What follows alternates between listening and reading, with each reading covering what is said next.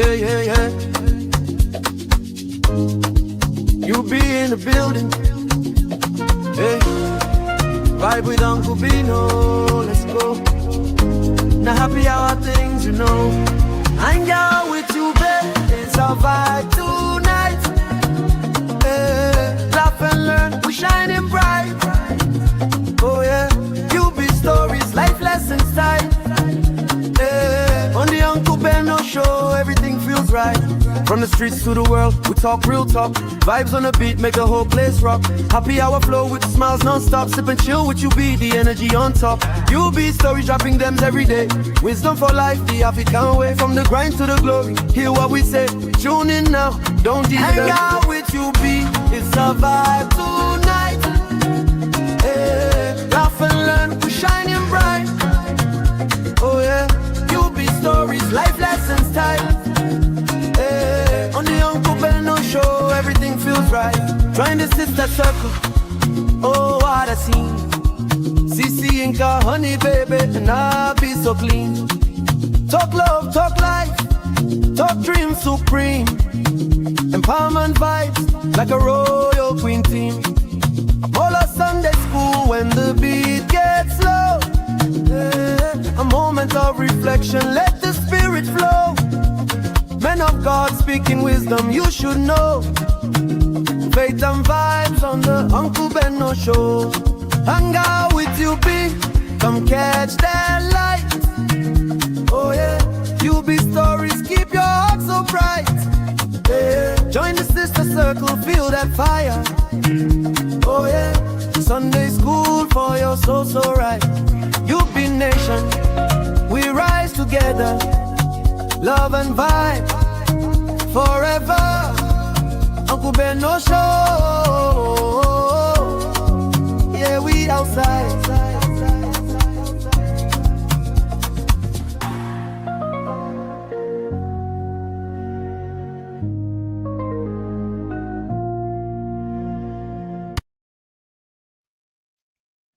All right, all right, all right, all right, all right. Welcome, everybody.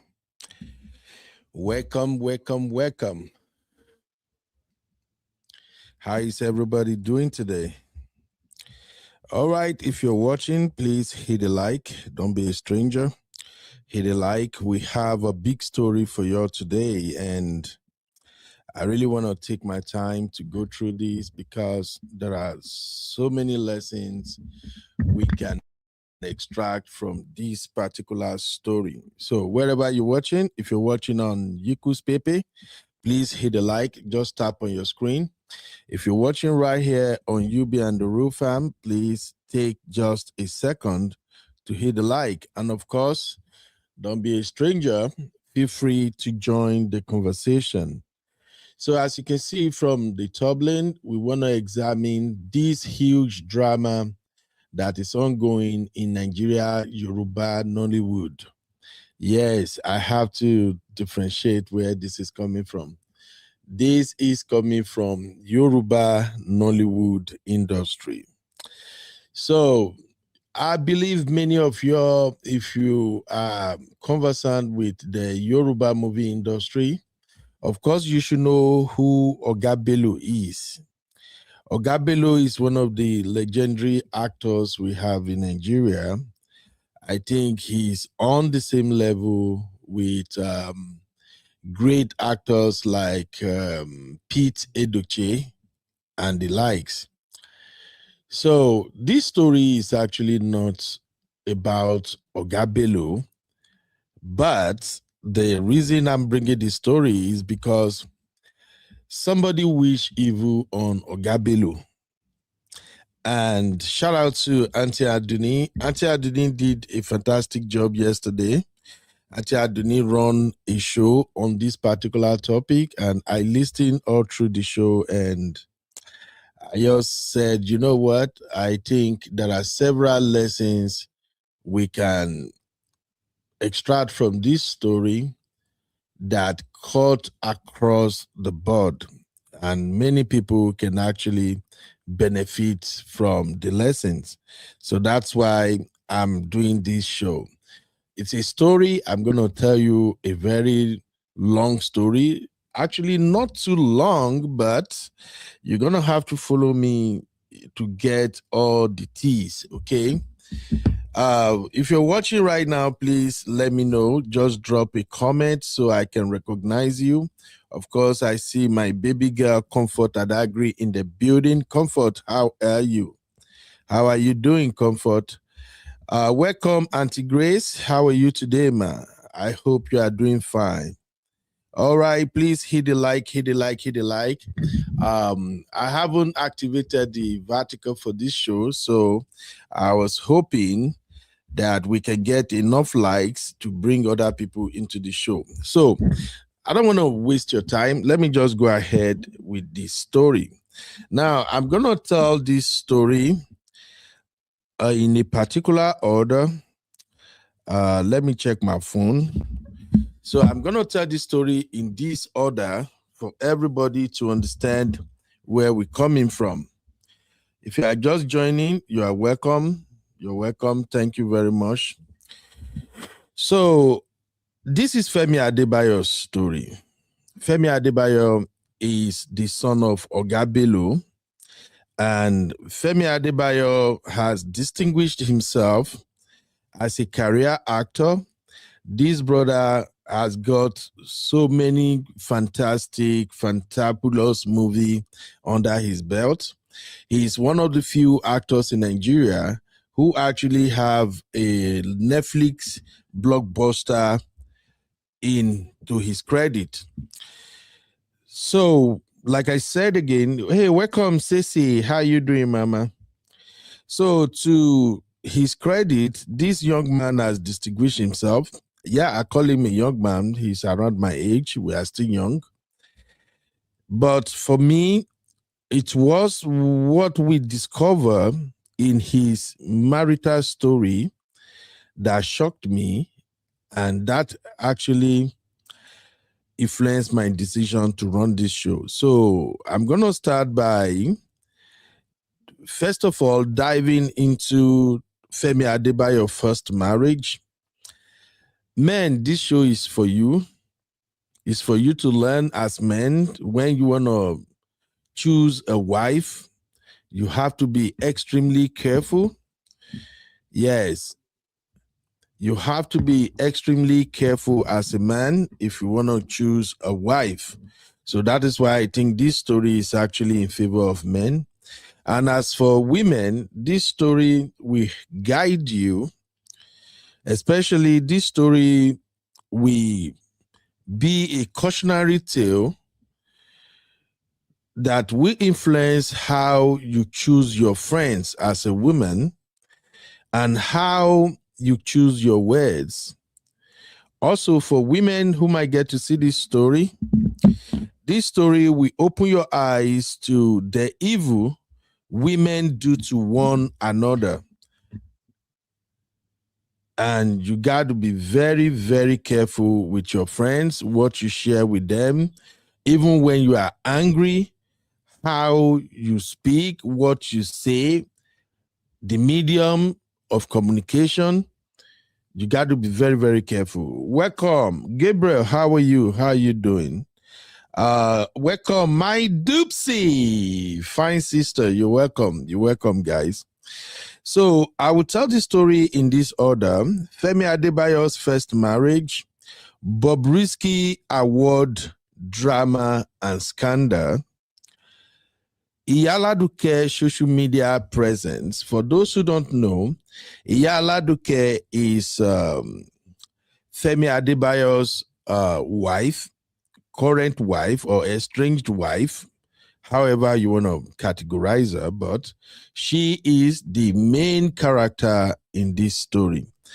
Her name is Omotayo, but she is known popularly as Iyan Aladuke.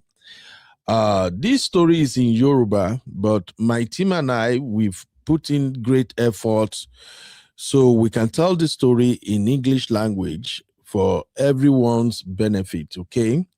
So I'm going to play some video that's going to be in Yoruba language, but don't worry.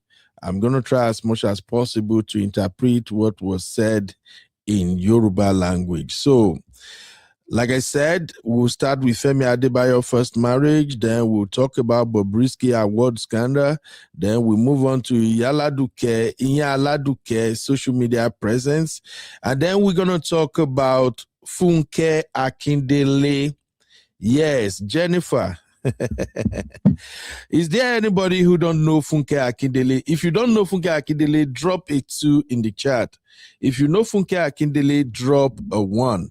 Let's do that because this is gonna at least guide me on how I tell this story. So let's go. Do you know Jennifer Funke Akindele? If you watch Nollywood, if you watch all those Nigerian movies, of course you should know who Jennifer is. Jennifer is a big name in the Nollywood industry in Nigeria.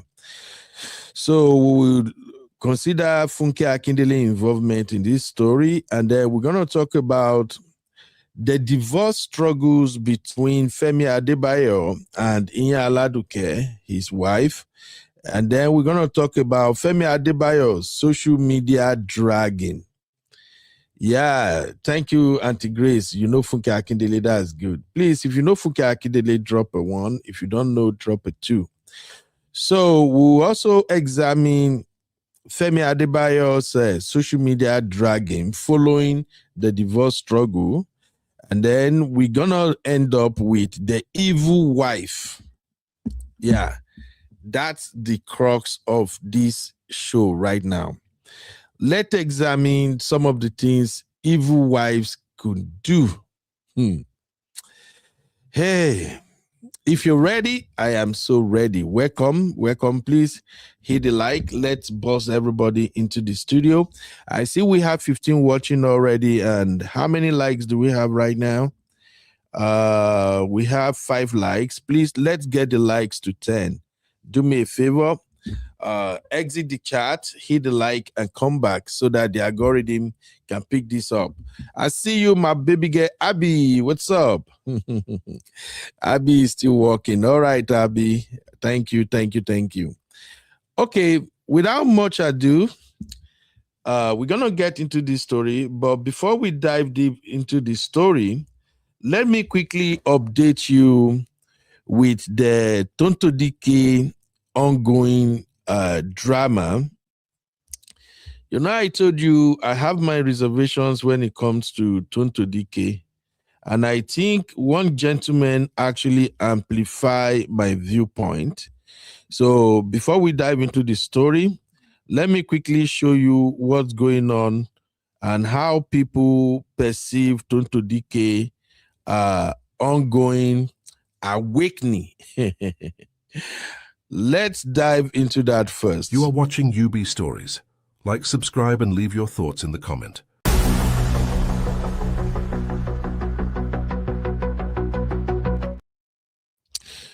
All right, welcome back. Welcome everybody. Thank you for joining the show. I really appreciate you. So one of the things I said about Tonto Dike and this her born again and forgiveness as well as reconciliation story is that everything seems shady. When people born again, when people give their life to Christ, they don't put their faces on cameras and post everything they are doing when it comes to their commitment towards establishing some good relationship with God. But in the case of Tonto Dike, from the very first time she announced that she has turned a new leaf in her life, she has been bombarding her followers with videos upon videos of her relationship with God. So this young man right here actually shared my viewpoint, and I want you to hear directly from him. Take a listen, please. I'm not convinced she has changed. I'm not convinced at all. I feel there's a bigger problem here. And I feel it's more of mental that most people are not looking at. 2 things. She's seeking attention. Why would you be doing some, maybe you're cleaning the church and you're telling someone to video me and post it? What's all that for? Is attention, unnecessary clout and attention. If you have changed, for goodness sake, your actions will tell. You don't need to get somebody to recording your change action so that other people can see your change. And I'm even surprised you influence people, self, because I'm surprised. Because when I see that kind of person, I wonder how much influence you can have on another woman if your own husband because of that kind of person. I'll be surprised if women do. So I don't think she has any influence on anybody.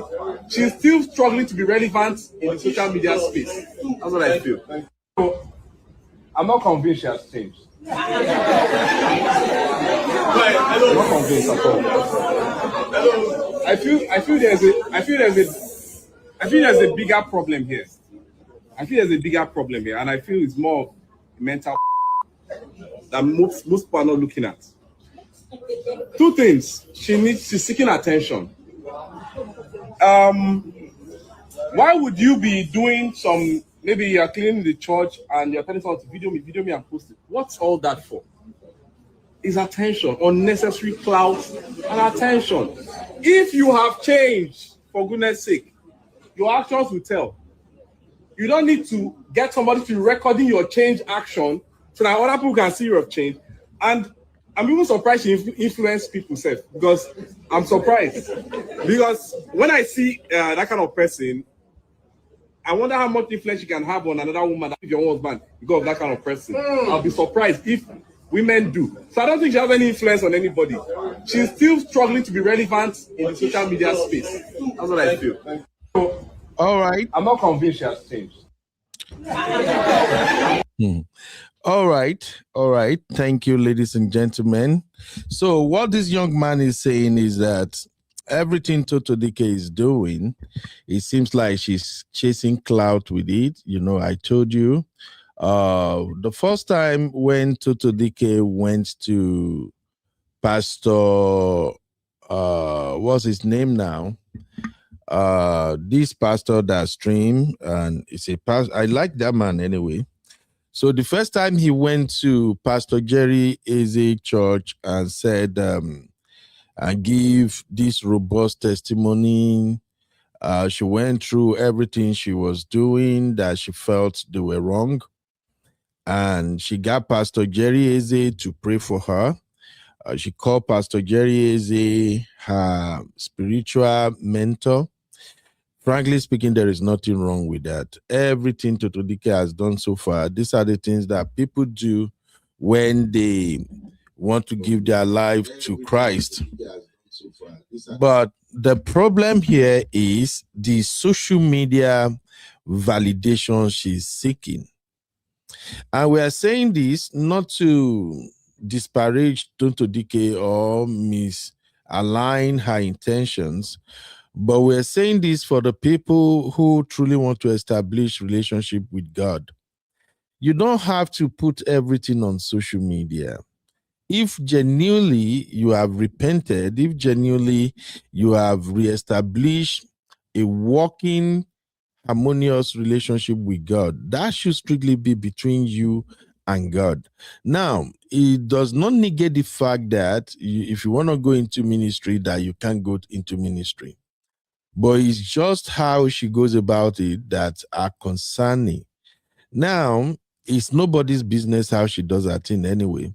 But the reason we shine light on that is for those who are her followers, those who she has impacted their life positively, women who are married or divorced or are going through some challenges and they are looking for ways to bounce back. Please don't do it the way Tonto goes about it. And that is why some people are still having their suspicion about, can she really be real? So that is just it about Tonto DK. Now, let me know what you think. If you think Tonto DK is doing that just to chase clout because of the several praying videos, sweeping church videos, everything is acting. If you think she's chasing a clout, drop a 1. If you think she's genuine with what she's doing based on what you've seen so far, drop a 2. But whichever way, whatever Tonto Dike is doing, that is between her and God. To be honest, I think I noticed massive changes in her, frankly speaking. I think she has really, really changed. And I want to give her credit. That's it about Tonto Dike. Now, let's move on to another news.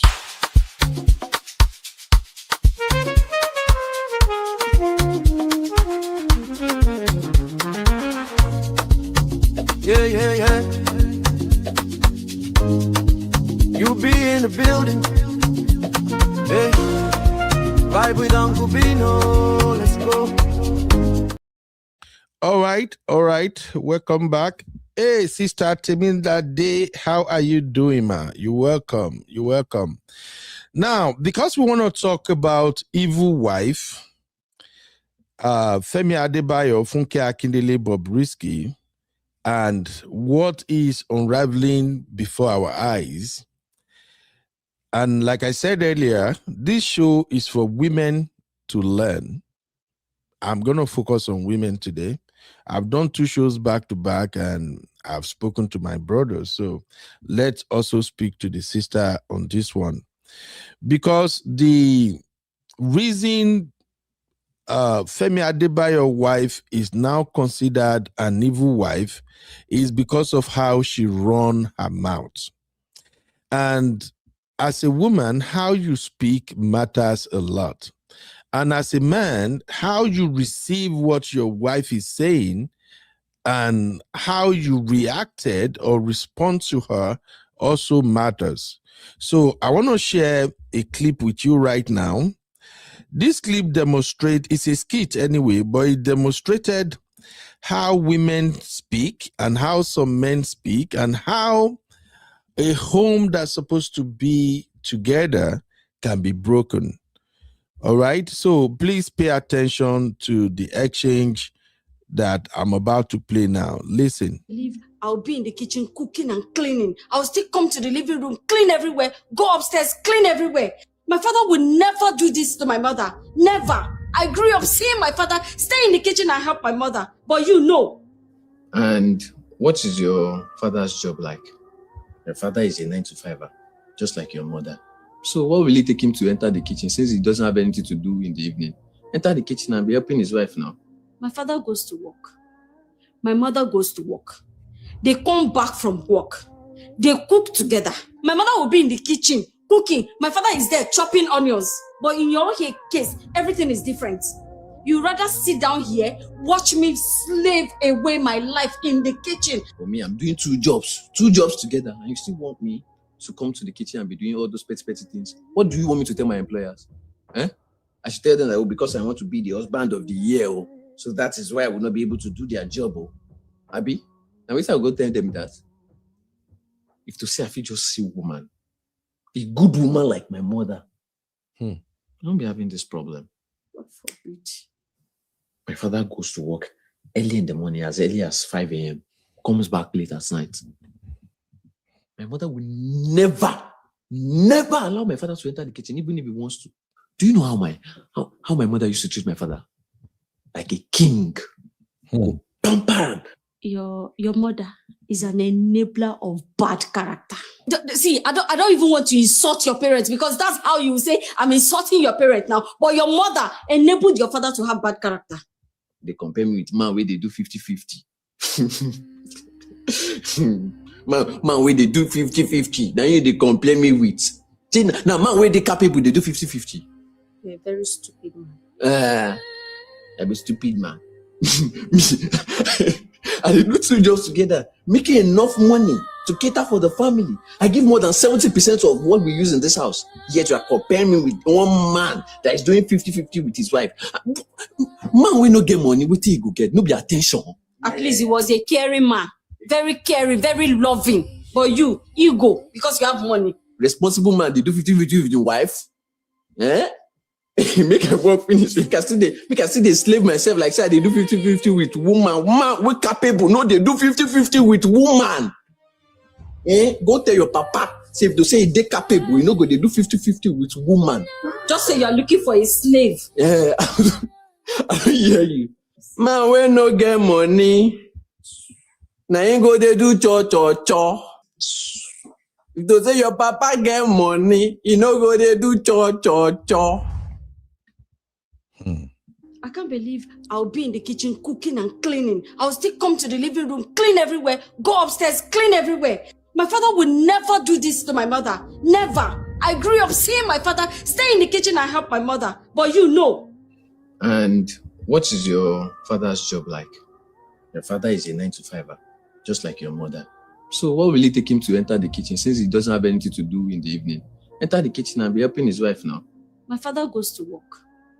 My mother goes to work. They come back from work. They cook together. My mother will be in the kitchen cooking. My father is there chopping onions. But in your case, everything is different. You rather sit down here, watch me slave away my life in the kitchen. For me, I'm doing two jobs together, and you still want me to come to the kitchen and be doing all those petty things? What do you want me to tell my employers? I should tell them that because I want to be the husband of the year. So that is why I will not be able to do their job. Abi, now wait, I'll go tell them that. If to say I feel just see woman, a good woman like my mother, I won't be having this problem. God forbid. My father goes to work early in the morning, as early as 5 a.m., comes back late at night. My mother will never allow my father to enter the kitchen, even if he wants to. Do you know how my mother used to treat my father? Like a king. Go pamper. Your mother is an enabler of bad character. See, I don't even want to insult your parents because that's how you say I'm insulting your parent now. But your mother enabled your father to have bad character. They compare me with man where they do 50-50. man where they do 50-50. Now they compare me with. See, now man where they capable, they do 50-50. You're a very stupid man.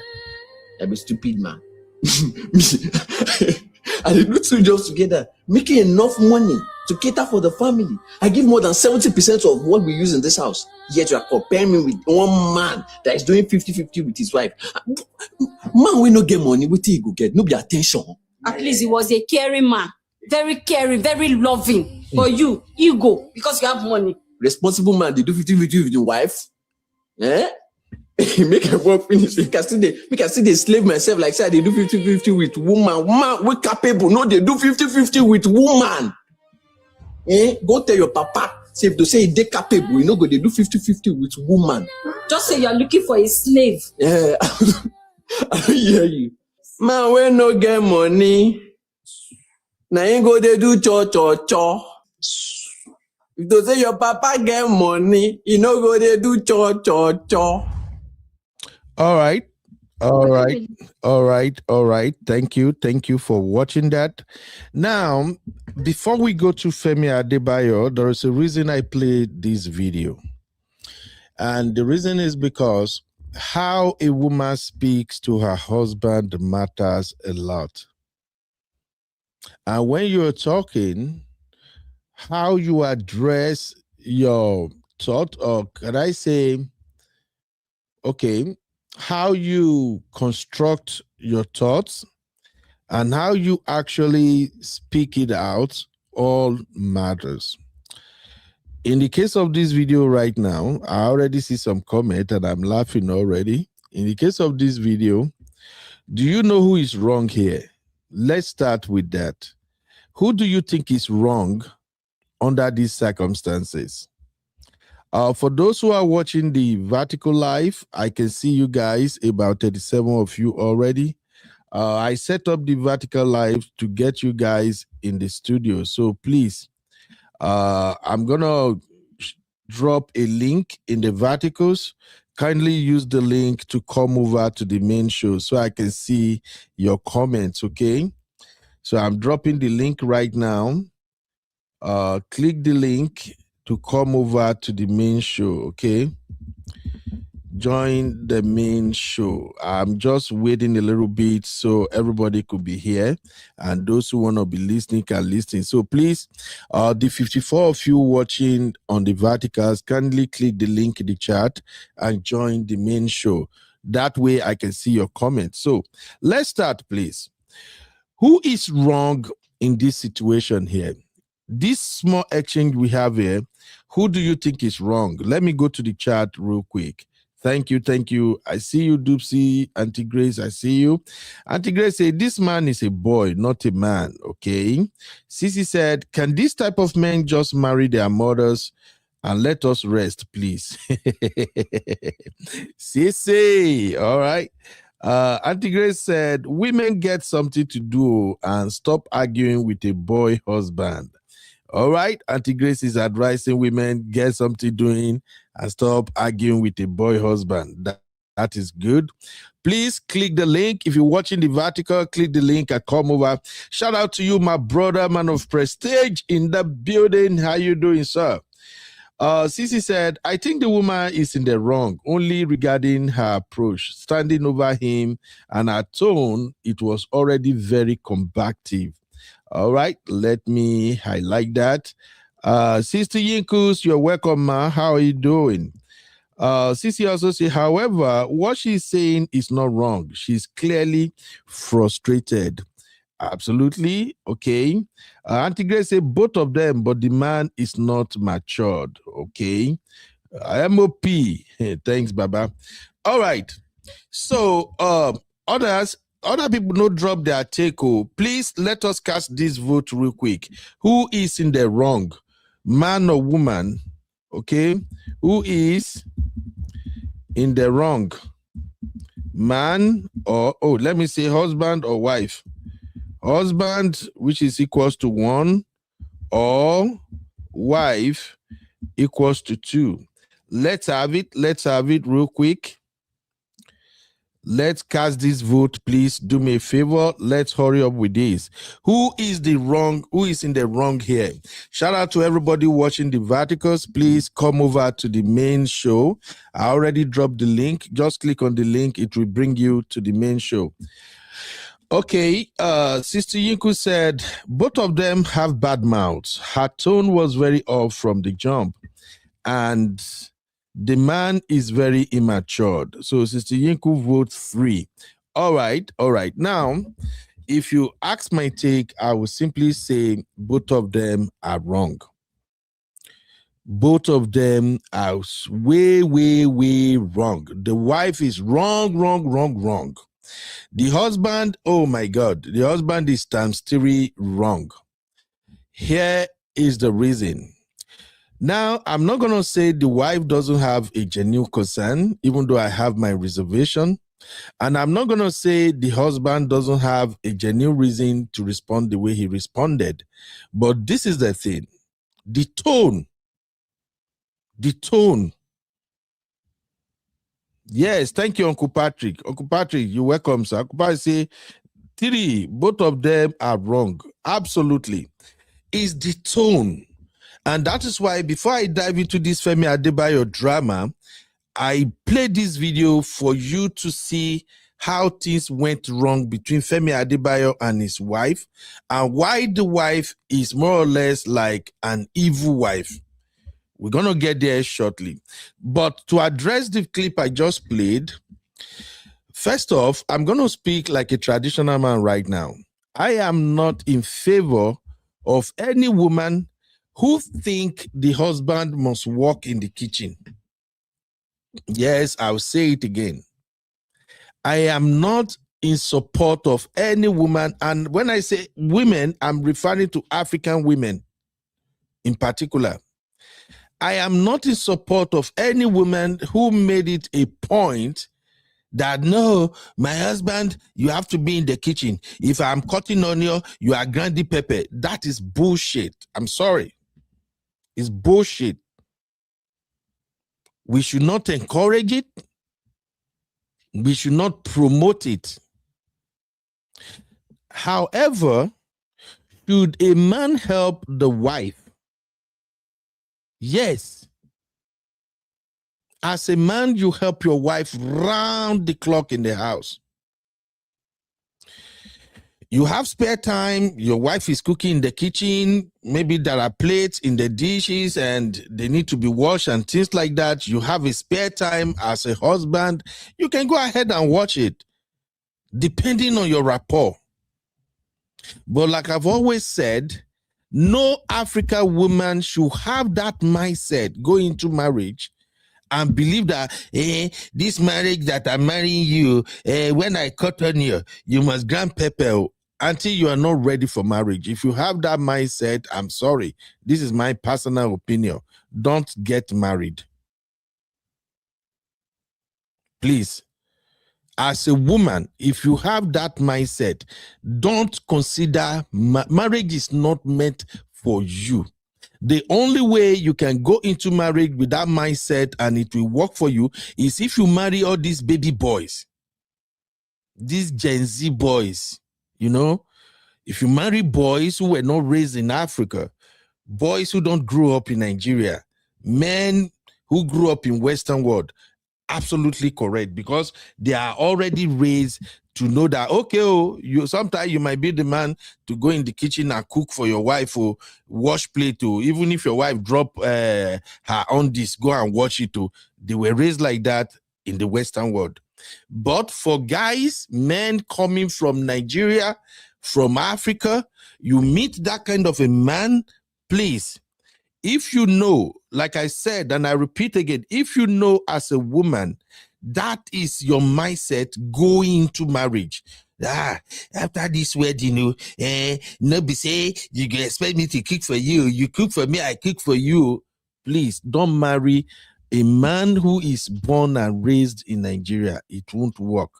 In fact, you come into a marriage with that mindset, that is the height of disrespect to a typical Nigerian man. Sisters, don't be offended. We have to say these things for women to start changing their mindset, okay? And to start understanding what marriage and all these chores and responsibility in marriage is all about. That is on the side of the woman. Now, let me flip it to the side of the man. If you are a man and you plan to go into marriage, you want to marry a lady, and that lady is from African extraction. She's born and raised in Africa, or she's born and raised in Nigeria. If you are a man and you have this mindset that, when I go into this marriage, my wife must bring her quota, her share, bills, she must pay. This one, she must bring money. That one, she has to. Bro, go and marry a lady born in the West. I'm not even trying to say, let me be politically correct. I ain't gonna do that. I'm sorry. It is what it is. Do not marry a woman born and raised in Africa, especially in Nigeria, and expect that you are going to mandate that woman to be giving you money compulsorily. It doesn't work like that. Per African tradition, if you are a man, you are supposed to take care of her, take care of everything. You are supposed to make plans, do everything, go work your butt off, take care, provide for your family, provide for your wife, up to her clothes, up to her shoe, every damn thing. It's your job to ensure there is always money in the house. Okay?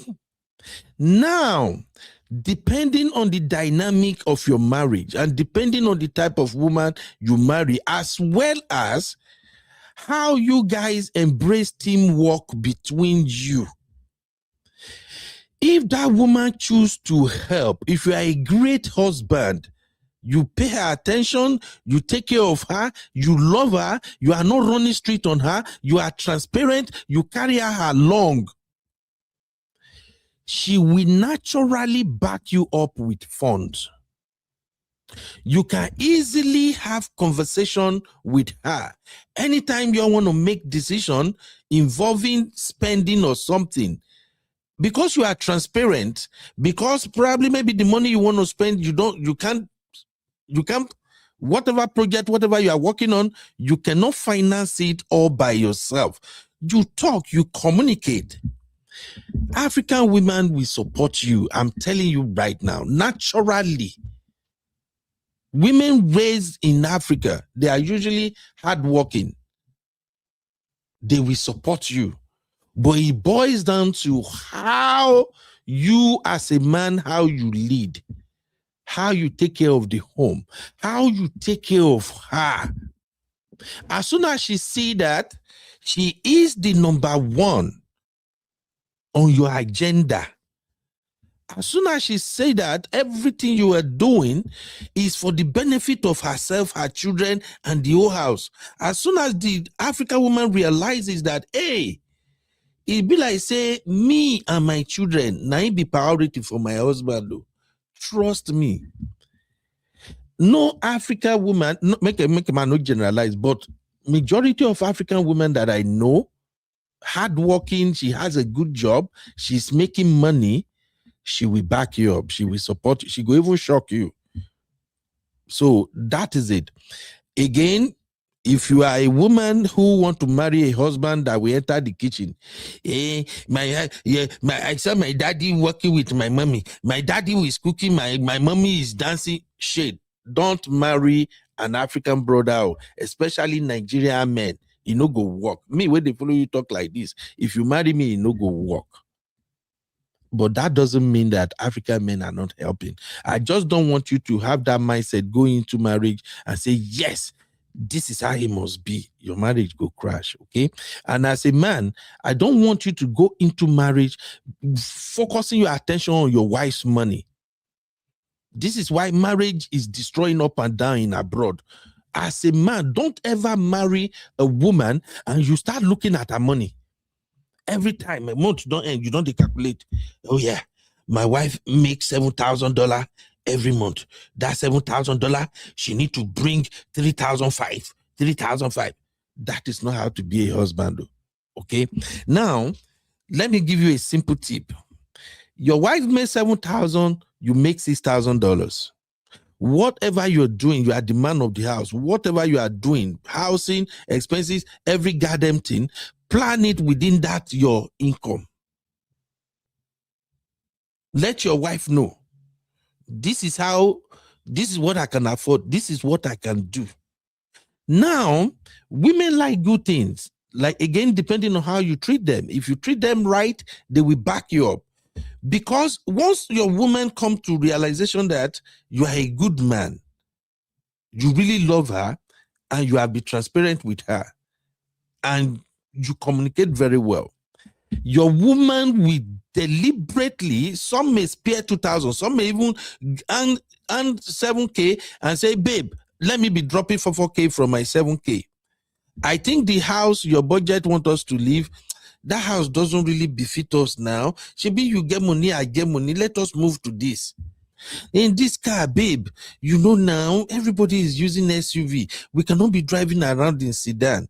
And let us have at least one big car. She will work with you, but you have to be the man to lead. So in this video that I just played right now, both the husband and wife, they are wrong. And another lesson you should take away from this video, as a woman or as a man, if you and your wife is having any argument, never ever refer to their parent. The lady was wrong to have said, hey, my parent used to do this. Hey, you are not married to your dad. Okay? If your dad like a wash plate, your dad like a wash clothes for everybody, that is your dad. You shouldn't expect your husband to be a replica of your dad. You are married to a different human being completely. So if you're talking to your husband about helping around the house, doing house chores and everything, and you want to make your dad as the role model, example that your husband should copy, well, I don't come. So when you are having communication or conversation with your husband, don't say my dad used to do this, my mom used to do that. You are not your mom and your husband is not your dad. Now to the man, one stupid thing a man can do, me as an African man, I will tell you this right now.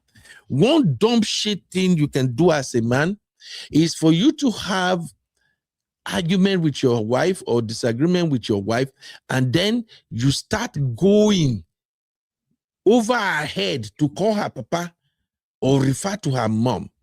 The moment you do that, you are no longer a husband. You are a baby boy. Don't ever, ever, ever do that. Even if your wife is moving mad, even if your wife calls your mama, he calls your papa, you as a man, don't you ever bring her dad or her mom into that argument. The moment you go over her head and you start bringing her dad and mom into this disgusting argument you're having, you are no longer a man. You already lost your respect. It means that your wife is above you. She's too much for you to talk to. And the only way you can compel her or hold her head down to talk to her is to bring her parents into the conversation. Don't ever, ever do that. Even as a man, if you have in-laws, maybe your father-in-law or your mother-in-law, they are overreaching, they cross the line all the time, they pass their boundary. Don't ever say you got angry or you got frustrated and then you start insulting them. Don't do that. Once you start doing that, you are no longer the real man with the high value man with preach. Okay? If your wife is insulting, she don't want to listen, kick her out. Simple. Divorce her. Like I told you, I'm a pro-divorce. Okay? Thank you, ladies and gentlemen. Let me take a few comments from my seniors and then I'll move to the main show. Thank you. Uncle Patrick said, most time matured women don't want you to come to kitchen when cooking. They don't want distractions, and kitchen is their special department without intruders. Thank you, Uncle Patrick. Absolutely. Some of the things you can do as a man, you need to know this, especially for the younger folks who might get to see this video. Women, like decent women who are very, very clean, they don't want you to mess up their kitchen. I swear you will enter trouble. Do whatever you do, help her. Just clean the kitchen. Don't be messy. You want cook rice, the whole stove, you scatter, you mess them up. You go make gari, the whole place, gari here. Women don't like it naturally. Neat women, they don't like it. You see that their kitchen, bros, just respect their space, okay? And if you want your wife to truly love you so much, help her around the kitchen, especially when you have kids. I've shared this in some of our past videos. Once you have children, your wife's job becomes times 3. Even if now one pikin, now I get. As a man, when he head correct, you should automatically know that your wife's job has become times 3. Taking care of children is a whole lot of job. Oyibo, white people will literally hire maid. Just because they have a baby, they will hire maid to help around the house. So you should know that your wife is playing the role of a babysitter. I don't even know how many things I feel described. As soon as you have a child, the landscape has changed. So you as a man, because I see people ask questions all the time, young folks, how na they do am? Me and my wife now fight every day. Now let me tell you this gospel truth now. As a man, as soon as your wife born, that is when you begin to roll off your sleeves. You double your work. Because taking care of a child is a lot. Now imagine the woman taking care of a child, she's still gonna wash clothes, sweep, do dishes, cook. Is a lot. Nobody's supposed to tell you that you should help. Not even help at this time. You are not even helping. Contribute. That's just how I see it. Okay? Many of us that you see right now, they wash plate like say tomorrow. No, as I'm speaking with you right now, my eldest daughter, he don't run go school this morning. The dish was where she's supposed to wash. She don't even leave and go. Once I finish this show now, I they go downstairs, go wash those dishes. And I'm telling you this for you to know that it's not an insult. It doesn't mean your wife is above you when you do all those things. In fact, you have to tell your wife, and I tell young couples all the time, if you don't know how to cook, begin tell your wife, may your wife they teach you now. Because when your children come, only a stupid man will not put his children first. So you should know how to cook little things. Even if you know if you cook soup, but those minor things, let your wife teach you. And that is why we encourage men, once your wife is cooking, hang around the kitchen. Try do something. If your wife say, okay, babe, now rice we go get for dinner, she day work. If you feel cook rice before she come. When she comes, she prepares stew. That doesn't make you less of a man. So these things supposed not be argument or anything at all. That's all I want to say about this. Now, thank you, everybody. Let's begin to move on to Femi Adebayo. Uncle Pai say, you may not be 100% right. Some women will not drop shishi. All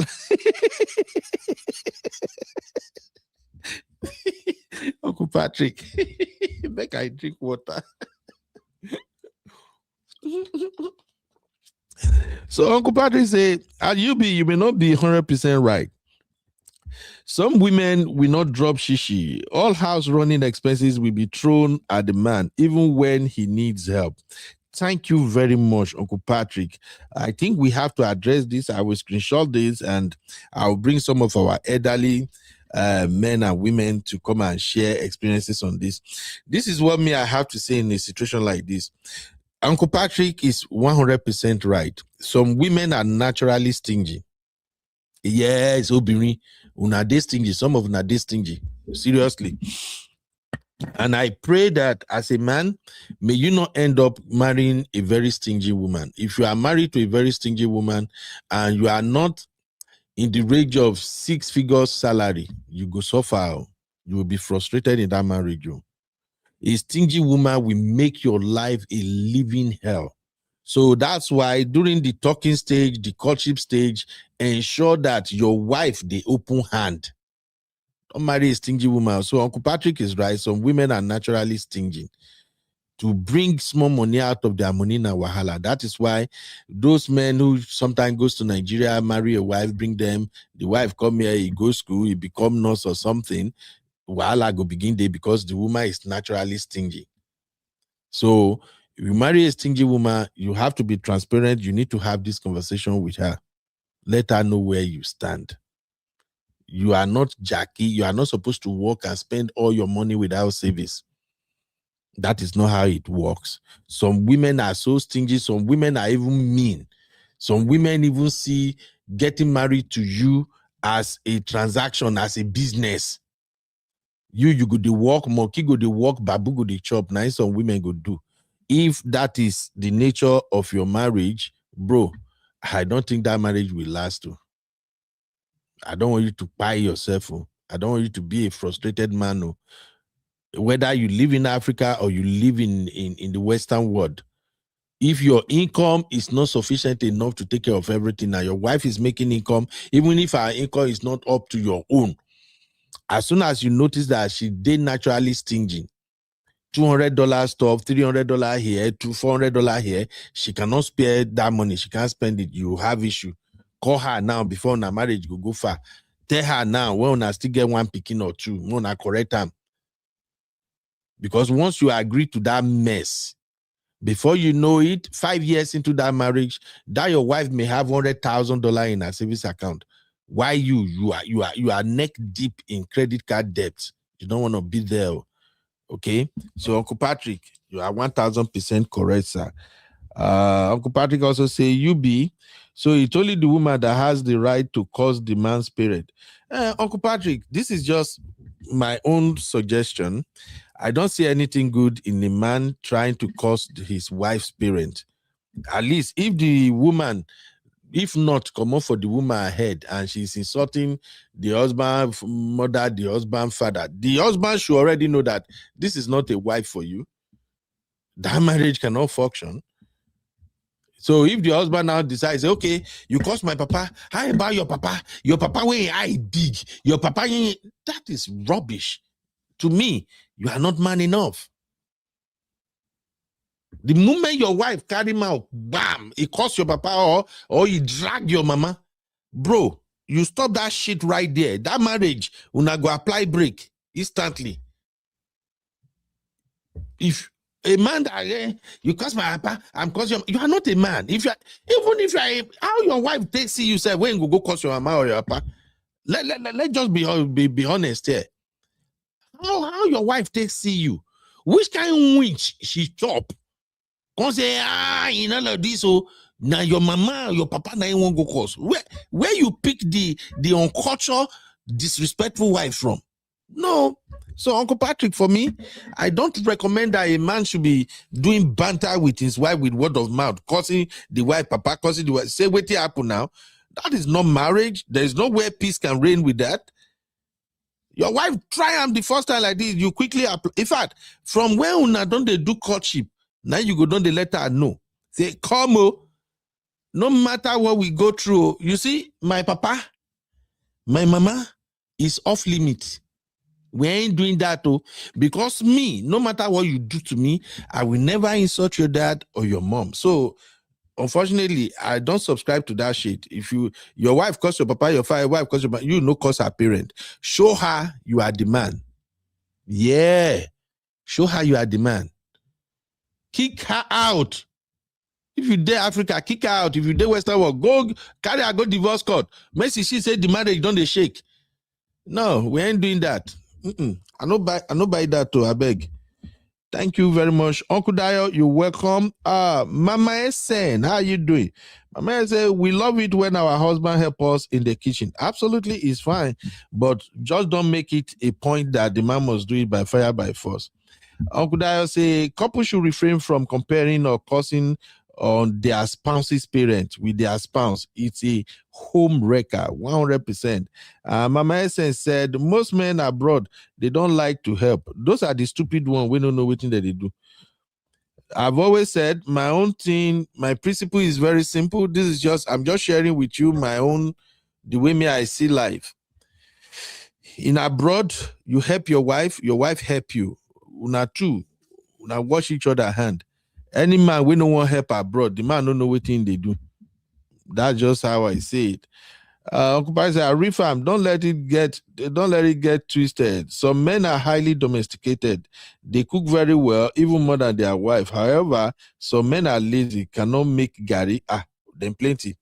All right, thank you. Let's move on to the Femi Adebayo story. Thank you, everybody.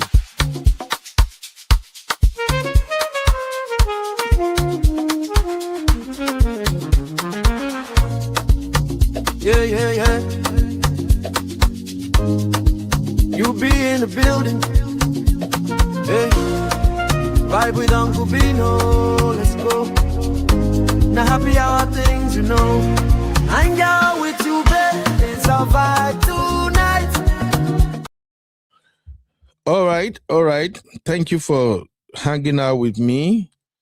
So, Femi Adebayo, what really happened? Femi Adebayo is he's in his second marriage, and the second marriage just ended.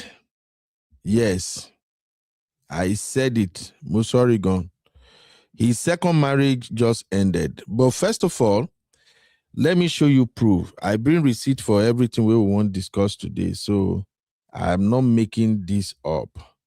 So first of all, as you can see from the screen right now, Femi Adebayo's first marriage was to Kadigat Adebayo, with whom he had 3 children before their divorce was finalized in 2011.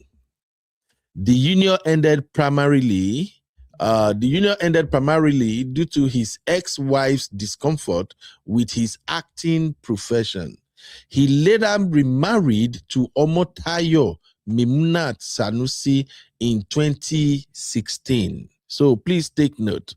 The first marriage ended 2011 and he entered the second marriage in 2016. That is a difference of 5 years. So meaning after the end of his first marriage, he waited 5 years before he got into his second marriage. Again, the name of the ex-wife is Adebayo Kadijat. He has 3 children from that marriage, and the reason for separation is Kadijat was uncomfortable with Femi's career as an actor, leading to irreconcilable differences. After a period of about 8 years, Femi Adebayo married his current wife, Omotayo Memunat Sanusi. So, and that happened on October 2016. So, meaning the marriage has hit the rock around 2008, 2009, but the divorce was finalized in 2011. So that means for 8 good years, there was nothing between him and any other woman when it comes to committed relationship until he met the current wife, Omotayo. So please take note of that. There is a reason why I am starting with this. Because me, I'm very consistent with whatever I said. I've told you guys here on this platform that when a man married the first time, the marriage crashed. The man married the second time, the marriage crashed. It's beginning to look like the man is the problem. Okay? For those who might get to watch this later, please, when you are quoting me, listen to what I'm saying. If a man married first, divorce, second marriage, divorce, that man is beginning to look like a red flag. In the case of Femi Adebayo, the first wife left that marriage because she was uncomfortable with his acting career. If I may ask you now, my people, what could make a woman who married an actor all of a sudden, after 3 children, she's uncomfortable with his acting career? If you have any idea, please drop it in the chat. What could make a man suddenly become uncomfortable with his husband's career as an actor?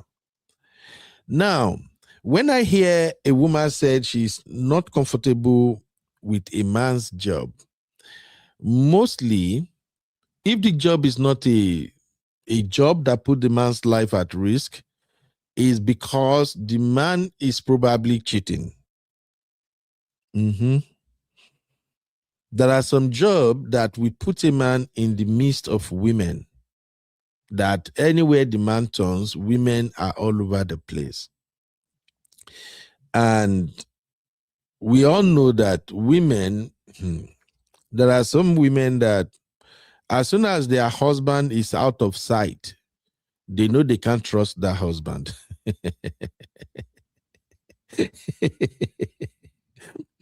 Not just women, though. Some men are like that too. Even here in America, I see it a lot. There are some men that the moment their wife is out of sight, they just feel uncomfortable. They just felt like, oh, something is going on. This woman is probably running street behind my back. So to that answer, thank you, Comfort Fash, my lovely sister, you're welcome. Comfort said, probably insecurity.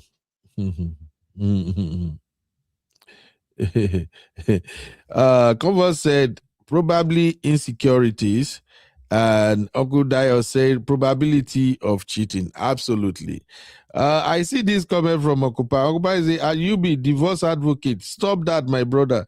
No be everything go turn to divorce. It can still be corrected. Well, Uncle Patrick, before I recommend divorce, I'm simply saying they should divorce if it becomes a huge problem. That's just my stand.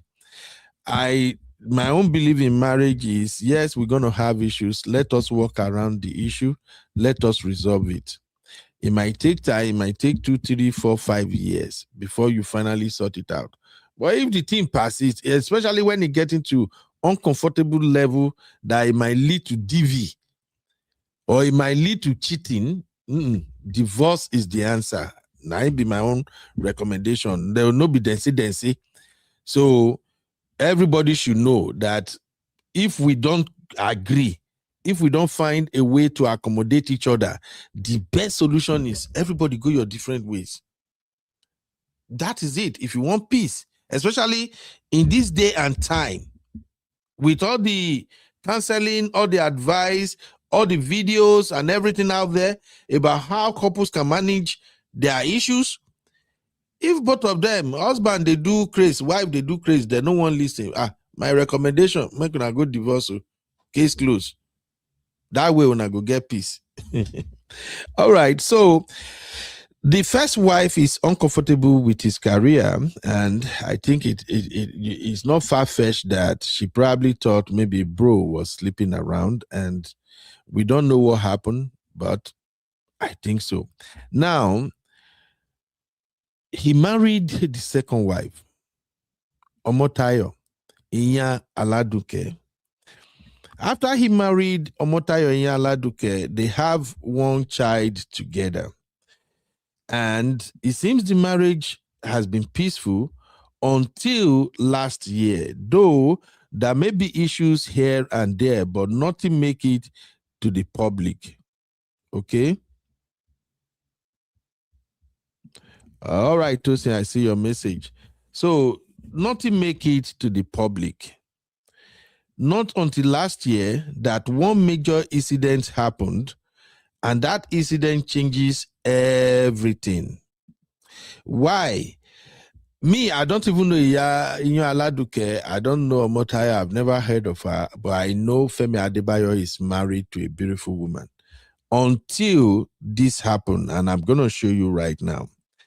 Do you all remember when one lady did a movie premiere, and at the premiere, they said they were awarding best dresser? It happens that one of the special guests at that movie premiere was Bobrisky. And we all know Bobrisky is more or less like the most popular cross-dresser in Nigeria.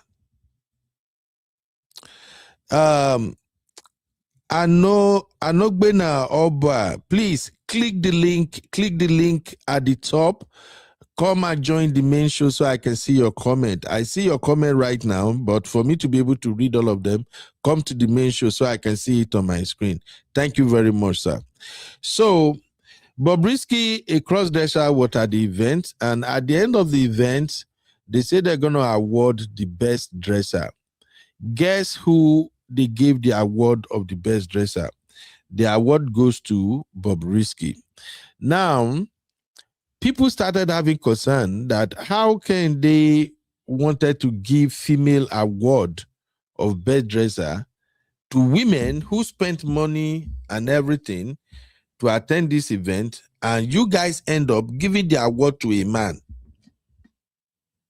You give the award to a cross-dresser, a man who dresses as a woman. Best dressed woman. Thank you, Abby. That was crazy. But for those who miss it, here is the video. Please watch. I will let it play over like 1 or 2 times, and then we'll please watch. As the judge of today, yes. Oh my God. I'll announce my winner, best dressed female. 1, 2, 3. I'm the winner of the event.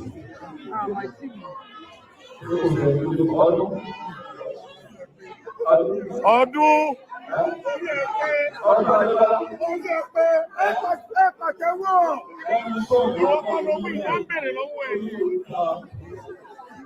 All right, ladies and gentlemen, you all thank me. And I can tell you that our winner for tonight is Rochelle.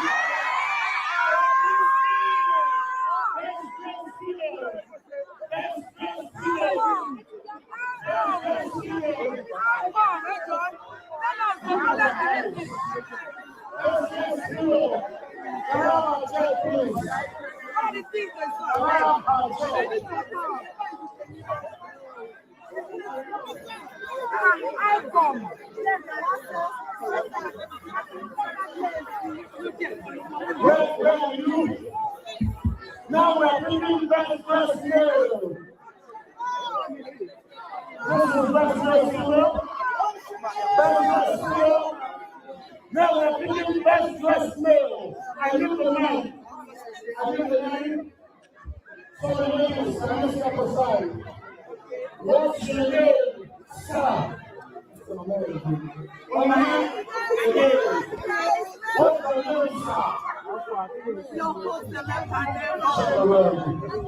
your name, sir?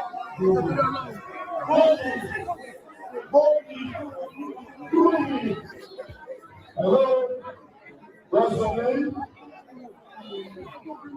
What's your name? Black Coco, for sure.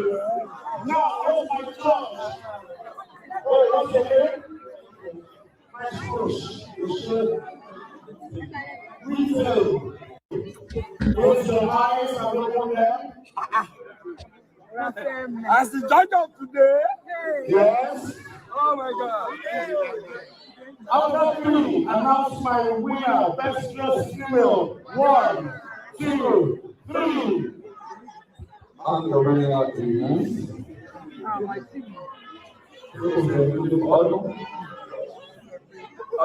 Ọdún.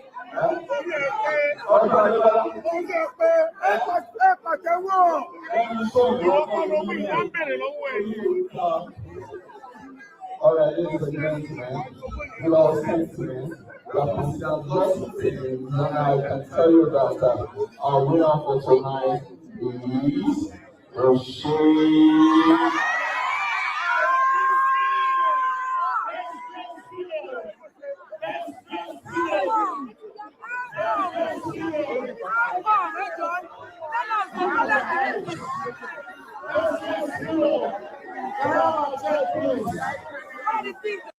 So, ladies and gentlemen, there you have it. This event, as simple as it is, marked the beginning of the end of Femi Adebayo's marriage. Yeah. This was the beginning of the end to Femi Adebayo's marriage, because what happened here was Bobrisky, a cross-dresser, was awarded the best dressed female or the best dressed woman at the event. And eyebrows were raised. People were concerned. People were asking questions.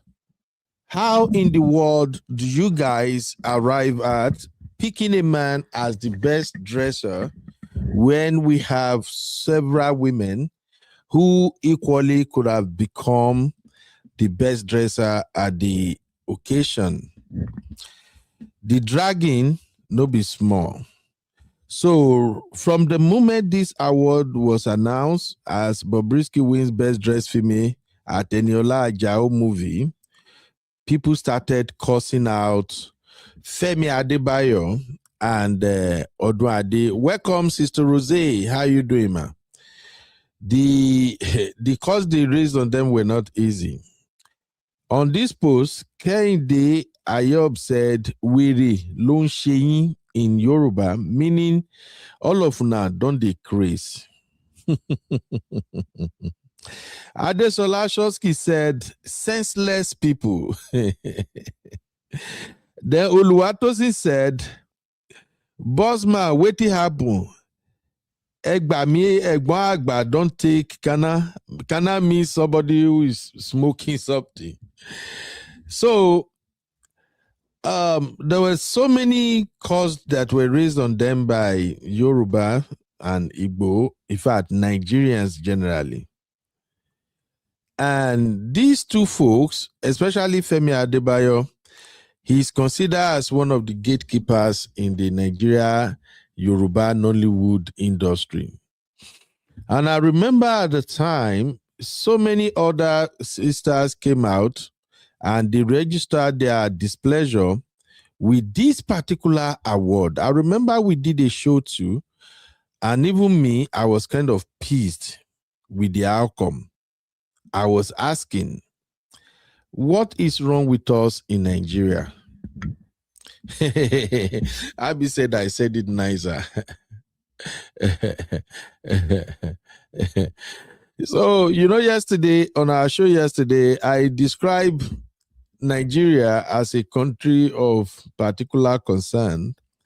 And I say, even we Nigerians, the citizens of Nigeria, we are also citizens of a particular concern. Now you see, say we really get issue, right? So people started reacting. A lot of people called him out. They were like, why don't you use your brain? In his defense, he said, well, I was called to announce. I was not the one that actually picked Bobrisky as the winner of the award, but I was called to announce. So as the backlash was dragging and ongoing, this lady on my screen right now is one of the Yoruba Nollywood actress. Her name is Dayo Amusa, and she couldn't contain her disappointment. So she made this video and shared the video online. Take a listen. Good morning, everyone.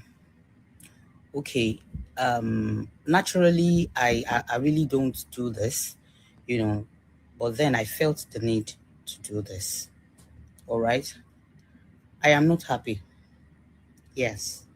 So I went for a colleague of mine's premiere yesterday. And then, okay, they said the best dresser is to be picked. One female best dresser and one male best dresser. Don't get me wrong. It could be anyone. Yes. The winner could be anyone. But definitely not a cross-dresser. Please hit I mean, the what's wrong with us? Kí ló ń ṣe wá? Ìjọ wo la di báyìí? Like, I don't understand it. I cannot imagine the judges, disrespecting every woman that was there, that actually made effort to be at that event. Even go to a 5 kobo, the individual, not fi put looks one, not fi put it together. Okay? Now you had to pick a winner, a female best dressed and a male best dressed. And then you now watered the effort of all the individuals that is on that, event by giving the best dressed female to a cross-dresser. I mean, kí ló ń ṣe wá? Kí ló ń ṣe wá tá ń ṣe bálabàla bí tẹ́lẹ̀ aláfọwọ́ yìí? I don't understand. I don't understand. What is wrong with us? Tẹ́ bá feel pé okay, àwọn cross-dresser, wọ́n merit láti gba award títí wọn. Ẹ máa place kíní lórí kíní fún àwọn náà. And then you will be like, okay, for cross-dressers best, dressed, then you give them their own space and platform. It's not for you disrespecting every woman that came to that event or every man that came to that event by giving a cross-dresser the best female dressed. Are we okay? Are the judges okay? Because I had to, walk out of that event, basically, because I'm like, shower, okay, bye.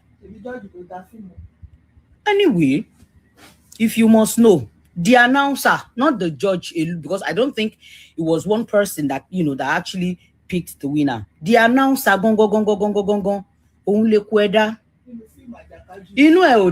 in fact, kò jẹ mí lójú ìwà tó wù yẹn ò jẹ mí lójú because bó ṣe ṣe nínú fíìmù àjàkájú tá a wò yẹn náà nìyẹn ìwọ náà lè kó ẹ̀dá tó dá gbogbo ẹ̀ sílẹ̀ ìwọ náà ló dá gbogbo lórí gbogbo nǹkan kodò ìwọ ló ṣàdéhùn tó o má déhùn ṣe o wá gbé kárátà inú àjàkájú o tún gbé jáde o tún gbé jù sí ojú ayé o lọ announce rubbish. Don't worry, I will explain.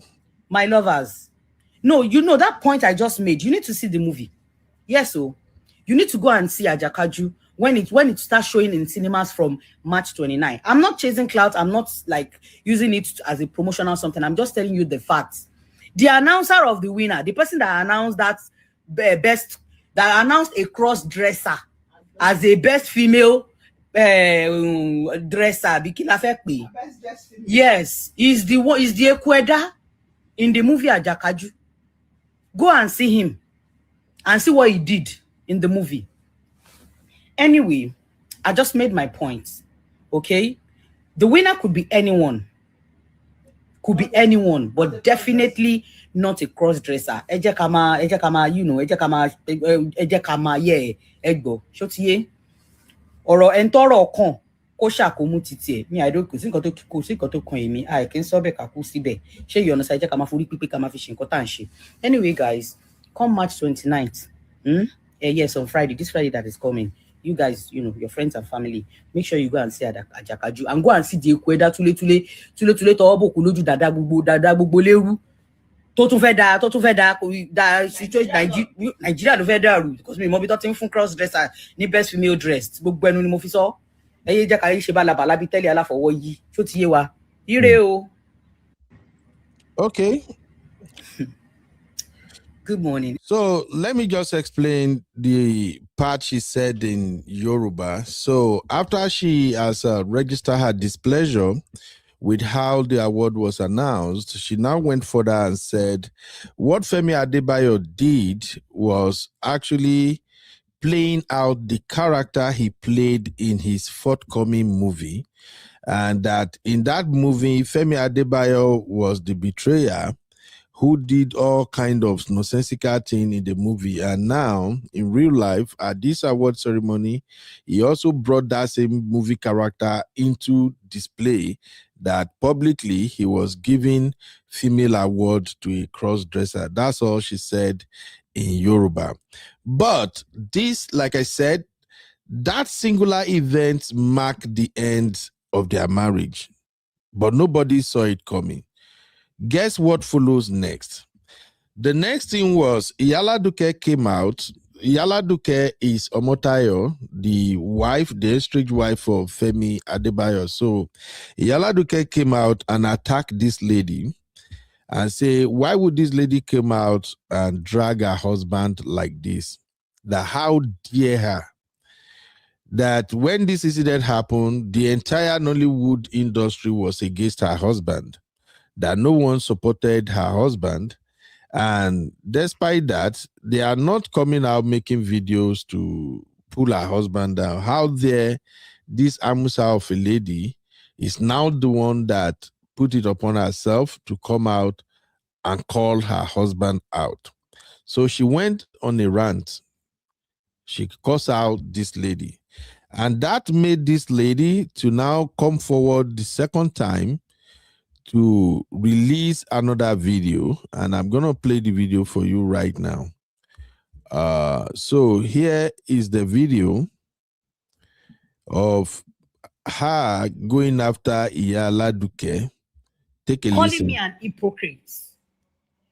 Calling me an enemy in disguise. Aladuke, ó ju ẹnu ẹ lọ, my darling. Ìyàwó mi, ó ju ẹnu ẹ lọ. Calling me mi ò ní pé kó má defend ọkọ ẹ. Don't worry, I will interpret. Like I said, if you don't defend him, who will? But you trying to insult me in that process, ó ju ẹnu ẹ lọ. Ṣọ́rọ̀ mi yé, kí n sọ ní Yorùbá, kó lè jọ yéra wa. Ó ju ẹnu ẹ lọ. Now let me ask you, tí ọkọ ẹ bá ń ṣiṣẹ́ ní corporate, bí lawyer lọkọ ẹ.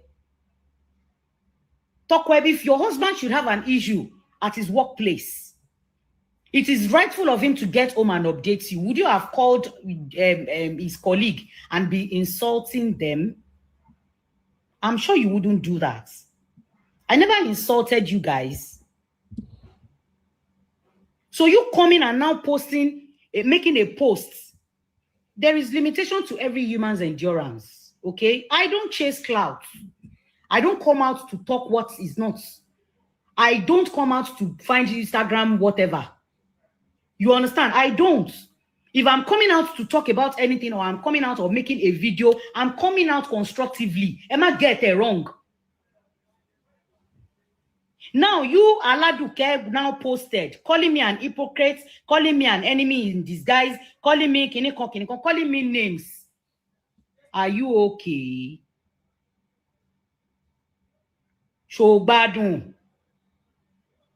My darling, show wa okay. Ni so síbẹ̀ ká kú bẹ́ẹ̀ o. ọ̀wọ̀ díẹ̀díẹ̀ òun lára ń fẹ́. Ẹ jẹ́ ká máa pọ́nra wa lé. I don't chase clout, I repeat. Now, let me now drop that one aside. Seeing your wife's posts, calling me an hypocrite, calling me an enemy in disguise. Aladuke, ó ju ẹnu ẹ lọ, my darling. Ìyàwó mi, ó ju ẹnu ẹ lọ. Calling me an hypocrite. Mi ò ní pé kó má defend ọkọ ẹ. Like I said, if you don't defend him, who will? But you trying to insult me in that process, ó ju ẹnu ẹ lọ. Ṣọ́rọ̀ mi yé, kí n sọ ní Yorùbá, kó lè jọ yéra wa. Ó ju ẹnu ẹ lọ. Now let me ask you, tí ọkọ ẹ bá ń ṣiṣẹ́ ní corporate, bí lawyer lọkọ ẹ. Tọkọ ẹ, if your husband should have an issue at his workplace, it is rightful of him to get home and update you. Would you have called his colleague and be insulting them? I'm sure you wouldn't do that. I never insulted you guys. So you coming and now posting, making a post. There is limitation to every human's endurance, okay? I don't chase clout. I don't come out to talk what is not. I don't come out to find Instagram, whatever. You understand? I don't. If I'm coming out to talk about anything or I'm coming out or making a video, I'm coming out constructively. Emma, get it wrong. Now you, Aladuke, now posted, calling me an hypocrite, calling me an enemy in disguise, calling me calling me names. Are you okay? Okay. Shobadun. Okay, so what she basically said was that she was responding to the insult that was rained on her by Iyan Aladuke, Mrs. Omotayo. And she was like, if anybody should have come for her, or it shouldn't be Iyan Aladuke, because to her, she is just a colleague of her husband, and she didn't expect a wife to get involved in issues involving fellow colleagues in the industry. So she made an example that if her husband happens to be a lawyer working in a firm and the husband ran into issues in the firm, would she have attacked people in the firm? So that was her defense. But like I said, this was the beginning of the end of Iyan Aladuke's marriage, because after this incident, a lot happens in her marriage. But it wasn't obvious to the public that they have a lot of mess going. Please, anybody who knows the story, you can chime in the chat. So after this incident came and gone, as for Bobrisky, many influencers in Nigeria hop on the issue. A lot of blogs carried it. And I remember at the time, Very Dark Man also jumped on the issue. And this issue was even part of what led to Very Dark Man hunting down Bobrisky. Very Dark Man and Bobrisky, they've had some gbas in the past, but it was just the regular social media banter and fracas, like they describe it in Yoruba parlance. They'll say, oh, we have fracas going on. So Very Dark Man and Bobrisky, they've have issue every now and then, but it wasn't that deep until Bobrisky was presented this award, and Very Dark Man came after Bobrisky, while Femi Adebayo was left to clean his image, and the wife was going on rampage, going after everybody. Okay? Then we, the public, were not aware of what's going on in their marriage, like I said earlier. The next thing we noticed was Femi Adebayo now had this Netflix movie he was producing. The Netflix movie had about 300 crew members, both actors, wakapas, and everybody that was working on the project. Somebody actually captured the essence of the whole drama and I'm going to read it out to you guys. Please bear with me because I have to be thorough with this story. I don't want people coming and say, oh, Ben, you are biased. Remember, we are trying to identify the evil act of the wife. So let's follow the story. So this person shared this story in January 27 this year, but this is the narrative. He said, is it he or she? Okay, he said, when I tried cautioning Iyan Aladuke regarding the gbasgbos that happened between her husband, actor Femi Adebayo, versus actress Dayo Amusan, then she didn't listen to me. Iyan Aladuke insisted she loves her husband and nobody was speaking then to support him when Dayo Amusan came out for him. Iyan Aladuke even said her husband's family were so proud of her for speaking up for her husband. All right? Welcome, Sister Natu.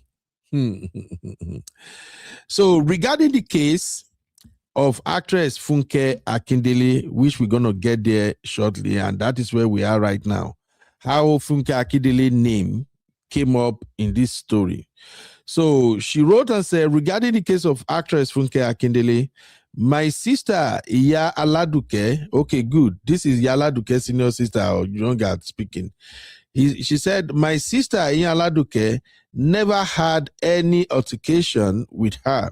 In fact, when they met at location of Seven Doors Production, it was Iyan Aladuke that supervised the preparation of food for over 300 people, and they were on location for almost 3 months. I was so worried, and I was forced to ask Iyan Aladuke if she was getting paid for staying out of her work or for staying out of her workplace for more than 3 months. She insisted that was her contribution to support her husband. It got to a point that I had to speak to Femi, that is the husband, that he must pay her for the job she's doing on location. I guess Femi Adebayo was annoyed, and even Iyan Aladuke was so annoyed with me. Funke Akindele came to location as well, and Iyan Aladuke explained how she took proper care of her. There was no argument, and Funke Akindele reciprocated her gesture. It was at that movie location, argument erupted between Femi Adebayo and his wife, Iyan Aladuke, one night. Iyan Aladuke, for those who don't know, Iyan Aladuke is the wife of Femi Adebayo, okay? So she continued and said, one night, Iyan Aladuke noticed her husband was in his hotel room with another lady. Though Iyan Aladuke tried forcing herself into the room, but she was stopped, which resulted in heated arguments. Iyan Aladuke apologized severally. She has gone to several dignitaries' places to help her plead with her husband, including Femi's parents, but all to no avail. I immediately told her Femi is done with the marriage. More reason why he left home for over 1 year. But Iyan Aladuke is still hoping and praying he will come back home. She has tried several times to buy herself. Femi hasn't visited their son for over a year. He just went to his school last week to snap with him. Truly, Femi paid money and took their son to India for procedures. Truly, I heard Femi bought a land for Iyan Aladuke. I don't know if she has sold it. Iyan Aladuke needs help. More especially, the special child in her custody needs help. Iyan Aladuke loves Femi more than she loves herself, which is so sad. From sister of Iyan Aladuke. That is the sister right there in the middle. So let me make it make sense briefly. So what happened was that at the location of Seven Doors, which happens to be a Netflix production, Iyan Aladuke went there, and according to what we heard on social media, she was in charge of the feeding of all the crew members, both actors, actresses, cameramen, and everybody. And she spent 3 months at that movie location. Now, take note, she wasn't at the movie location as a contractor. Iyan Aladuke is a caterer. She owns and runs her own restaurant. But she left her restaurant to go and stay in the location with her husband for 3 good months. Not as an employee, not as a vendor, not as part of the production crew, but under the guise of supervising the feeding of the crew member. Are we following or not? Hey, Auntie Teju, you're welcome, ma. Is it making sense now? Does it register? And tell me, should any woman force herself into her husband's workspace? Now, where we won't begin to get back, both be this. So sisters, if you are ready, I am ready. Ama jadadaleni, we go fight well. That's my number one question. Should any woman, in under what condition, make it make sense to me?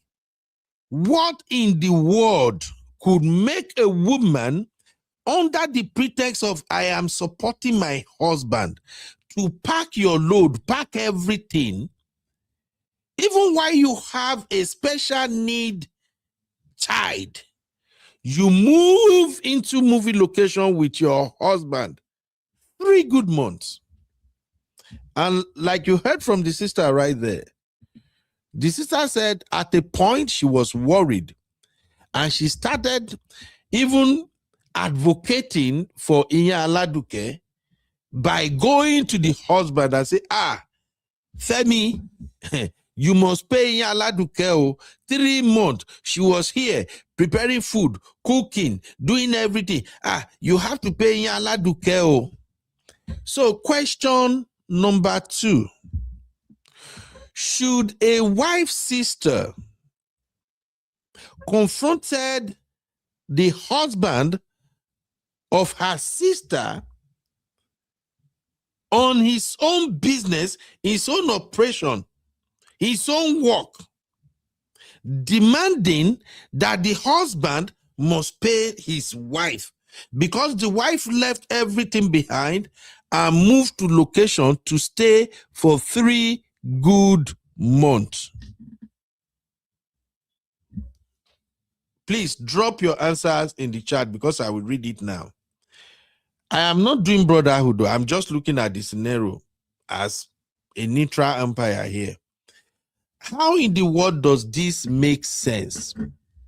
That is why I say today's show is going to be hot for sisters.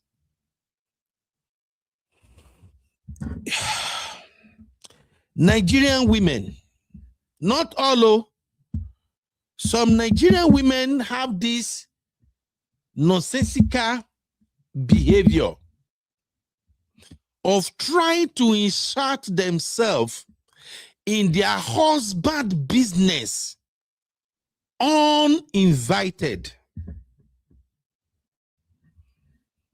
I repeat again, some Nigerian women, both home and abroad, they have this nasty attitude of crossing the line, professional line, inserting themselves in their husband's business. That is what Iyan Aladuke just displayed. There is no two way about it. Nothing anybody can tell me. Sisi, Auntie Yinka, Auntie Teju, make una not even try, so now won't convince me. It's a pattern. When we see them, we know them. If you have worked as a vendor, either for a wedding, a party, a business, or anything, you will have seen some Nigerian wives do this silly thing.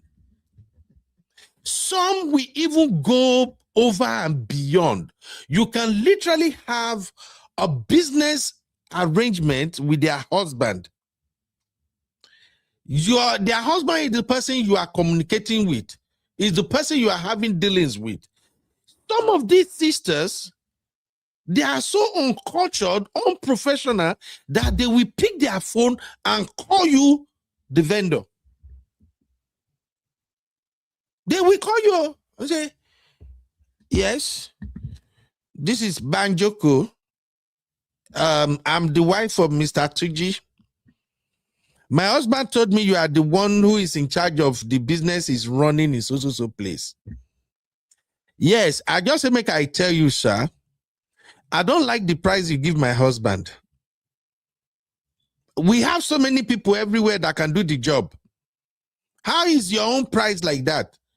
Sir, if you are not going to come down with your price, I don't think my husband can never move forward with that price. Oh, won't be that. They not born my husband rich. You know if he try him. So I'm telling you now, either you come down with your price or we'll take the job and give it to another person. You know, if you know I'm not lying. Some women are like that. Under the pretext of I'm protecting my husband, they will cross professional boundaries. So let's bring this back to what Iyan Aladuke did. Why would you go to a movie location knowing that your husband is a top actor who is working on one of the biggest projects of his career? Do you think it is money to have your movie on Netflix? Many of the folks in Nigeria who claim, we are there, we run on the wood, we are in charge. How many of them made it to Netflix? So on the very time your husband is working on a project that's going to put his career on international level, a project that will put his career on Netflix, that is when this sister, Iyan Aladuke, decided to carry her drama to move into that location, creating all kind of confusion, all kind of distraction. That is how I see it. You can see it differently, but as a man, that is how I'm seeing it. No man, listen, my sister, may we talk where talk day. Hey, Uniqueness, I see you. Hey, Unique, click the link and come to the main show. I see all your comments, but I'm not looking at that screen. So please come to the main show. I share the link to the main show. Oh, Tosin, can you copy the link and share to the vertical so people can move from there to the main show? So I am speaking from my brotherhood today.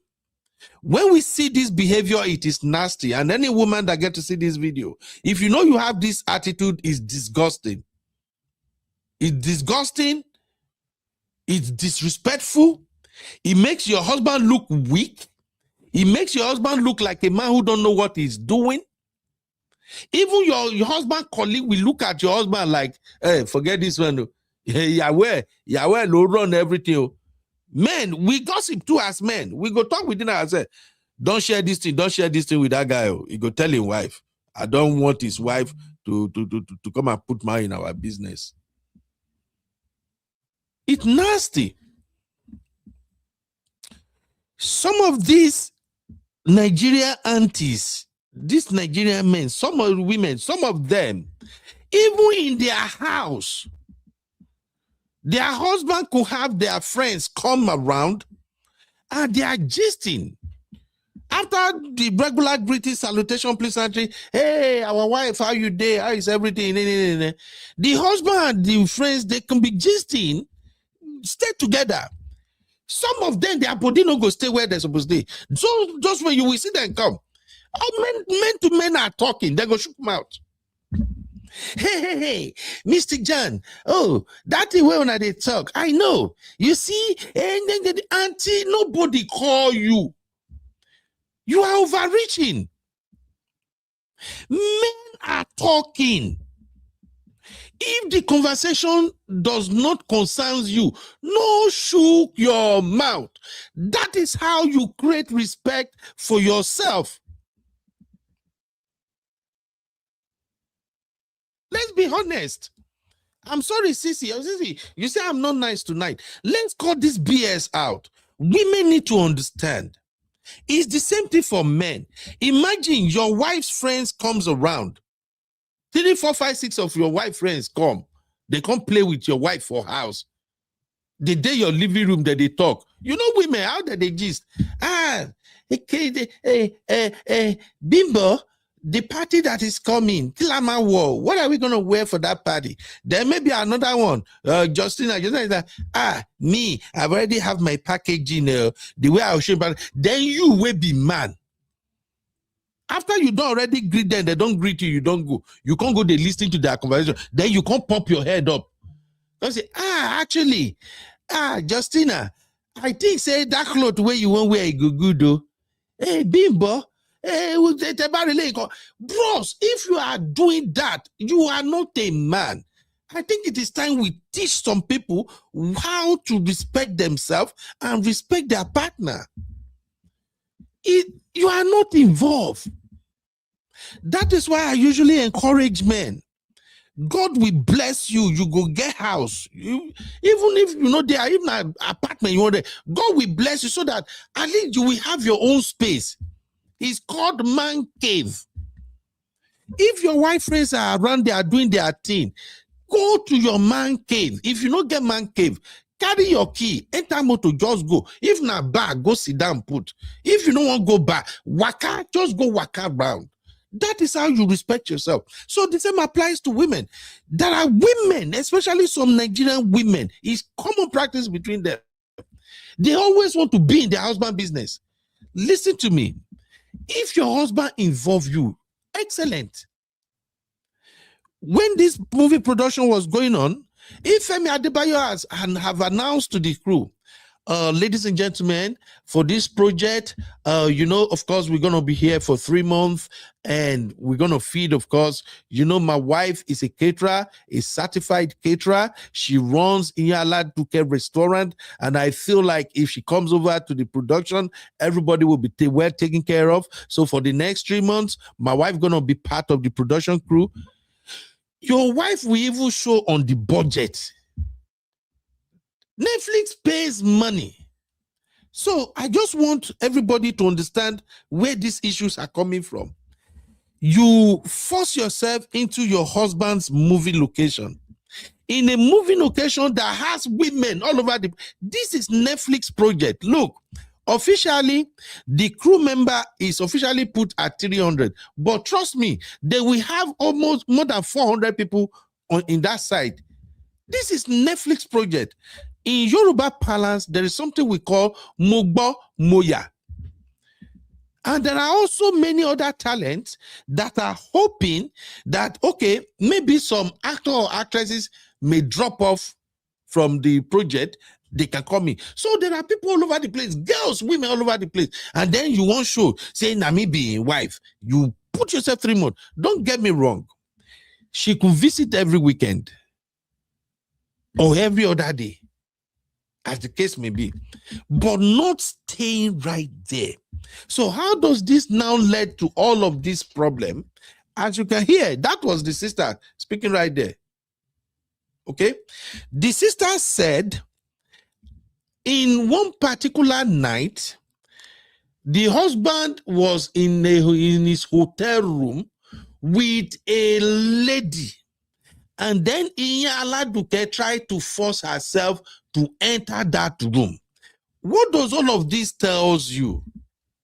It simply means that woman, the wife, is in a place where she was not wanted. She was uninvited. Nobody wanted her to be there. That is her husband's work place. I'll take your comment and then we will move on to the next Basbos. So right now, like I told you, I actually highlighted everything I want to speak on. Now, I'm actually speaking on Funke Akindele involvement now. So what transpired from that night, because the wife could not enter that room, the wife did not see the woman in that room, she now somehow came up with this story that Funke Akindele is the one in that room. And as soon as that news made it to social media, oh my God, this Funke Jennifer of a lady, she don't suffer. Funke was dragged. And you know how you women, you know how you talk. People started dragging Funke. She left her husband. Her second marriage. Now when she don't leave her husband, she's now sleeping with a married man. Later they go say, they were dragging Funke. They were dragging Femi. The matter was messy. And that forced Funke Akindele, one of Funke Akindele's friend, to release a video. Let me see if I can see the video here. Okay. Let me play this video for you, just for you to know that, like I said, I come with receipt. My ladies, they really do a good job on this one. Shout out to Tosin Abeg. Let me give Tosin her flowers. Since last night, Tosin, who has been working on this story so that I can bring it to our community. Please, let me give Tosin a really shout out. Listen to this guy. This guy, they always make me laugh. I even forgot his name, Seth.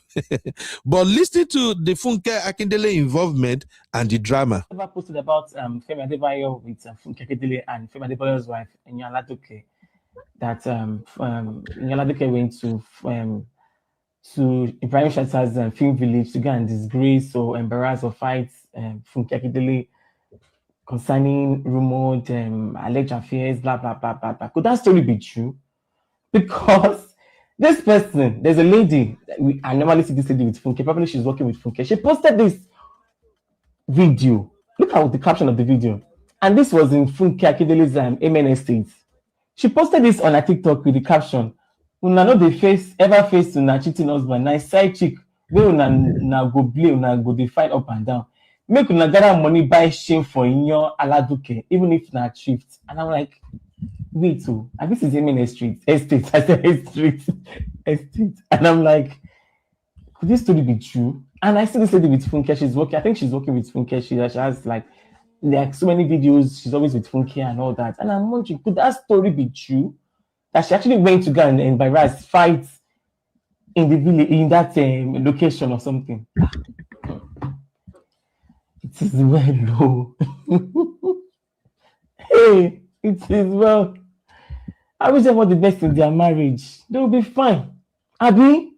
We just never posted about Femi Adebayo with Funke Akindele and Femi Adebayo's wife, Iyan Aladuke, that Iyan Aladuke went to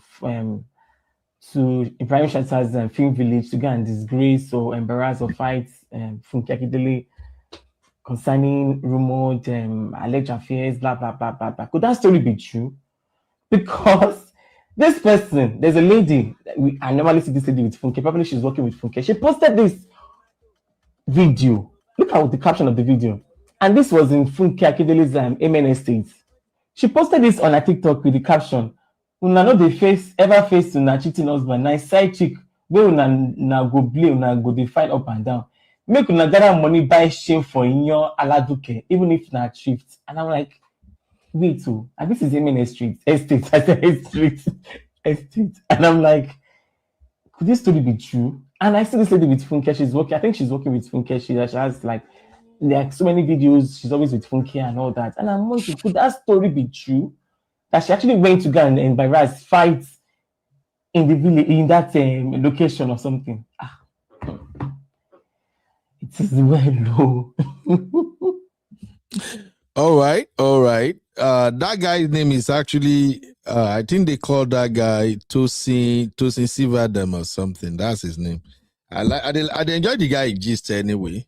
So shout out to Tosin. Thank you everybody for appreciating my girl for me. That's a good one. So Tosin helped me put them all together. So there you have it. According to the rumor, Gist Lover said Iyan Aladuke went to the film village to confront Funke Akindele for sleeping with her husband. And then Funke Akindele's close pal now made a post, and then she now captioned the post that some women, instead of fighting their husband, they will choose to go and fight the husband's side chick. And she says they should get a chain for Iyan Aladuke to hold that down. But let us dissect this briefly. That caption tells me two things. I may be wrong. First off, is this lady also acknowledging that Funke Akindele is actually Femi Adebayo's side chick? Ladies, this is over to you. If somebody accuse you that you are sleeping with their husband, and your friend came out and said, instead of the wife to go and fight the husband, the wife choose to fight the side chick, is that not an acknowledgement that maybe allegedly something is going on between Funke Akindele and Femi Adebayo? For those who don't know, Femi Adebayo is a big don. That guy is a big name in the Nigerian movie industry. You know, be moi moi, especially in Yoruba Nollywood. The guy took over his father's position, so they called the shots. I think himself and Oduade, those are the folks that really called the shots in Nigeria. So Funke Akindele involvement in all of this drama is what I just introduced to you right now. So let me know, allegedly, is she insinuating that something was going on? But then, towards the end of this story, I will share with you what exonerated Funke Akindele. Let me take some comment. I will be right back, my people. You are watching UB Stories. Like, subscribe, and leave your thoughts in the comment.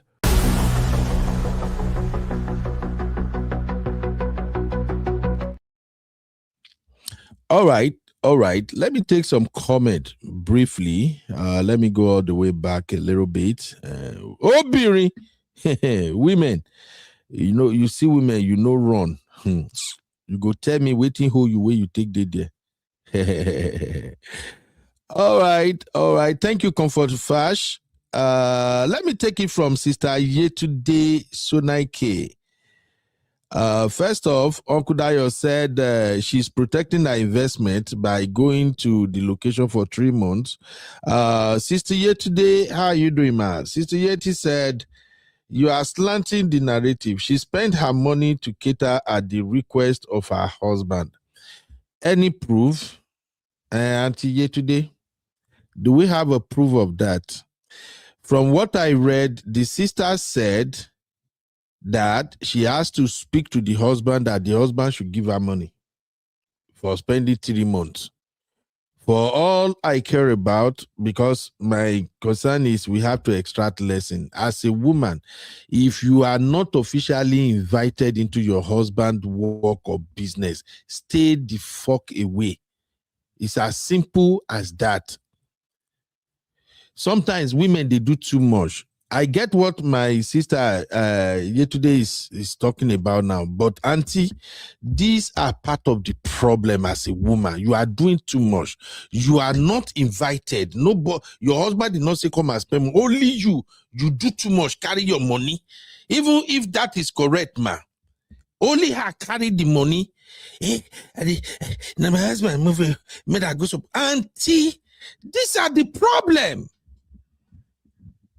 If your husband do not give you that official recognition, don't force yourself. That's my point. Women deserve to respect themselves. Okay, what end now? All the effort where she do, wait to end them. We are just trying to dissect why marriages are crashing up and down. You need to be respected. If your husband truly values you, or your husband want to bring 300 people into location, and there must be a caterer, and you are a caterer, there must be official recognition. It's a Netflix production.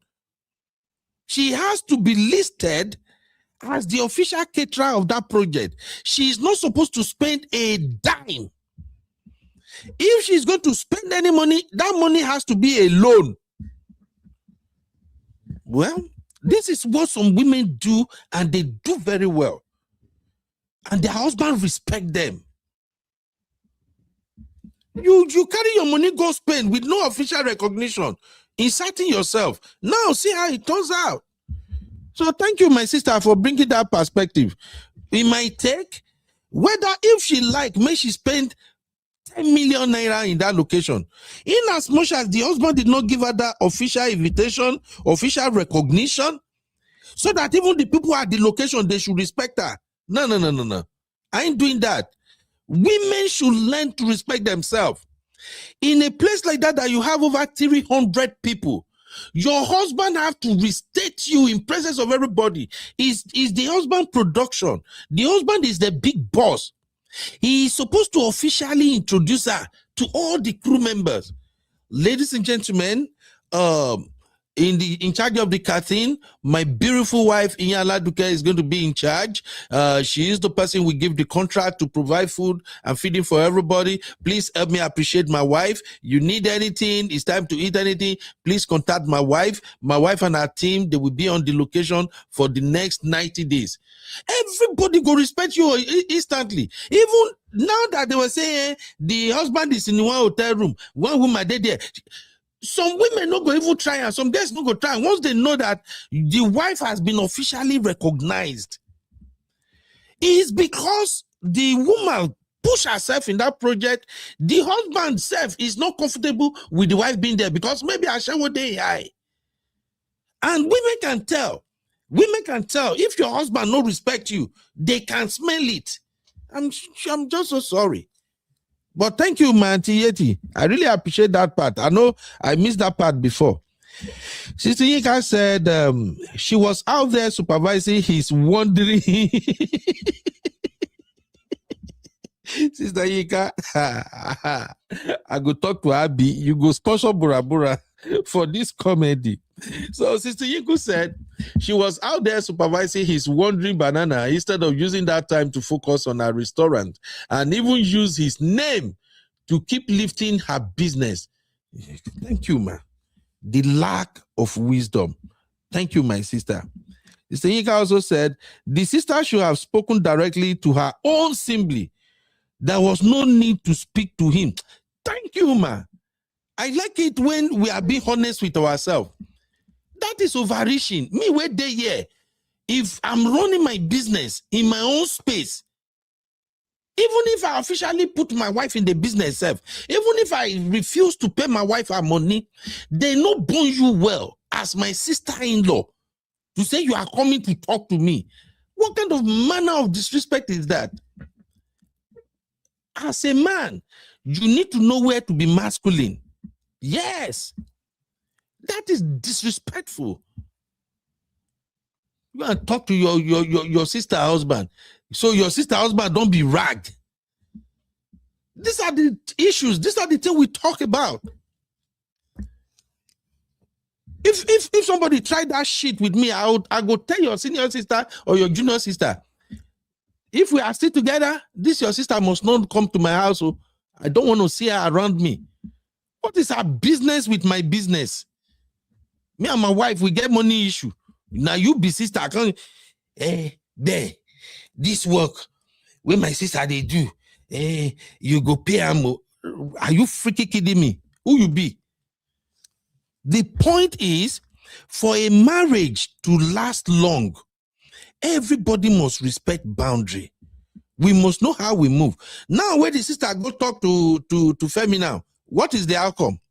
Has that yielded any positive result? Now, me they talk say for Nigeria, some women they overdo. They overdo.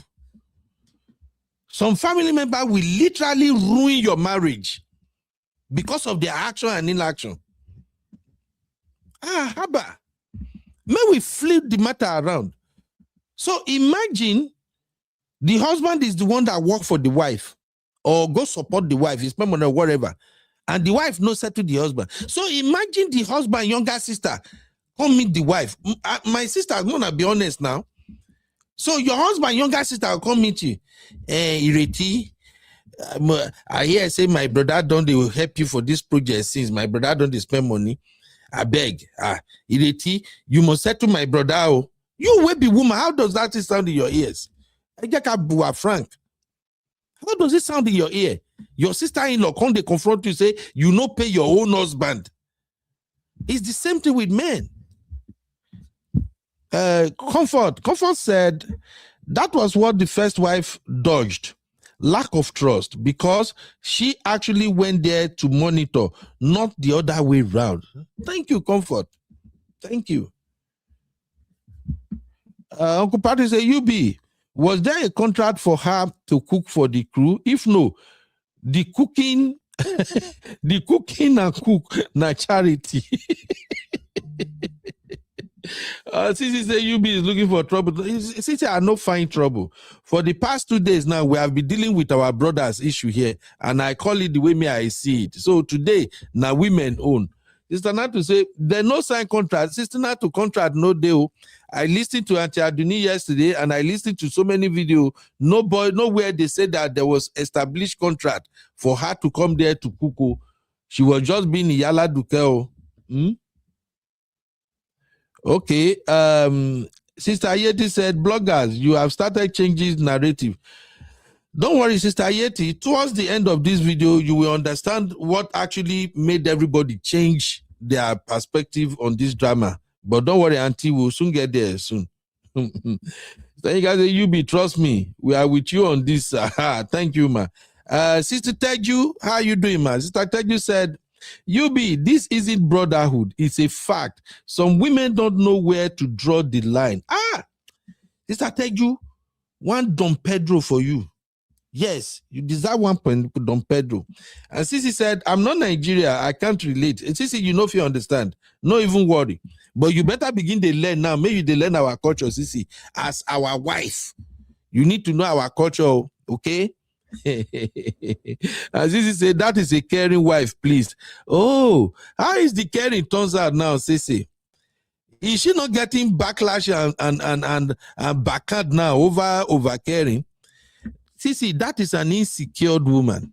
May you not be, no woman in Jesus' name should find themselves in a marriage they will be insecure. May you not marry to a man that will make you start acting like an insecure woman. An insecure woman is a delicate woman, dangerous woman. You will hear what this lady did later. Let me just finish reading this comment now. Sisi says, some of you need our help. We are being the mothers. You live so much. Sisi, female, say. Uncle Dio said, Uncle Patrick, I can't say if she was contracted as a caterer for the crew. If she is contracted, the sister will not be asking the husband to pay her for her effort again. She is not contracted. Nobody contracted her. She just wants to go to that place to exert her authority. So far, so good.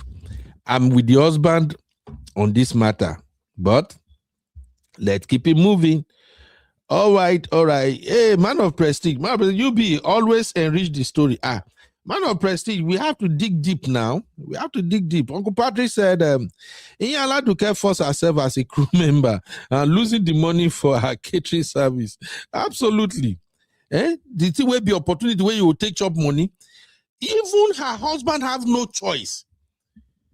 No, her husband cannot award that contract to anybody. It's Netflix money. That money is coming in dollars. And the movie did great. You sign contract. That's why sometimes they respect Nigerian women who get business acumen. So there are some Nigerian women, you know, if you cheat them, one lighter lie. Even though you are married to them from here to Jericho, once it come to business like this, they go, one contract for any. Some wife go even collect, some wife go collect her advance payment before she go do what she want to do. And there is nothing wrong with that. Now, business is business. You don't mix business with pleasure. Mixing business with pleasure become an insult. If you want to borrow your husband money, but don't sell yourself cheap. Don't sell yourself cheap. Come on, say probably she knew her husband is still in love with Funke. I don't even know. I heard rumor, but I'm not sure. I don't know whether Funke, her husband, is doing anything, but you know, they are in the industry together. Okay. Abby say, after UB talk finish, he said allegedly. They did allegedly doesn't work again. Whoa, I don't even care. You never go come aboard. Now you come aboard. I go I will say no Funke Akindele slander will be tolerated. Hey, I want Team Jennifer. I hear you. I hear you. Tayinka say don't joke with my money. Tayinka, you are a Jebu woman. Uncle Paddy said, even Otedola said he gave his wife 40 million loan to start a business. Iyan Aladuke, why not sign a contract for your catering service? Absolutely. I trust my better Nigerian woman. Would I go collect their money? I don't look your face at all. And that nothing will affect your marriage. It's just business. Eh? You see a lot of women that go hustle, make their money, work night and day. They go combine business with their husband. They don't go draw the line. Husband go chop business money, chop everything. At the end of the day, husband go divorce you on top. What did you gain? It's business. Hey. When my wife was still doing catering business, when she go collect big job like this, they go cook, do everything finish. Even as I they help her, they now go down the tell, babe, una they run water, oh. You know, so now they run water, oh. Oh yeah. And when she collect her money, sometimes you go say, okay, I just give you $300 for the water. Auntie Bangbo, I go collect them. It's business. You don't mix business with pleasure. I will say my auntie Yikus is equal to the tax anyway, but men are providers. So brotherhood we sponsor. Oh, brotherhood no, they sponsor no bura. Leave me alone. Sister Yeti say you don't understand the power dynamics in the relationship. Okay, Sister Yeti, I will soon throw up the phone line. You can explain it better, man. I will really appreciate it. Auntie Grace say overprotection that led to the marriage crash. Exactly. Mr. Paris said, my wife has a notepad. Every cover will be accounted for.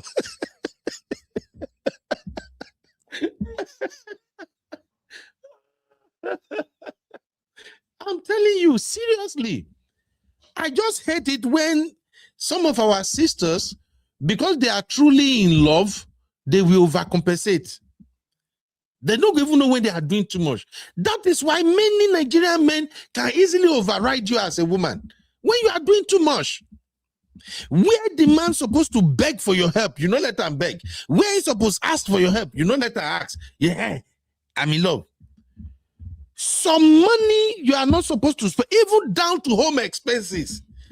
If you are spending some money over a period of time and your husband don't find time to even say, thank you, I appreciate this money you are spending.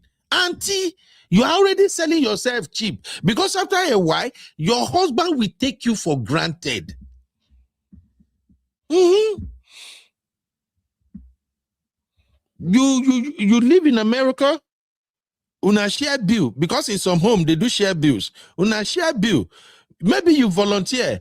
Oh, I'll be paying car insurance. I'll be paying for gas cooker. I will pay electricity. Fine. Una agree like that.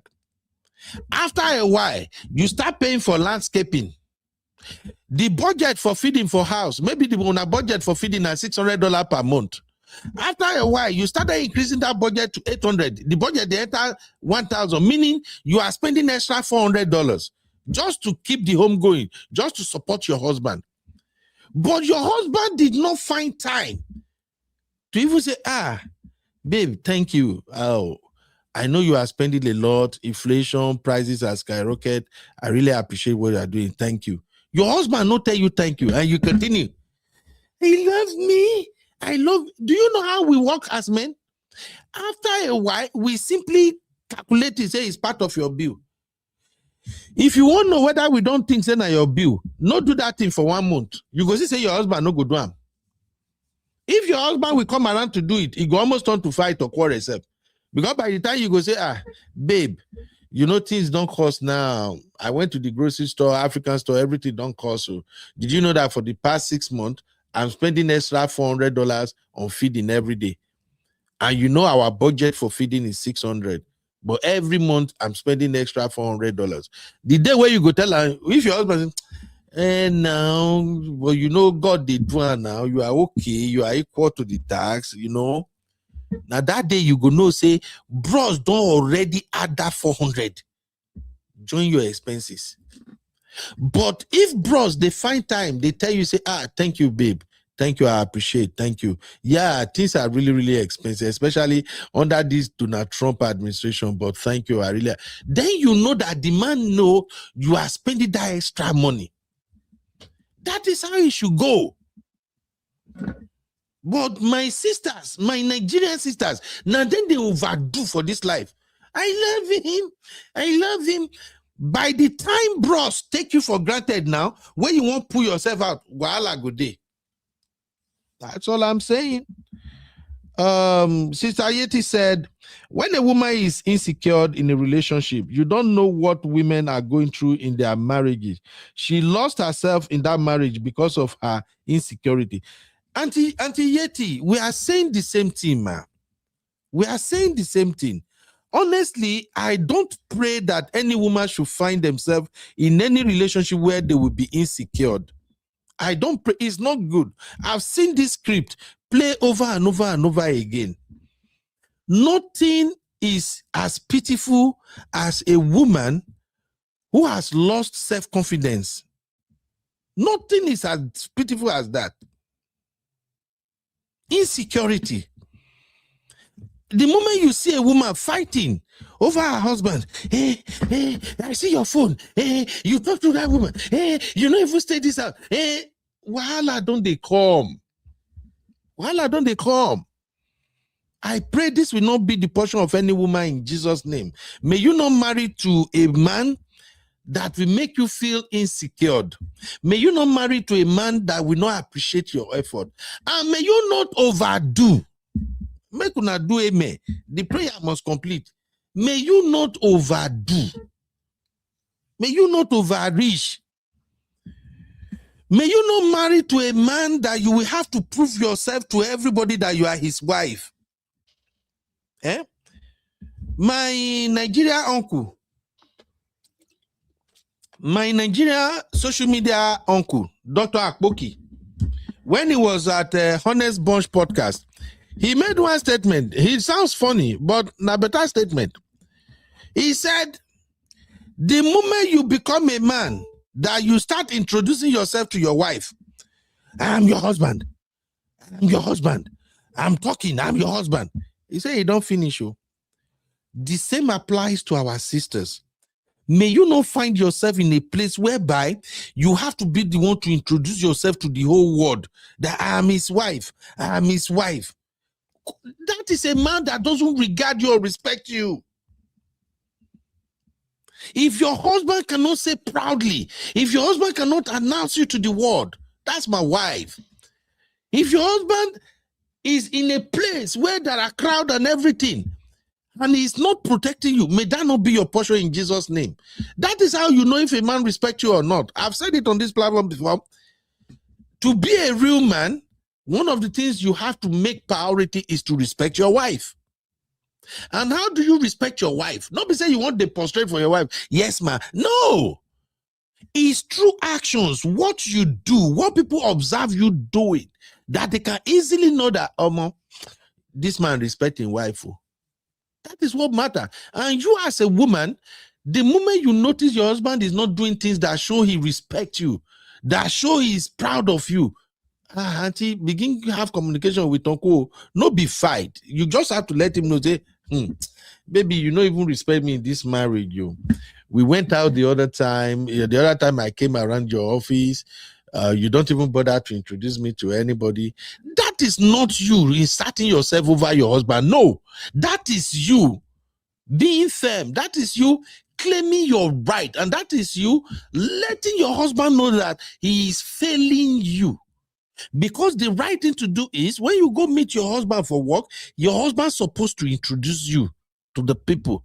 Hey, this is my wife. Oh, have you met my wife? This is my wife.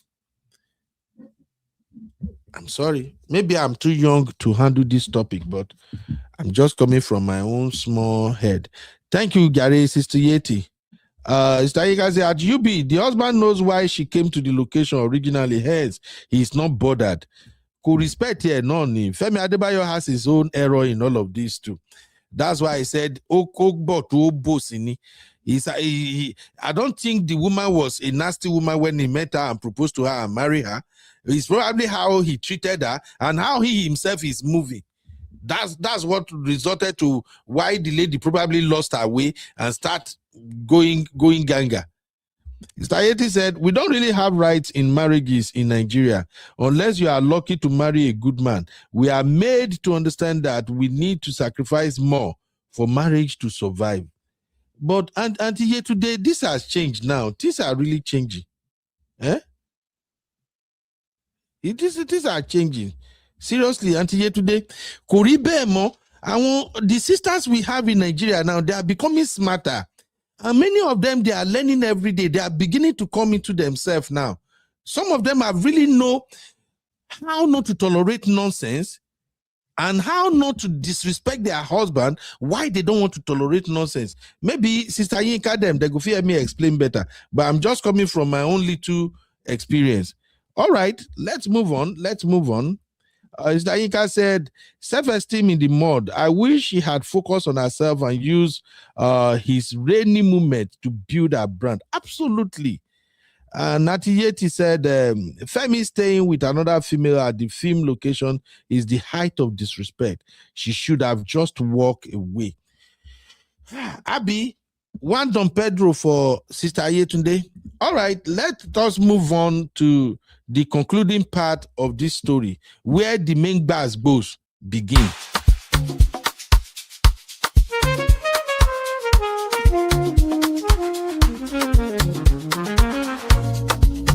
Yeah.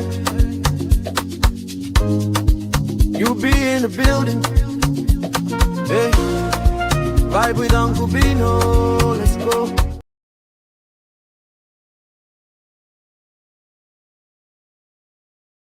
All right. Thank you for still hanging out with me. Now, let's begin to move to the concluding part of this drama. I have explained the Bobrisky involvement, how Bobrisky drama put Femi Adebayo in a very delicate position, and the social media dragging was crazy. Oh my God. It was crazy. At a point, I have to kind of like log out of the whole drama because I like Femi. I ain't gonna lie to you. Femi took after our legendary actor, Ogabelo, Baba Adebayo himself.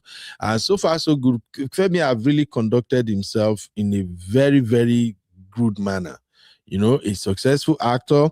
He protected his parents' name. And I think even if there are one or two scandals here and there, it's not as crazy as people made it to be at times. So I like Femi. And of course, real fam, you know how I am when I like somebody. It's just that this is a messy situation. So after Bobrisky award drama, Femi was dragged to field, and Iyan Aladuke again feel that she needs to come out and speak on behalf of her husband, and that doesn't go well. And then come the Funke Akindele involvement. Funke Akindele was also dragged. In fact, Funke Akindele dragging make me really feel sorry for a lot of sisters who were divorced and now single, because sometimes some sisters they collect just because they are divorcee. Matter wey no even concern them at times, people go just rub it on them. There are some women, yes, I go talk them, make una no vex. There are some women that will literally try to shade their husband from having anything to do with the divorcee. Even if the divorcee lady is just conducting her own business or peacefully. Some Nigerian women, they will literally put it on your face that you are a divorcee. Therefore, you are not supposed to be having interaction with a married man. It dey happen. I'm not making this shit up. Women does that. You attend a party where married men and their wife are there, you will see the way those wives, some of the wives, they move like daylight winch. When I don't see bright daylight winch before, they are usually worst of the worst. So when Funke Akindele was being dragged, I felt super sorry for Funke Akindele. It touches me. I feel like, oh my God, here she goes again. Now, I don't know what really happened. I don't know whether she did it or she did not do it at the time. But the audio that is circulating on social media right now, the audio has exonerated her. That Iyan Aladuke just picked on her, just use her as a target. I don't know whatever she wanted to achieve with that. But right now, we are at the point where social media now see Iyan Aladuke as an evil wife, allegedly. Why did people now perceive her as an evil wife? It's simple. So, in all of this saga, in all of this drama, Iyan Aladuke has a friend she relied on, a friend she really trusted, because since the incident at the location and Iyan Aladuke accusing Funke Akindele and all of that, Femi Adebayo has pulled out of that marriage for over 1 year now. He has not stepped into their house. He's doing his life. Iyan Aladuke was doing her own life. And you know that for a Nigerian woman, as soon as your husband leaves the house and the husband started giving you the red light that, Omo, you don't pass your boundary, I'm no longer interested in you, that Nigerian woman, her mind no go touch ground again. I'm sorry.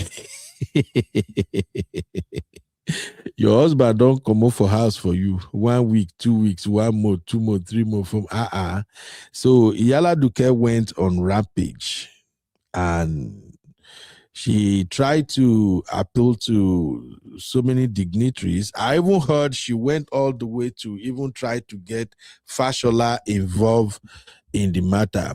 She was just looking for ways to resolve the issue with her husband. But unfortunately, husband has zoned out. So, as the drama intensified, there was a friend of Iyan Aladuke. I want to show you guys this video. This is why I say today's show is for women. And women, you have to learn, or else you will learn the hard way. Okay? Let me play a video for you now. Shout out to my sister Natu.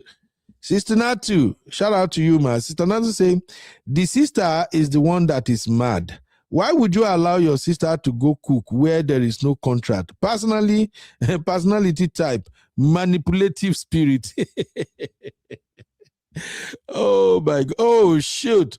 My Oga woman. Oh, I miss a woman super chat. Thank you, sir. Thank you, woman. Sisi Mokia. Hey, woman is giving Sisi shout out. Thank you, sir. I really appreciate the contribution. All right. So this lady that you are seeing on my screen, unfortunately, this is the lady Iyan Aladuke confided in. In case you don't know, there are some audios making the rounds now. Those audios are devastating. It was terrible. What she said, what Iyan Aladuke said in those audio, blood of Zachariah, it was terrible. Now only person when no one day honest. Now I go say, let's walk around it, let's call it AI. That was terrible. I'm going there shortly. So this lady is in a vehicle with Femi Adebayo. This same lady is a close ally to Femi Adebayo's wife. The role this lady play is disgusting. You remember Doris Ogala's story, right? What Doris Ogala did. When Doris Ogala said, I was playing double agent, that is exactly what this lady did. This lady was close to Iyan Aladuke, and at the same time, the lady is a colleague to Femi Adebayo. And like I told you earlier on, Femi Adebayo is a dono in the Yoruba Nollywood industry. Like Femi Adebayo can literally single-handedly build your career. This guy can call a movie director, a producer, and said, put this person in your movie, and that's it. So a lot of people reverend Femi Adebayo. And this same lady is the very lady Iyan Aladuke recruited to monitor her husband for her, allegedly, according to the story they put out there. So everything that was going on for over 1 year, Iyan Aladuke will share with this lady. We call her and tell her the stories of whatever is going on. And at the same time, Iyan Aladuke will also tell this lady what she is going to do, the move she's going to make next. Nobody knew all this was going on until January this year. I'm going to show you another video right now. Please help me give my baby girl flower. I'm gonna help me they give Tosin flower. Tosin really make my job a lot easier. Who hear me they talk this story now? Go think say na me do the research. Where is the other video? I beg. I want to play the video of the news we heard about a week ago. The news was that Femi Adebayo, out of the blues, used his wife's Femi Adebayo used his wife's what do we call it now? Restaurant, the building where the wife has her restaurant, because the restaurant is the one they called Iyan Aladuke. That's the name of the restaurant. So the building that the wife had the restaurant located, one day people just showed up. First men just showed up and said they are there to take over the building. That when Femi Adebayo was producing one of his movies, he has used the building as collateral. Tosi, if you can help me reshare that video again. I saw it earlier. I don't know where I put it now. I want to show people the video. But this is a blog post. Okay? So the news started making the rounds last week that Femi Adebayo has used the building where his wife has a restaurant as a collateral. Tosin, please let me share the video. I saw it earlier. I can't find it now. Okay, let me check my own archive. Let me see. Okay, I found it, Tosin, don't worry. I think I put it in my archive. So I will show everybody now. So when the news started making rounds that Femi Adebayo used the house as collateral, the bank has come to take over and all of those things, people started dragging Femi again. May you not enter Nigeria wahala. You know, Nigerians, we have all types of bloggers. We have Igbo bloggers. We have Yoruba bloggers. We have both Yoruba and Igbo bloggers that are kind of neutral. And we have those who actually thrive. They build their platform by dragging anybody draggable.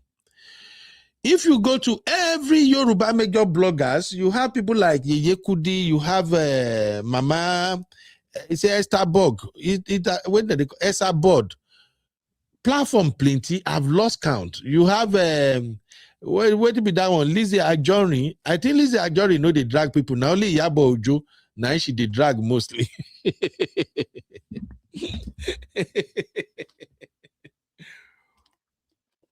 In a nutshell,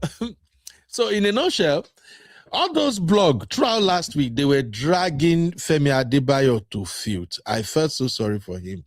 And then trust, you know, these days, and when you offend one woman, the rest of the sisters, they will jump on it. Women defend the Iyan Aladuke. Why will he do this? Why will he do that? Hey, they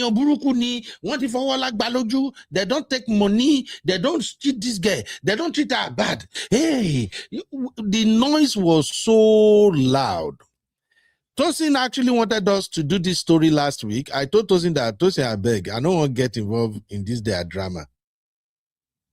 It's messy. Until We now have an audio that now revealed everything that went down. So here is the footage of when they came to evict Iyan Aladuke. Let me see if it's showing on the screen. Okay, good. So this is it.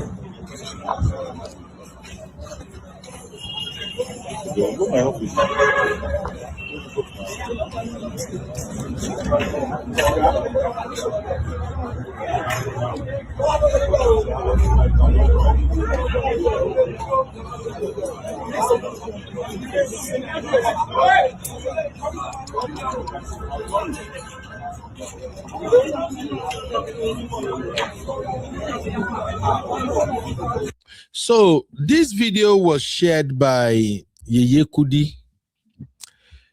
Kudi courtroom, and she actually tagged Femi Adebayo. So I want you to see the caption. So Yeye Kudi said, Femi Adebayo, is this accurate? Why are many armed men at your wife's Iyan Aladuke business space, saying the bank took over her restaurant? Employees and customers were told to leave without notice. Iyan Aladuke tabbed and sealed like a crime scene.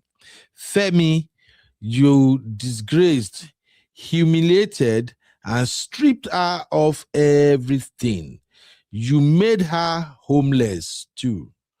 Oga at Adebayo Salami, please investigate this matter. Now, the Oga Adebayo for Salami that you see there, that is Femi Adebayo's dad, Oga Bello, our own Yoruba legend. And like I said at the beginning of this show, Femi Adebayo, Oga Bello himself, him and the likes of Pete Edochie, they are at the same level. We reverend this old man a lot. So Yeye Kudi tagged him, and then questions started flowing. Let me read some comment. Even my own mom of five, my sweet sister, say, for the first time, I see mom of five drop comments. He don't even say anything. May you know, say, water don't pass, Gary. So Pretty Becca said, wow, it's not easy to build customer. Where will she start from now? Okay. Another comment said, Odunayo, Elizabeth said, make we dey love with our two eyes open now. No love lasts forever. Another one say, what if he is not the one? Then another one say from Mommy Wura, women, build yourself and have your business in your name to avoid premium tears. The next one from Omotola said, he deliberately defaulted in the loan repayment, and that is the only reason he won't notify her that the bank has taken the property. It didn't happen in one day or one month. He must have been receiving the court orders to seize the property and just didn't tell her to vacate. It's sad. All right, let's come back to our own analysis now. I gather that Femi Adebayo have actually came out to debunk this statement that he did not inform the wife that he used the property as collateral. He said it was a lie, that his wife knew that he actually used the house for the loan.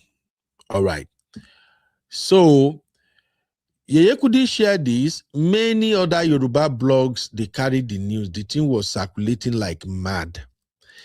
Femi Adebayo was being dragged again. And as usual, you know, when they drag one man for Nigeria, they will drag the rest of us. I started seeing comment like, men are truly wicked. Nigerian men are wicked. Nigerian men are evil. If you see snake, you see Nigerian men. Kill the Nigerian man, leave the snake. The only thing they did not call us this time around is Nigerian men are dogs. May God forgive all of now. Anyway, what follows next is that this lady let me take you back again so that I go know how strong this matter be. This lady now release an audio. That audio was what sealed the fate of Iyan Aladuke, in my own opinion. The audio was devastating. It was terrible. Remember I told you about this lady, that this lady was a friend to Iyan Aladuke, and at the same time, the lady is a close colleague to Femi Adebayo. This lady is the one that the wife will say she'll report to her whatever is going on in location. And if you ask me, I think this lady is the main reason Iyan Aladuke has bigger problem in her wedding, because I can tell that this lady will be the one that will be feeding Iyan Aladuke that, your husband. I see one lady yesterday. Your husband. Where we go this location. The movie scene is just 5-second kiss. Your husband kiss like 30 minutes. Hey, your husband, this money. Now one different woman I come out of a room, and that made Iyan Aladuke trusted her a lot. So Iyan Aladuke now tells her everything, until, or unknown to Iyan Aladuke, this lady was recording all their conversation. That's why I'm going to say this again. Women, you got to be careful who you choose as friend. I've heard some women say things like, me, I know they do female friend, me, I don't like to keep female friends, I know they too blame them, because some women don't receive maximum shege from fellow women. Iyan Aladuke is angry. Her shop is gone. Her restaurant is gone. Everything is taken away from her. Her husband have left home for 1 year already. She has a special need baby. She is trying everything to make sure the marriage come back. Nothing is working. And I think one time she has also involved Ogabelo, which is her father-in-law. Her father-in-law did not prevail over his son. So Iyan Aladuke is now pushed to the corner now that she was just fighting back, angry and everything. And in her anger, she said things she shouldn't have said. I want to play the video. This video is in Yoruba, so please bear with me. I will interpret what was said in the video, okay? For those who don't understand Yoruba, or Tosi or anybody, Abi no to understand Yoruba self. Anybody that can help me interpret this video, please do me that favor, okay? This is the audio that was released by the lady who is playing the double agent, and this audio is so nasty. Please, everybody listen.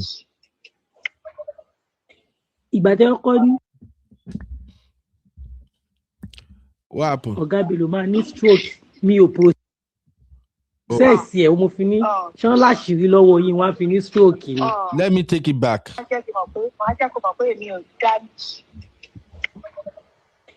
Ìgbà tẹ́ kọ́ ní Ogabelo máa ní stroke mi ò process ẹ̀ mo fi ní ṣán láṣìírí lọ́wọ́ yín wọ́n á fi ní stroke ni. Wọ́n á ní stroke. Nǹkan tán ní ọ̀fẹ́ kó bàjẹ́ máa bá wọn bàjẹ́ lọ́nà. Wọ́n padà ní stroke. Má jẹ́ nǹkan fíìmù lórí wọn. Ẹ wá lèmi ò ní collect. Báwo mi ṣe ní collect ní bí wọ́n ti gbọ́ ẹ bá ṣẹlẹ̀? Báwo ló ṣe fẹ́ collect? Ọmọ tó mú mi lọ church. Káyà ọmọ mi lè yá. Òun náà ní issue. Omi àdúrà. Bẹ̀rẹ̀ àṣírí wọn ti tú. Táyọ̀, àwọn ọ̀gá mi lò wọ́n á pa mí. Ọ̀tá mi ò ní gbé rí mọ́ ní industry. Báwo lọ ẹ fẹ́ pẹ́? No. Wọ́n dúró ọ̀rọ̀ tí mo sọ ìkàlẹ̀ yìí dé tó. Báwo ni wo ló jẹ́ tiẹ̀ bẹ̀? Nígbà tí tẹ bá ní ibẹ̀ láṣírí wọn ti tú. No. Mo rìn kìí no. Oh God, ọ̀dẹ̀ ni ẹ ọ̀dọ́. Ẹ mọ̀ pé bí mo ṣe ń drive yẹn bẹ́ẹ̀ ṣe ń sọ yàrá mi ṣe gbì í pé àwọn ọ̀rọ̀ tí ò gbọdọ̀ bọ́ síta lọ́rọ̀ yẹn. Ṣọwárí ìyẹn ló le jù ní gbogbo pláàni mi. Pláàni mi kékeré tí mo tó yẹ pé ti bá dárí jì kan tó sì wù mí kì í ṣe. can bring down Instagram page. Instagram page wọn. Then, Báwo lè wọ́n yẹn ṣe bẹ̀rẹ̀ máa láti ṣe? zero follower. Mo ń wá ẹni tó máa bá mi ṣe, kódà mo lè sanwó. Mo ń wá ẹni tó lè bá mi bring it down. Instagram page wọn. Yes. Kí ni ìyẹn ní í ṣe pẹ̀lú ọ̀rọ̀ tó wà nílẹ̀? No, kó lè feel it. Torí ó ti dé state kan nílé ayé, àwọn nǹkan tó jọ lójú ni mò ń sọ yẹn. Wípé okay, èyí lẹ súnmọ́ wọn ẹmọ tó jọ wọ́n lójú jù. Àwọn nǹkan tó jọ lójú ni mò ń sọ. Máa jẹ́ kó mọ̀ pé èmi ò dá. Ìgbà tí wọ́n kọ́ ní ọ̀gá Bello máa ní stroke, mi ò process ẹ̀, mo fi ní ṣán láṣìírí lọ́wọ́ yín, wọ́n á fi ní stroke ni. Wọ́n á ní stroke. Nǹkan tán ní ọ̀rẹ́ kó bàjẹ́ máa bá wọn bàjẹ́ yànnà. Wọ́n padà ní stroke. Bíbẹ̀ má jẹ́ nǹkan fíìmù lórí wọn. Ẹ wá lèmi ò ní collect. Báwo mi ṣe ní collect nígbà tí gbọ́ ẹ bá ṣẹlẹ̀? Báwo ló ṣe fẹ́ collect? Ọmọ tó mú mi lọ church. Káyà ọmọ mi lè yá. Òun náà ní issue. Omi àdúrà. Bẹ̀rẹ̀ àṣírí wọn ti tú. Táyọ̀, àwọn ọ̀gá mi lò wọ́n á pa mí. Ọ̀tá mi ò ní gbé rí mọ́ ní industry. Báwo lọ ẹ fẹ́ pẹ́? No. Wọ́n dúró ọ̀rọ̀ tí mo sọ ìkàlẹ̀ yìí dé tó. Báwo ni wo ló jẹ́ tiẹ̀ bẹ̀? Nígbà tí tẹ bá ní ibẹ̀ làṣírí wọn ti tú. No. Mo rìn kiri inú. Oh God, ọ̀dẹ̀ ni ẹ ọ̀dọ́. Ẹ mọ̀ pé bí mo ṣe ń drive yẹn bẹ́ẹ̀ ṣe ń sọ yàrá mi ṣe gbì í pé àwọn ọ̀rọ̀ tí ò gbọdọ̀ bọ́ síta lọ́rọ̀ yẹn. Ṣọwárí ìyẹn ló le jù gbogbo pláàni mi. Pláàni mi kékeré tí mo tó yẹ pé ti bá dárí jì kan tó ṣì wọ́n mi kì í ṣe kí n bring down Instagram page. Instagram page wọn. Bẹ́ẹ̀ni, báwo lè wọ́n yẹn ṣe bẹ̀rẹ̀ máa láti ṣe? zero follower. Mo ń wá ẹni tó máa bá mi ṣe, kódà mo lè sanwó. Mo ń wá ẹni tó lè bá mi bring it down. Instagram page wọn. Yes. Kí ni ìyẹn ní í ṣe pẹ̀lú ọ̀rọ̀ tó wà nílẹ̀? No, kó lè feel it. Torí ó ti dé state kan nílé ayé, àwọn nǹkan tó jọ lójú ni mò ń sọ yẹn. Wípé okay, èyí lẹ súnmọ́ wọn ẹmọ tó jọ wọ́n lójú jù. Àwọn nǹkan tó jọ lójú ni mò ń sọ. Máa jẹ́ kó mọ̀ pé. Okay. Let me interpret what you just listened to. This is really crazy. It's crazy. So, the conversation you heard is between the wife and the friend. Both of them are the one you see on the screen right now. Okay. Let me see if I can cut the baby hand. The baby is off the screen. Good. The conversation you just heard is between the friend, that is the lady in braids, and the wife who is with Femi Adebayo in that picture. So the lady in braids said to her, "You said, Oga Bello, we have stroke." Oga Bello is the father-in-law, Femi Adebayo's dad. So the lady propped her and said, "You said," I'm quoting now, "you said, Oga Adebayo, we have stroke. Why do you say that?" The wife now responded and said, "Yes, so the man must have stroke. The man, all of them, they must feel the pain." Then the lady continued to put words in her mouth, in my own opinion. Since she thought she was talking to a close confidant, a friend, she started saying more stuff. So that stroke was a shock to me. Until while Ataduni was live yesterday, I actually called in because I thought maybe there are anything, whatever is going on. Why would a daughter-in-law wish her father-in-law will have stroke? But then she went ahead and said she's going to destroy everything and she's going to start taking away the things that are more important to the husband. She said she was even looking for a hacker. I heard that one yesterday on Ate Adoni show. A hacker that can get the husband Instagram page from, I think the page is like 3.4 million followers. So she said she wouldn't mind paying a hacker that can get the husband Instagram page to go all the way down to 0. She said their name is very important to them, meaning her husband and her husband's family. That Adebayo name is so important to them. She said she's going to destroy all the name.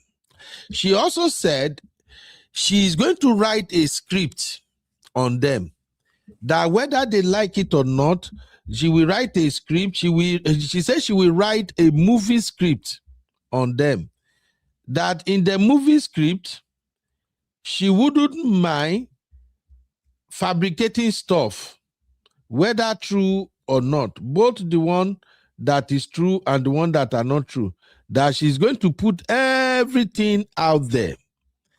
This lady says a lot. So, okay, thank you, Tosin. Let me highlight it. So she said a lot. Remember, I told you, this same lady is close to the very husband that she's planning to do all of this to. And we will get into the lesson shortly that I want people to take away from this. You know, I told you, we Nigerians, I'm not even excluding myself, we Nigerians, we are citizens of particular concern. May God help us.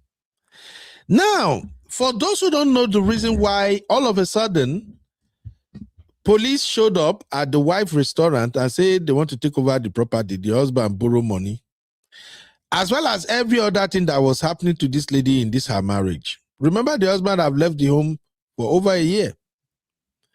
It's because somebody is feeding the husband. And I'm a Yoruba man, I won't lie to you. There are things you will hear that a woman that you are sleeping with in the house where you deal with, there are things you will hear from close confidant that this woman said. With audio, you they hear her voice. I'm a Yoruba. If I hear that kind of thing, I go run too. I'm not coming back. I support Femi Adebayo for staying the heck away from this lady for over 1 year. I know I'm wrong. This is just me. This is UB. Everybody, you're always free to your own opinion here. This is my own opinion. If me as a man, someone who is close to my own madam, can play audio recording and I can hear the woman promising how she's going to destroy me, I won't go to that house. Shegobe, marriage is done. Remember the letter I read earlier, the post I read earlier that is coming from the sister that claims she confronted Femi. And the sister also put in that post that she told her own sister, Iyan Aladuke, that forget, your husband is out of this marriage. And all the while, Iyan Aladuke is trying to still make the marriage work. You are working on the one hand to resolve the issues you have with your husband. And on the other hand, you are divulging delicate, destructive information about your intention to somebody you called your friend. And the friend is relating the same thing back to your husband. I will leave it to anybody who get to see this video and the people who are watching now. You be the judge and jury. If you are a woman, if Femi Adebayo is your brother, if Femi Adebayo is your son, whether as a father or as a mom, and you hear this audio, if that wife comes to you as father-in-law and say, Daddy, please help me step in. I know I offended my husband. Let tell my husband I love him. Daddy, Ebawa Dasi, please, Daddy, shook mouth now. You as a father, will you tell your son to take this woman back? Hearing everything she has done. I want to believe Femi Adebayo had nothing to do with Funke Akindele. Maybe they've dated in the past. I don't know about that. But this very moment that Iyan Aladuke accused Funke Akindele of sleeping with her husband, I have the feeling Femi and Funke had nothing together. Because as a man, I know how painful it is. When your wife accuses you of sleeping with a woman you actually don't have anything to do with, and your wife is making a scene, to the point of confronting that woman. And the woman happened to be your colleagues in the same industry. And if you know Nigeria very well, everything for Nigeria and Akakoso, everything in Nigeria, you must know person with no person that no person. Everything is Kakos in Nigeria. These people work together. They promote each other's movie. They assist each other. If you watch, I'm so sorry. It's one of the reasons I'm not really a big fan of Nigeria movie, because when you watch all their movie, you are seeing almost the same faces, the same faces, the same faces, the same faces all the time. It's because they work like a group. It's like a cooperative. So I am not there, but something just tells me that this girl just accused Funke Akindele of what she probably didn't do. And with the husband listening to all of this audio, your own wife saying nasty things behind your back, promising how she's going to destroy you, what would you do? I also want to believe that Femi Adebayo did not use that house to borrow money. Maybe he did initially, but after that movie came out, Netflix paid him a lot of money. And this guy used to turn out great, fantastic movie all the time. His movie usually make 250, sometimes 400 million naira. He's not one of those people that produce movie and run at loss. So even, yes, if he used that house to borrow money from the bank, I believe he has paid back that loan. He did not deliberately defaulted on the loan, so they can come and take the house. In Nigeria, anything is possible. I believe he just used the loan as an excuse to get rid of this woman from that house or that property. That is my submission, ladies and gentlemen. Now, let me read comment, and if anybody want to contribute, let's have your contribution, because right now we are extracting lesson. Thank you very, very much, everybody, for listening to my story. Now, let us extract the lesson and tell me what you think or what you made out of this situation. How can they resolve this? Is there any way they can come back? We will have this conversation when I come back. You are watching UB Stories. Like, subscribe, and leave your thoughts in the comment.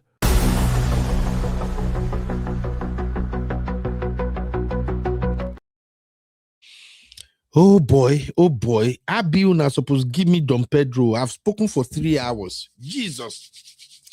Yes, we can start our church now. Chucky, whenever you're ready, let's start our church. All right. So let's begin to extract the lessons, ladies and gentlemen. Do me a favor.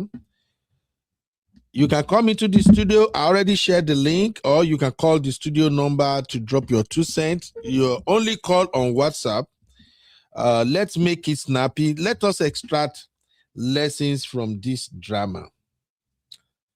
I know it feels somehow. I know a lot of people have their reservations on this matter, but to me, the audio is what did it for me. Make una no verse. That audio was irritating. That audio was messy. Nobody should have said the things this woman said in that audio. Now, I get it. Out of frustration and anger, you can talk, but somebody is recording. Auntie Grace in the building. Welcome, Auntie Grace. Good evening. How are you? I'm fine, Auntie Grace. How are you doing today, man? I'm all right. Do you know I listened to Auntie Adino with all of these shenanigans? Hey,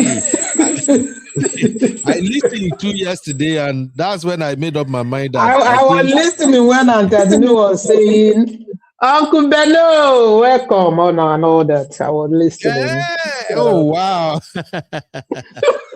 Yeah, I just wanted Auntie Adoni to explain to me. I don't understand why a daughter-in-law will wish his father-in-law got stroke. I think she was pained, but she went too far. And the friend, I have a feeling that all of these things that is happening, maybe she's the one even going out with the husband. Maybe she's the one who is cutting the show and she outsmarted her. She didn't suspect her. She was so insecure. How can you pack your things? You move into where you are not invited for 3 months, no payment. Over Sabi housewife, over Sabi sister-in-law, everything just went wrong. Insecurity was too much and she overplayed it. That's what I can say. And saying this to your friend who you think you trusted, how much did you trust this woman? Why were you even thinking of, why didn't you leave the marriage? This is what people are preaching. If marriage is not good, it's not by force. Why don't you just go peacefully and get what you can get when it's still amicable? Why do you have to go to this extent?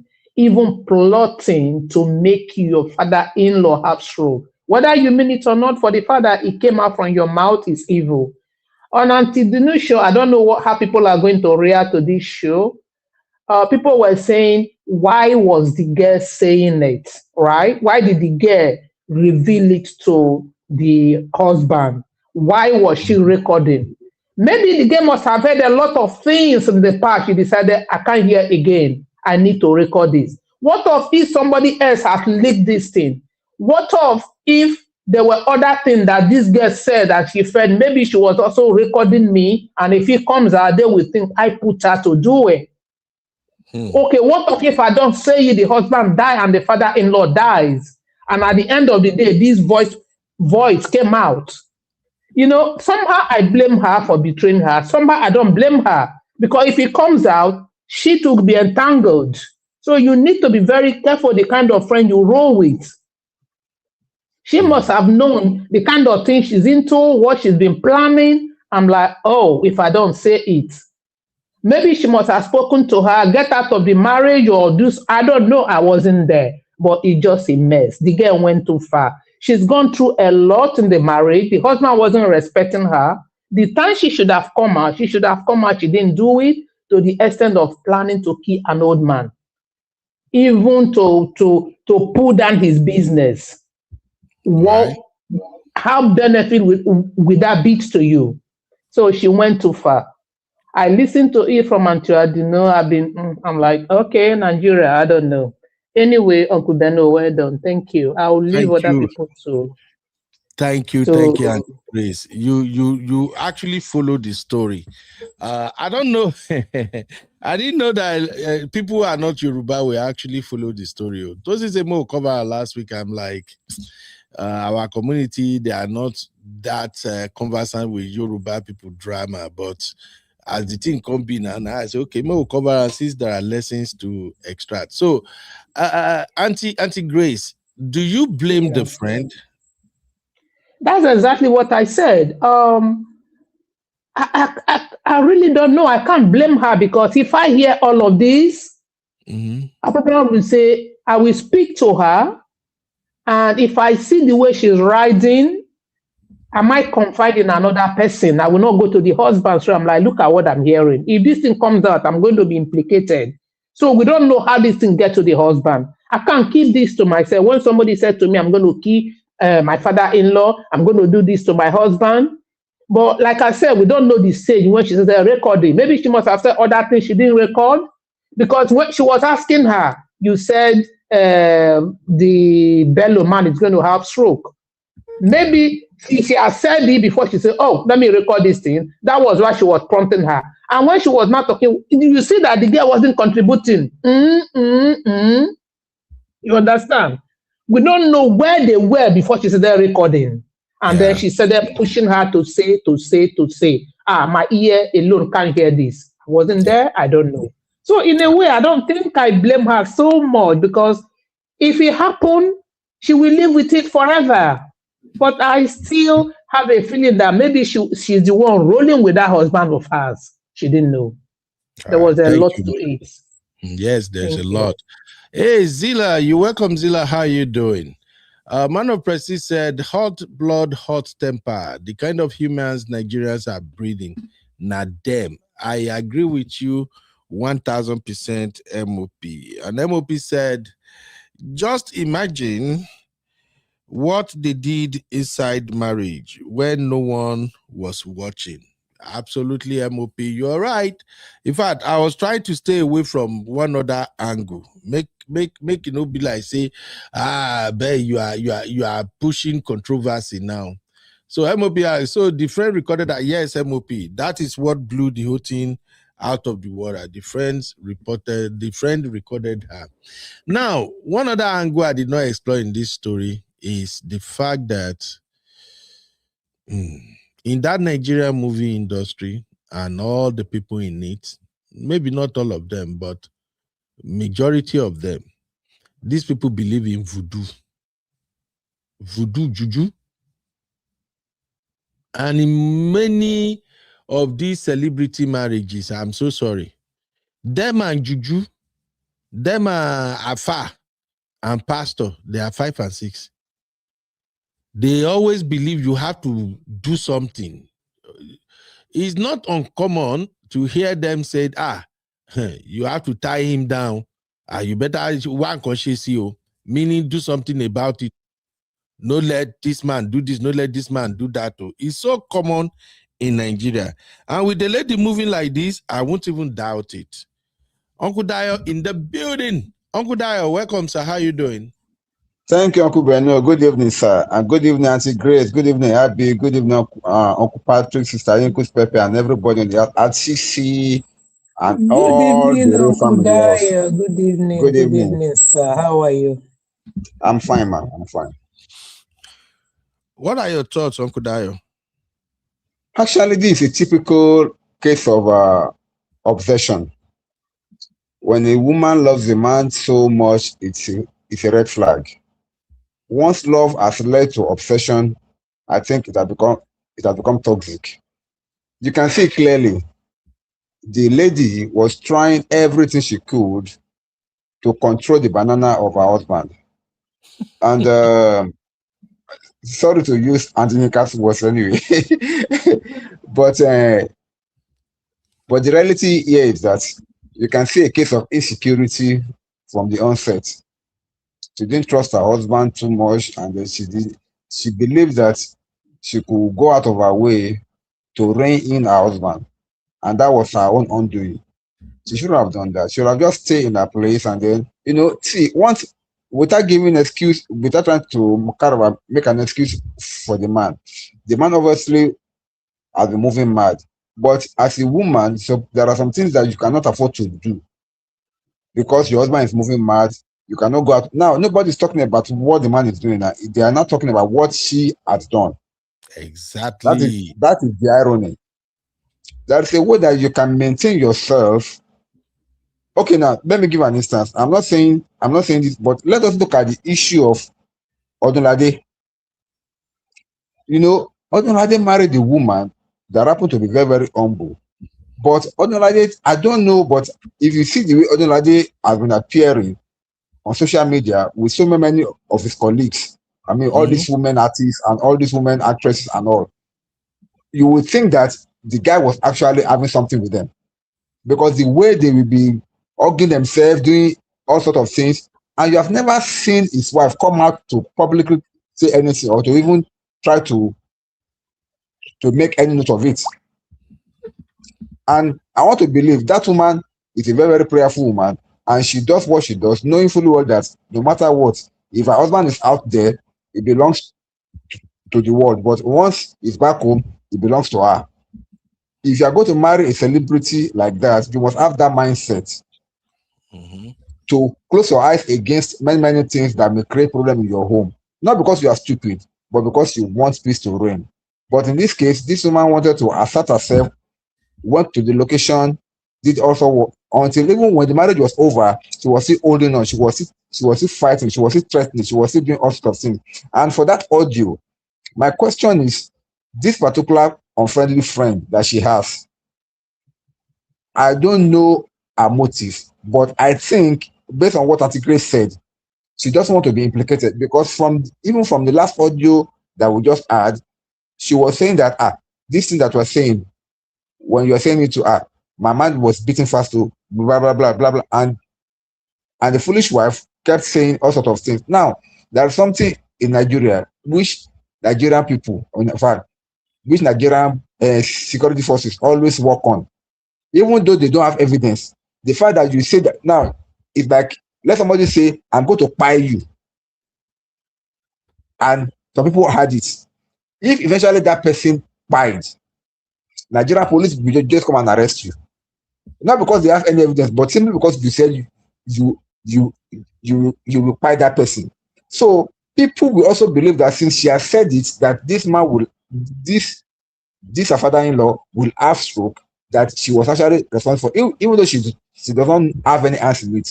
That's why words of mouth is very, very dangerous. We said this last week Sunday at our Sunday school. So this woman is a victim of her own words, and she's a victim of her own carelessness and of her own misdemeanor. That's what I have got to say about this woman. Thank you. Uncle Dio, I will let you go, Uncle Dio, because this one hits I'm not going anywhere. I'm here. This is Yoruba drama. I'm sorry. Yes, sir. This one hits home. Uncle Dio, you know this behavior is common in our community, right?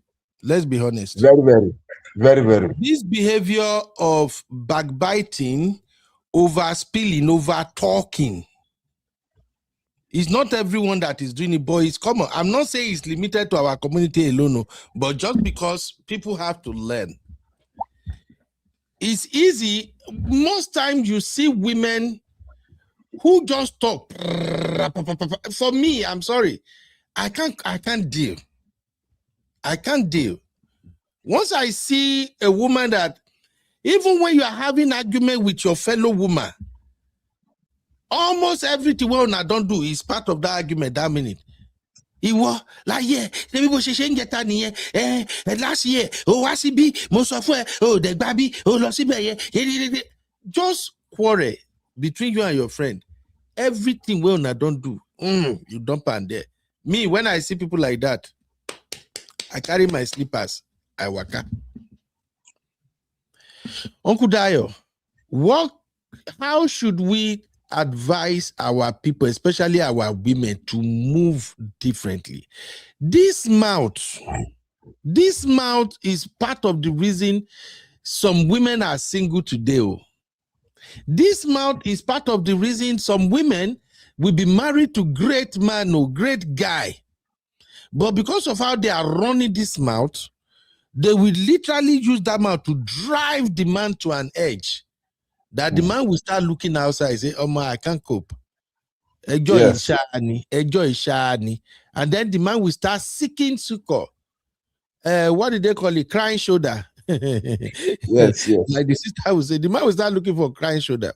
And this same mouth is the reason some husbands don't open up to their wife. A husband that can't tell you his struggles. Now that husband, you want me to share business deal with you?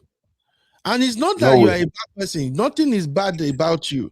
It's just this mouth, none. Once you are angry like this, what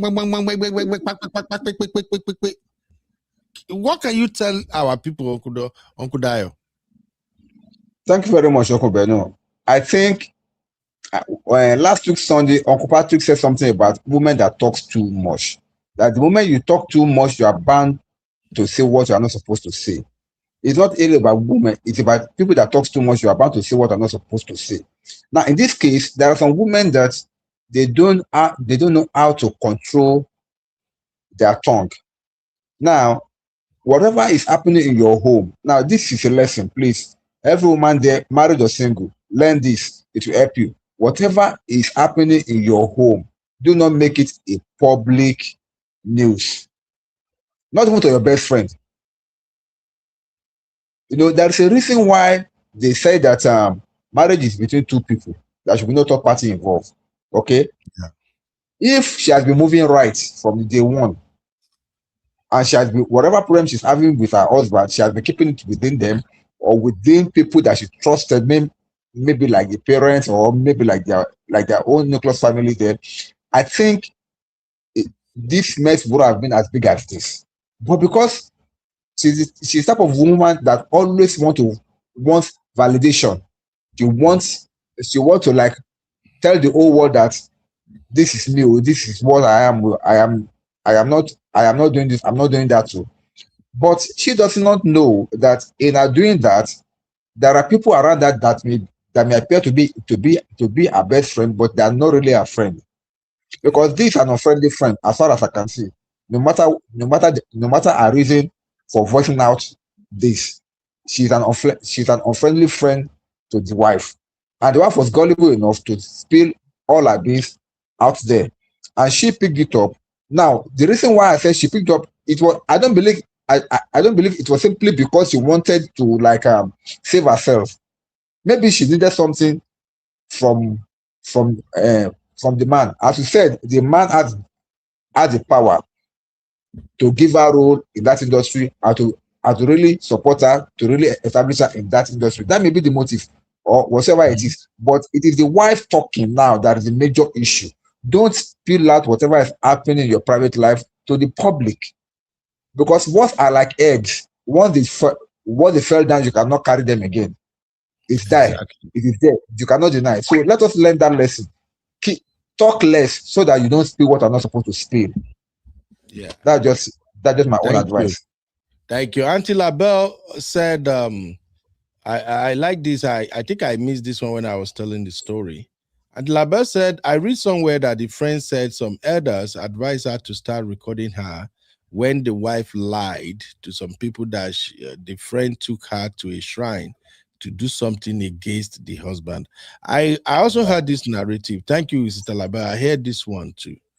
But in all of this, if you ask me to be honest, the wife was at the point the victim of a cheating husband, but over this period of this 1 year, she has now moved away from that to become the villain in this story now.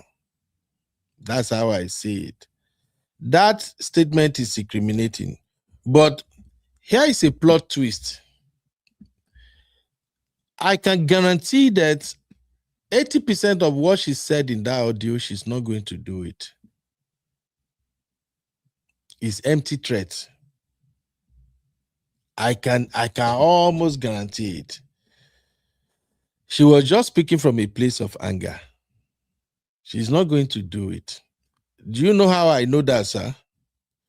When she said, I was listening on Ate Aduni's show yesterday, and she said, I wish I can find all these hacker that can bring his Instagram down, that will take like maybe 150,000 being con, so that the Instagram can go all the way to zero. It simply means she don't even know what she was talking about. I've not heard of any hacker that we automatically log into an account or something, and then I don't know how are they going to do it to unfollow him from 3.4 million the way to zero. I think she's just frustrated. I think she was just out of anger, and I think, you don't mean it. Yeah, she really don't know. She was just trying probably to save face by bragging to her friend that me, he got to try pelumi, ma show one. She 80% of her threat, she can't make it happen. However, if she said the only way she can make it happen is if the guy had remained in that house, and maybe one way or the other, she unalived the guy, or maybe poison the guy, or do something that affected the guy negatively. That is the only way the shock from that could make her father-in-law have stroke. Unless if she is privy to the father-in-law's medical record and see that maybe the man has some underlying condition that can make him have stroke. So in everything she said, I don't think she can accomplish all of that. She's just frustrated. She's just frustrated. And coming to this friend, this is a terrible friend to have. I don't know what kind of a woman took a single lady that is super close to your husband. The lady is the person you want to use as your confidant. Me, you understand Uncle Dayo and Auntie Grace. Is there any way you guys that can was a make mistake. No, sir, that was a mistake. See, she thought she was using the lady, not knowing that the lady was actually using her. That was a Yeah, mistake. that's why I said it's possible she's the one that had been, having something to do with the husband, benefiting from the background. Some friends are really evil, but she was not smart enough. Yeah, I don't know. The friend just played her. I just didn't trust. I don't trust that friend at all. And I don't trust her. And if my suspicions are right too, I think Femi found out on time that the wife is using this friend to monitor him. He now manipulated this friend, like he took over the friend. He has the power, he has industry power. He now started using the friend as a tool to extract information from the wife. I think that's what's going on. Because also, as a man, I don't see how you can be cozy. I don't see how you can be cozy, or how do they describe it now? I'd be waiting with that word. I don't see how you can be comfortable around a girl that is so close to a woman that you are not together anymore. I don't know if you get what I'm saying, Okudayo, because I'm just playing the scenario for my head. Like, Uncle Beno, yes, sir. Keep your enemy. Keep your friends close, but keep your enemies closer. That's what they did. I don't think this girl is an enemy to Femi. That is what my instinct is telling me. They've been rolling together. They fool the wife. Auntie Grace, Femi could never add this girl as a friend. Do you know why?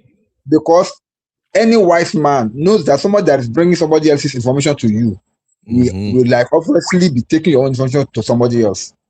Right. It's common knowledge. Any wise man knows that. So if you happen to find yourself in a situation whereby somebody is always coming to give you gossip about somebody, you should know from that point that person could not be trusted, because for him to be spilling out somebody else's secrets to you, you cannot trust that person with your own, because that person will still go and spill it out to somebody else. So Femi knows. That's why Femi was only playing her, because Femi just brought her close so that he can get whatever she is saying from time to time. So I don't think even Femi if might not spill anything to her. Femi might not say her anything. Yeah. No, even there is anything between her and Femi, allegedly, it will just be for cruise. Femi may just be using that just for the cruise, not for anything serious. Just to keep getting. It's not going to be serious, but she wouldn't know. Yeah, exactly. Oh, no, the girl will not know. It's not going to be serious. The girl will not know. The guy just will not to keep on giving her. Just to keep on giving him the information that he needs. That's all. The girl is probably just happy to be snitching to him. Probably she will get more roles in the movie industry. And the worst part is there's just a web of lies, deception in this case that I confuse. Uncle Patrick in the building.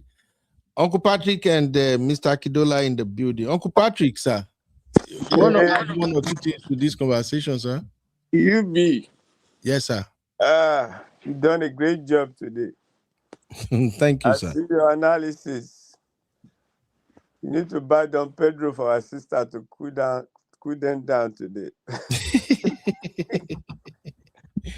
Wow. You know, it will look as if I'm too old. I knew about Oga Bello since secondary school. Maybe Femi wasn't even born there. Because two of my classmates in the 70s was Oga Bello junior brothers. So whenever they ask the parent to come, so Gabelu will come and represent their dad. That was when we knew Gabelu. One of the brothers, Rashid, and the other one, they were two. Wow, I can't believe that I'm talking about Femi. But Uncle Beno is so sad that this marriage ends this way. You know what I mean? It is what it is. Whenever a marriage ends, you know, it's not always a happy something because people were there during the wedding, you know, everybody was happy. And the fact that they even have a child. And you know, like I wrote to answer Sister Yetunde that was sending messages, was chatting that were, what do you expect? Femi is a Muslim.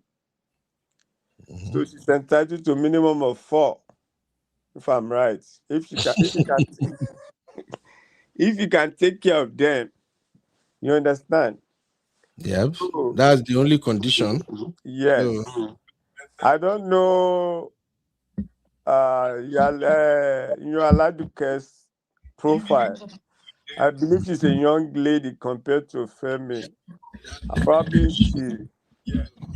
Probably that was her first marriage. So it's very unfortunate. Yeah, she might be inexperienced as well.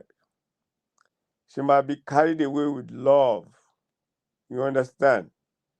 I'm believing that I own Femi now.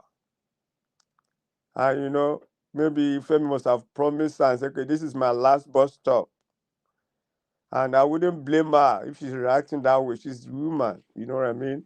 And she's a lady, she's in love. So everything she has done, she did it as lack of experience. She's inexperienced. She's innocent, let me put it that way. So it's very, very unfortunate. I'm sure in years to come, she will have been experienced. She will never try what she did. I'm not going to blame Femi, but you know, Femi used her as well. Knowing that, I can do whatever I want. I'm serious. So I wouldn't want to blame her too much. She had her own faults, but you know, she's a young lady. So I'm not gonna, just the learning this thing here is that, you know, if you fall in love with your brain, especially when you are dealing with these only Nollywood guys. Who did you talk about yesterday? No, Uncle Ben, answer me now. Not the Hollywood person, Nollywood person. Yes, so. So I don't trust them. If you are camping a woman for one crew for 1 month, 3 months, anything can happen. If you marry Hollywood, whatever, you're on your own, no? Whether man or woman. I'm serious. I don't trust them. You know how many of them, this man, Dino, they say Dino sample, you know, marry. Uncle Ben, you know now, I know if you mention name. Yes. Dino Mela, you don't sample them anyhow. All those senators just to use them anyhow. So I don't trust those guys.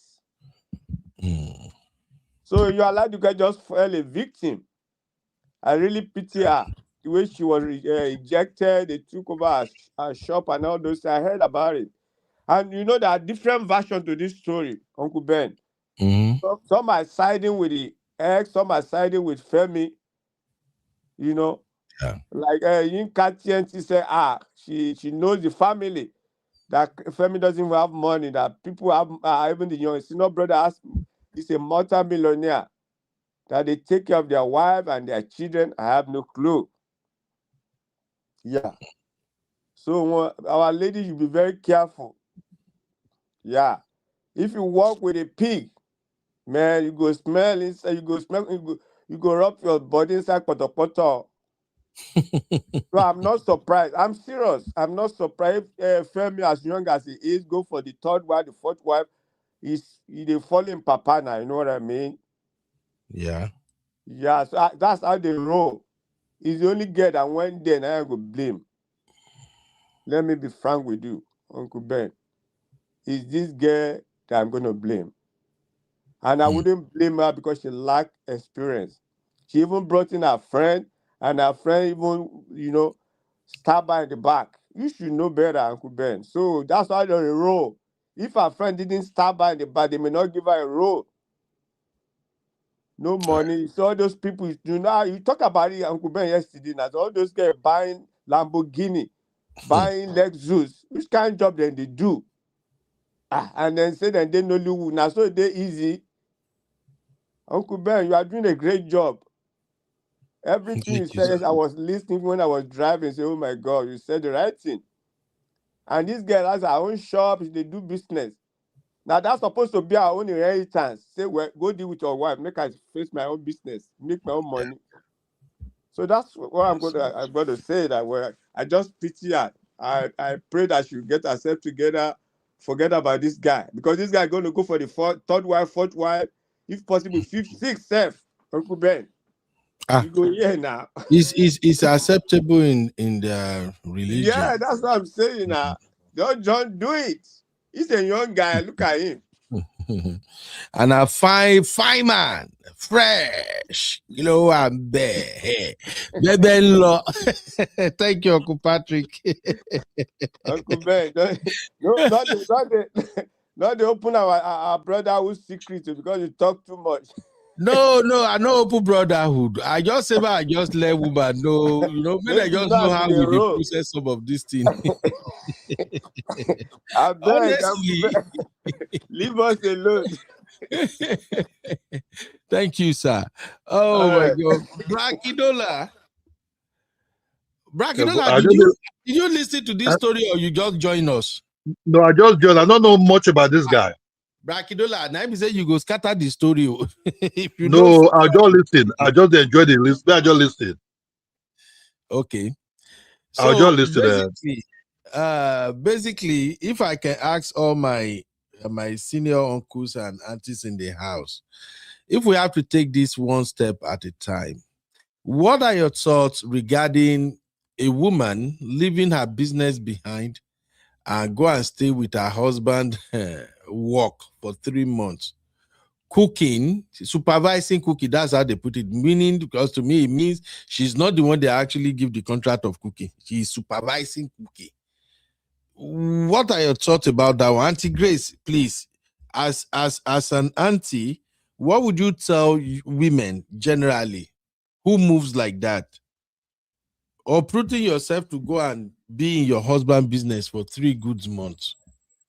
What do you think about that? Was it yesterday I said, ladies, get yourself something, or I can't even remember when I said the boy. Is it today's show when I say that guy is a boy? I think it's today when I make that comment. Okay. Unfortunately or fortunately, this lady has her own business. She's into catering.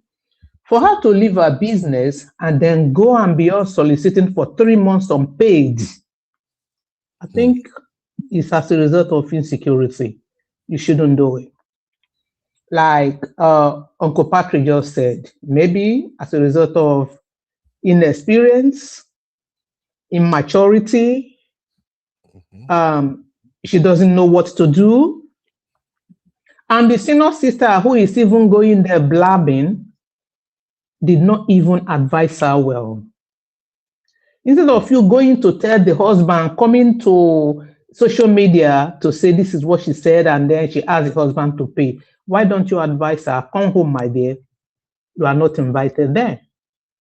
You shouldn't go into your husband's business premises if there is no need for you to visit them. If you suspect your husband is cheating, deal with that cheating privately if it's something you can deal with. Not you going outside to go and fight the girl or to go and fight where your husband is working. That alone, that marriage is already scattered. So unfortunately, like Uncle Patrick said, we are not blaming her. She was so insecure, too immature, and eventually she had used her hand to scatter the marriage, and she's leaving the marriage with nothing. Right. I don't think person of the caliber of the husband, the way they describe him, is somebody who cannot pay loan that she used a building as a collateral. I think it was definitely something that he decided to do to render her, homeless. And this is as a result of what has been going on. So the girl did not use her brain. She did not ask people who could have advised her properly. She has no business leaving her own business to go into that site for 3 months, to the extent that the husband was even disrespecting her, and that she was suspecting that the man locked himself up with another girl. Even if there was no another girl she was suspecting, the man could have just said, okay, come and see. I didn't invite you here, go home. Or come into the room, come and see. But they allowed the sin. That is the extent to which he disrespected her. For her name to just go, I didn't invite her here, she just brought herself. She has no business going there uninvited. Definitely. It's unfortunate. I do feel for her. I really, really feel for her. But the opening her mouth like that to say what she said, that's why a lot of people are no longer on her side. Absolutely. Yeah, it's a shame. The narrative has changed now. Narrative has changed. Okay. Uncle Dayo, as a man, how would you react to she coming up 3 months? You leave house, leave your business, leave everything, uninvited. You are not of an official, you are not part of the crew. You can't sit down for 3 months because your husband will sleep with all the woman waiting there. Uncle Beno. Yes, Uncle, sir. this is a big challenge.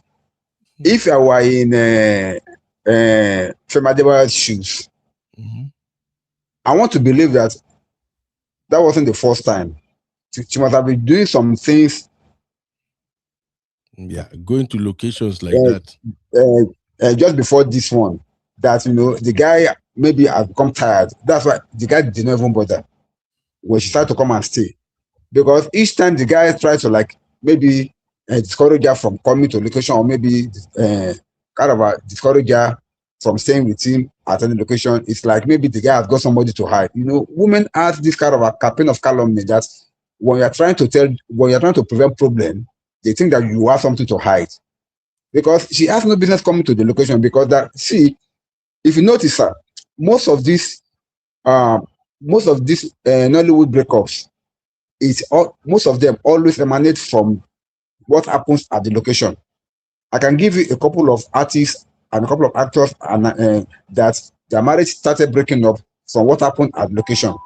Even when their partners are not there, maybe when somebody, it was been alleged that sometimes when they stayed at location for some time, they get involved with themselves, husband sleeping with some young girls, or maybe sleeping with somebody else's wife.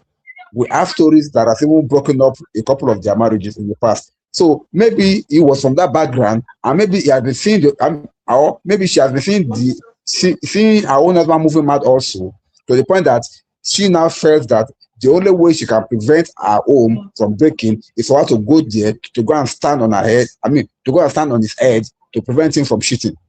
Obviously, she was wrong. She couldn't do that. Now, where was she when Femi went with another woman allegedly to stay in that hotel? Where was she? That means she was not even sleeping with Femi in his room anytime she was there. Maybe Femi got her another room in another hotel somewhere, but she heard that Femi was having somebody in his room. So she was trying to force herself in. So all these things, to me, she was just wasting her time. I've always maintained something. No man can watch a woman from cheating, and no man can watch a man from cheating. It's not possible. It's not possible. You're just wasting your time. That was a mistake. She should have tried that. She shouldn't have that. She shouldn't have tried that at all. It's not a way. What if I can advise her? What I would love her to do is stay the hell in your house. Face your business, for crying out loud. You lost revenue for 3 months. It's not as if you were giving the contract. In fact, I'm sure Femi purposely did not give her that contract because he wanted to prevent something like this. Because giving her contract will give her the right to be at that location. And she will not come there to come and work alone. She come there to come and monitor him. So he purposely did not give her that contract, only for him to have freedom. Yet she came. Of course, she was looking for trouble and she got it double. Thank you. Thank you, sir. I saw this comment in the back now on the other stream. Adeola David said, you want to marry a star, you can't stay in your sky and maintain your Starlink. Madam, oh yeah, kuboju patapata, meaning madam, you supposed to come off face.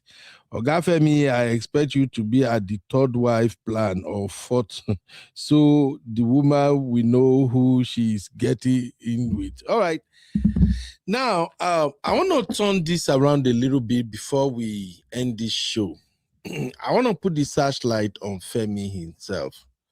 And the reason I want to put the light on Femi right now is because of what I've always preached on this platform, that it is not only a woman who married and got divorced one time, second time, go into third marriage that are bad women and red flags. The same applies to men. I can bet you, I'm sorry, I'm not professing this into his life, oh, may God protect him. Oh. If this guy married the third wife, the marriage will still break. And why? It seems this guy have tendency to cheat.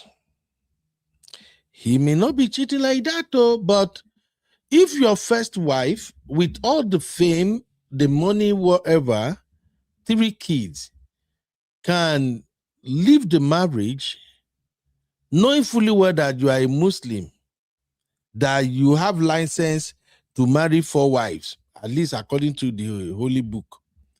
And yet, you are just being randy and behaving somehow that your wife say, I am not comfortable with you being an actor. It means Femi is not doing something right. This same Iyan Aladuke now, yeah, if we move beyond the audio, that disgusting audio, if we move beyond it, Femi might actually frustrated this lady too. Because we know how things be for Nigeria.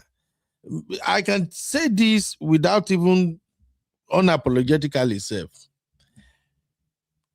50% of Nigerian men in this abroad that are faithful to their wife, if they are in Nigeria, the number will not go reach like that. And I'm not trying to put my brothers down. It's because in Nigeria, the avenue to cheat is always there. The opportunity to cheat is there. The women are willing participants. In Nigeria, you can literally, especially if you live around Lagos State, you don't even have to put in too much pressure. Before a woman, knowing fully well that you are a married man, the woman will agree to go to bed with you. So I think Femi has a way of frustrating his women with his own shenanigans too. This story now, this audio exonerated him for so many things, but I don't think bro did right too. And I also think maybe he needs some mentoring on how to manage his own status as a superstar as well as managing a woman. I don't think the guy know how to manage a woman.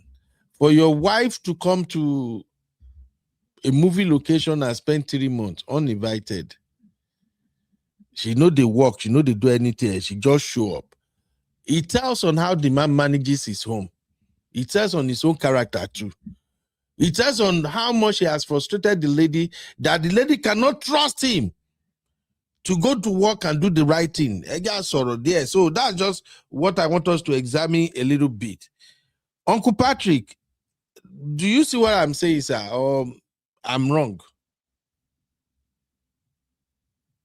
Is Uncle Patrick here or Uncle Patrick is busy? Sorry, what did you say again? That I'm saying Femi himself has huge part in this blame. Uncle Ben, I mean, I just said it. You said it now that if Femi, except you have another job for Femi, to be, to be a stay-at-home dad, you know. Yes, that they can be paying him Netflix money and make him a stay-at-home dad. You know what I mean? A cheater is always a cheater, is a serial cheater. Forget it. The wife went to what is the wife looking for? Somebody was in the hotel room. What do you expect? For 90 days? That's Hey, the you can't wait for 90 days. 90 days? No. And you know your wife is in that same location. So the woman supposed to know Femi before now. You need to find out the reason why. You need genuinely find out the reason why the first wife left. The first wife left because of the same shenanigans, sir. That's what I'm saying now. He doesn't want him to be in that what's it called? Nollywood business. But which job then find give the man? The thing when Papa do. I beg leave that in Uncle Ben. And a Nigerian and a Muslim. And he's the one bringing money for chop. I beg. But no, make we not deceive ourselves. Yes, now. sir. Thank you, Gary Uncle Patrick. Because even while I'm telling the story, my mind no skip that side. Say this guy himself is a red flag. He's a trouble himself. It's just that women overreact at times. The guy, he literally and you know I always say something here, sir. Have you noticed that beautiful women are usually the one their husband cheats the most? Look at this woman now. This is a beautiful woman, for God's sake. What did this woman not get for body now? This one where they dance now. Uncle Ben, now see finish now. Now see finish. I don't just know my gender, eh? May God help us. You know, Uncle Ben, I was discussing with one of my daughters yesterday. Women don't even know men. I'm serious. Women don't know anything about men. I was talking to one of my daughters. She's a medical doctor. She's good in Europe. First class lady. Women don't even know men. I'm serious, especially when a woman gave everything to that man. You have baby for the man. Give her everything. Keep yourself. God will help us. Thank you, sir. Thank you, sir. That's why I was saying earlier that as a woman, you go into marriage with your own boundary, with your own terms and conditions. You don't need to shout. You don't need to go mess yourself up outside self. Even your husband self supposed no say, I can't fuck up with this woman. She don't go take him. Well, our Iyabeji is here. Sister Natu, you know, say no verse Brakidola. We know they like to keep Sister Natu here for long. I don't know what she can do for studio self. Sister Natu. Stop hating on me. Stop hating on me. Stop hating on me. Come on. How my boys, Sister Natu, how you doing? Then they give me marathon. Yeah, you need them. Lord. Uncle Ben, I was trying to look at another angle that you guys are not looking at. Let me come from and let me paint another angle for you. Okay, man. Or is it possible that they were having issues before the movie? You understand? And she's been trying to get his attention. And maybe somebody don't carry gossip, come for her and say, how far? You like say, oh, God, the location with somebody. Then she fit tell and say she become location. You go tell and say, we don't get money to pay you because you know the inside, but they go say, I'll come work for free, no worry. You understand? Then you go show there because how you go there location self where your husband will tell room there and you know they sleep there, you understand? So maybe in don't tell and say no show. If you show anything where you come see now you buy. So maybe she can't show. You know, she can't show. She show now. Now she don't know say person did that room, she won't go see. Maybe over pull over and just type for her, say what you want come find you go see her. You understand what they talk? And now, like you said, those things that she said, she probably didn't mean it. But because she's close to that lady, and that lady is close to Femi, maybe Femi they find what he go use pin and down, then he go detach from her. You understand? So he use that lady to push her because I feel like that lady was just pushing her to say some stuff. And that one, because her mouth they leak like bututu. You know what they call bututu funnel. She just dey talk wetin she wan talk, just dey go. That one just dey record am. So now as that one come out now she's the villain. Now Femi is the saint. You understand what I'm saying? It's just my Yes. own. No. It's just the way I'm seeing from another angle. We never know what's going on in the house. She decided maybe she thinks that she come location, people see they public, she go catch Baba. Baba go succumb, go no go do anything stupid because na public. You know one spoil in him and the movie they come out, but you can't shame the shameless. Nigerian man for Nigeria, Cincinnati. Yeah. Which woman go to say you feel hold Nigerian man for Nigeria? Man, wait, they popular. He get power, he get everything for you. No, but she they feel like she come public can't do that thing. Because the movie they come now, you no one do anything negative. We go stop we go spoil in movie parole. You understand what they talk? So she decided to do that. But you know, a man that is shameless, you can't shame the shameless, Uncle Ben. Come on. Thank you, Jerry Cincinnati. The case just did yama yama anyhow. It be like the mix of good soup with okra soup. Now the audio now just do her in. If not for the audio, I think she has a very good case, but the way she moved, the Bepe body, and also the sister that is going to tell him that my sister has been here for 3 months, you need to pay her. That sister is supposed to wipe her Oriamo cord for neck. God bless you, Sister Natu. They go first to wipe her Oriamo cord like 5 like this, make it first reset her brain. After they don't wipe her, then they go ask her the time where your sister they go the set. Why you no block your sister? You know they go that set. Because they no invite her and they no go pay her. Maybe she go work where she go get money. Do you understand what I'm saying? Yeah. But you didn't encourage that. Now you go to comfort man, they say you need to pay your sister. You didn't send your sister, you didn't sign contract. Do you understand what I'm saying? Sometimes we they do ourselves. You get business, we go pay you money. But because you want to go do nonsense because you want to save marriage. Allah used to tell us all the time, save yourself first. You are the marriage. No, save yourself. And another thing that kind of trouble me about Nigerian sisters at times, when it comes to this divorce, separation, and fighting their husband, many of them don't really know how to fight men in Nigeria. How do you fight your husband when you haven't secured the bag? That's why Allah is saying that save yourself. He says save yourself first. Leave whatever you're trying, because you probably saving this. The idea of saving yourself is basically probably saving the marriage. You understand what I'm saying?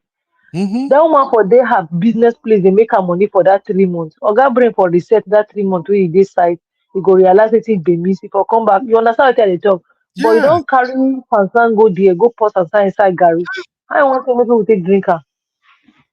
At least when you go to that Netflix production, you hear say woman don't dey inside your husband room. As soon as you confirm, you no need to fight. I go leave that place. Just wait, Netflix pay money. You begin look for ways. You saved up. You saved up. I hear say the man buy one land for her or something. One land is too small for you to take out of a marriage. No, the same land we use collect collateral. No, they don't collect the land. They say the land they separate, the house they separate. I don't understand. That many women in Nigeria, they are not smart. It paid me to say this because this is some of the secret we don't want women to know.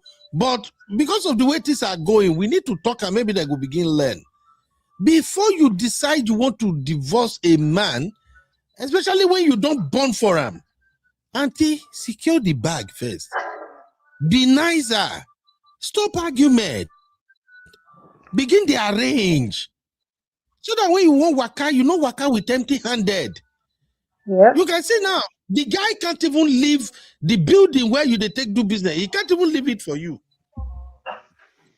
Anyway, thank you, Sister Natu. Thank you. Finally, let's address this issue of recording people in Nigeria. It's becoming madness these days. It's a mess. Oh, I see you, Fumilayo Lonsi. How you doing? Fumilayo said women also throw themselves to him, even university babe. Now, the guy is a gatekeeper, so everybody wants favor from him. And now more Gabelo and a fine boy again. Women too plenty anyway. Man, don't let me go direction where I don't go. What sister Fumilayo no set me up. Uncle Ben, not be. You see, wait till you they talk so about this Nigeria people and their marriages and everything. You see, right from the beginning, I who like pass among the two. You understand me? So none of them come genuinely for say, I like this man, I will come marry this man. That's why when they talk about 10 or not 10. You understand me? The man lied, the woman lied. You know, inside that lie, they say they fall in love. What that lie said, that fall in love, so they even lie. You understand me? The whole game now lied right from the beginning. This is what they pretend, this is what they pretend. The problem with our Nigerian women, if you don't get money, they don't go follow you. That's that one thing. But there's nothing wrong with that now, Brakidola. But Dave, you know, look, if you won't go meet, and yes, bro, talk about people like that senator. Those ones, they're not going to take you as anything now. They're going to use you, dump you. If you go meet ordinary man, who like say, you know, say you won't come chop your money, it's not going to do anything now. The real genuine thing not really did it. You understand me? And when they come get with them, they say, hey, the man a bad man. The man all these Nollywood girls, once you just blow or you just get money, now hook up all of the dinner. You understand me? None of them will say, no, I'm not like that. I lie. You understand me? Put 500,000 on that, 200,000 on that, you go cash them. You understand? Even they'll just go bring, they can't give you for house. Majority of them, they'll carry them 200,000, 150 inside that place. One of my guys carry one like inside that place. He won't come claim husband because the guy buy house for he get house for Lekki phase 1 there. From there, this is like get perfume shop, you all this kind of something. But they won't come they claim say it not be like that, but they don't give them 200,000. You understand me? 200,000. So Nigeria relationship now pocket watching. Now be the relationship. Even the worst thing now, even if you the worst thing I say, you go even sit down on your own. You go sit down on your own. They will not say married woman will come they toast man when sit down on the soul. Just because he just get that imagination, say you say you come out of one beautiful car, you dress one kind, you know, you just don't want to approach you. That be the worst. Lagos now just know who go marry for Lagos. Now bag where you just go carry woman. That will not be nothing they get at all. You are generalizing. Oh, there are still beautiful, nice women. They're full Lagos. Oh, my brother, say that's why they talk about. You go pray to God, tire. Maybe you have to protect. You know, pray to devil.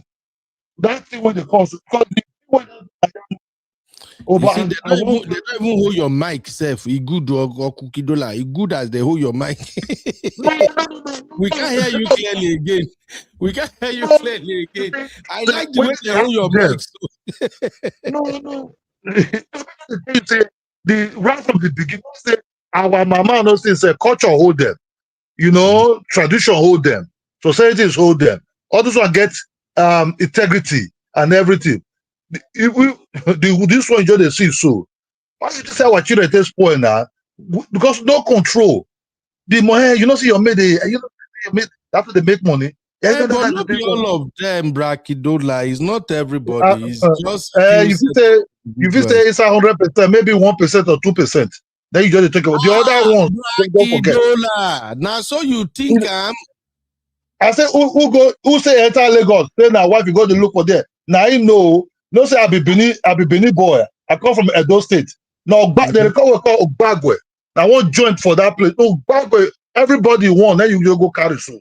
Not be only you. If he pretend to you, say he think you all those kind of things. Because they pretend to you say, you know, they wanted to misbehave. Say make you like her. Now lie. Go check their record. You know, billionaire go marry woman finish, or you want marry woman out of the blue. Go say, no, you go find some. Now poor man know the thing they do investigation. Guys who get money, they go run that guy. Who be this guy self?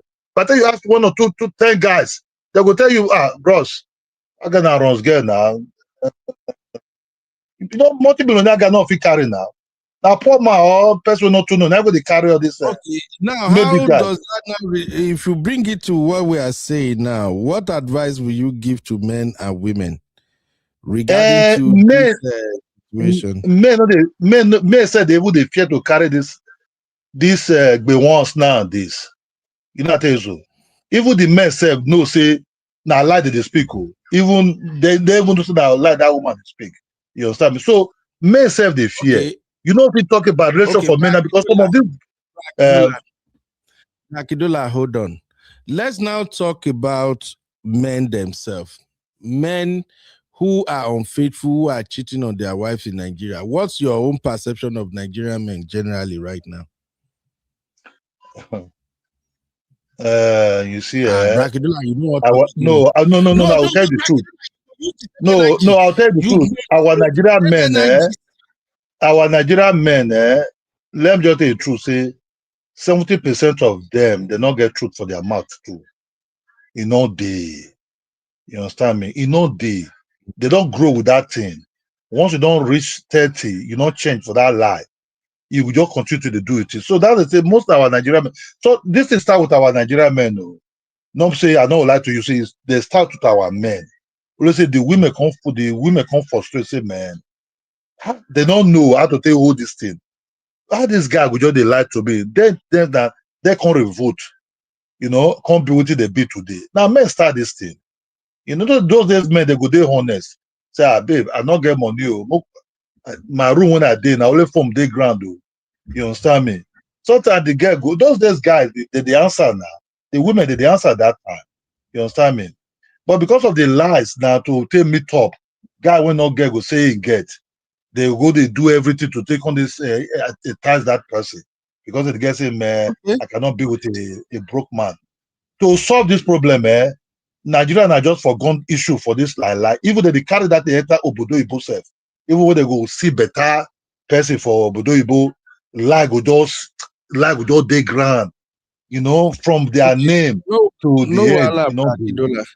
Yeah, thank you very much for your take, sir. Thank you. I actually get what you are saying. Thank you very, very much. Uncle Dayo, we'll begin the wrap them up now. Your final take, sir. Advice to Femi Adebayo and advice to this lady, as well as other lady out there, just to round up, sir. My advice to Femi Adebayo is quite simple. First marriage, second marriage. It is becoming a red flag.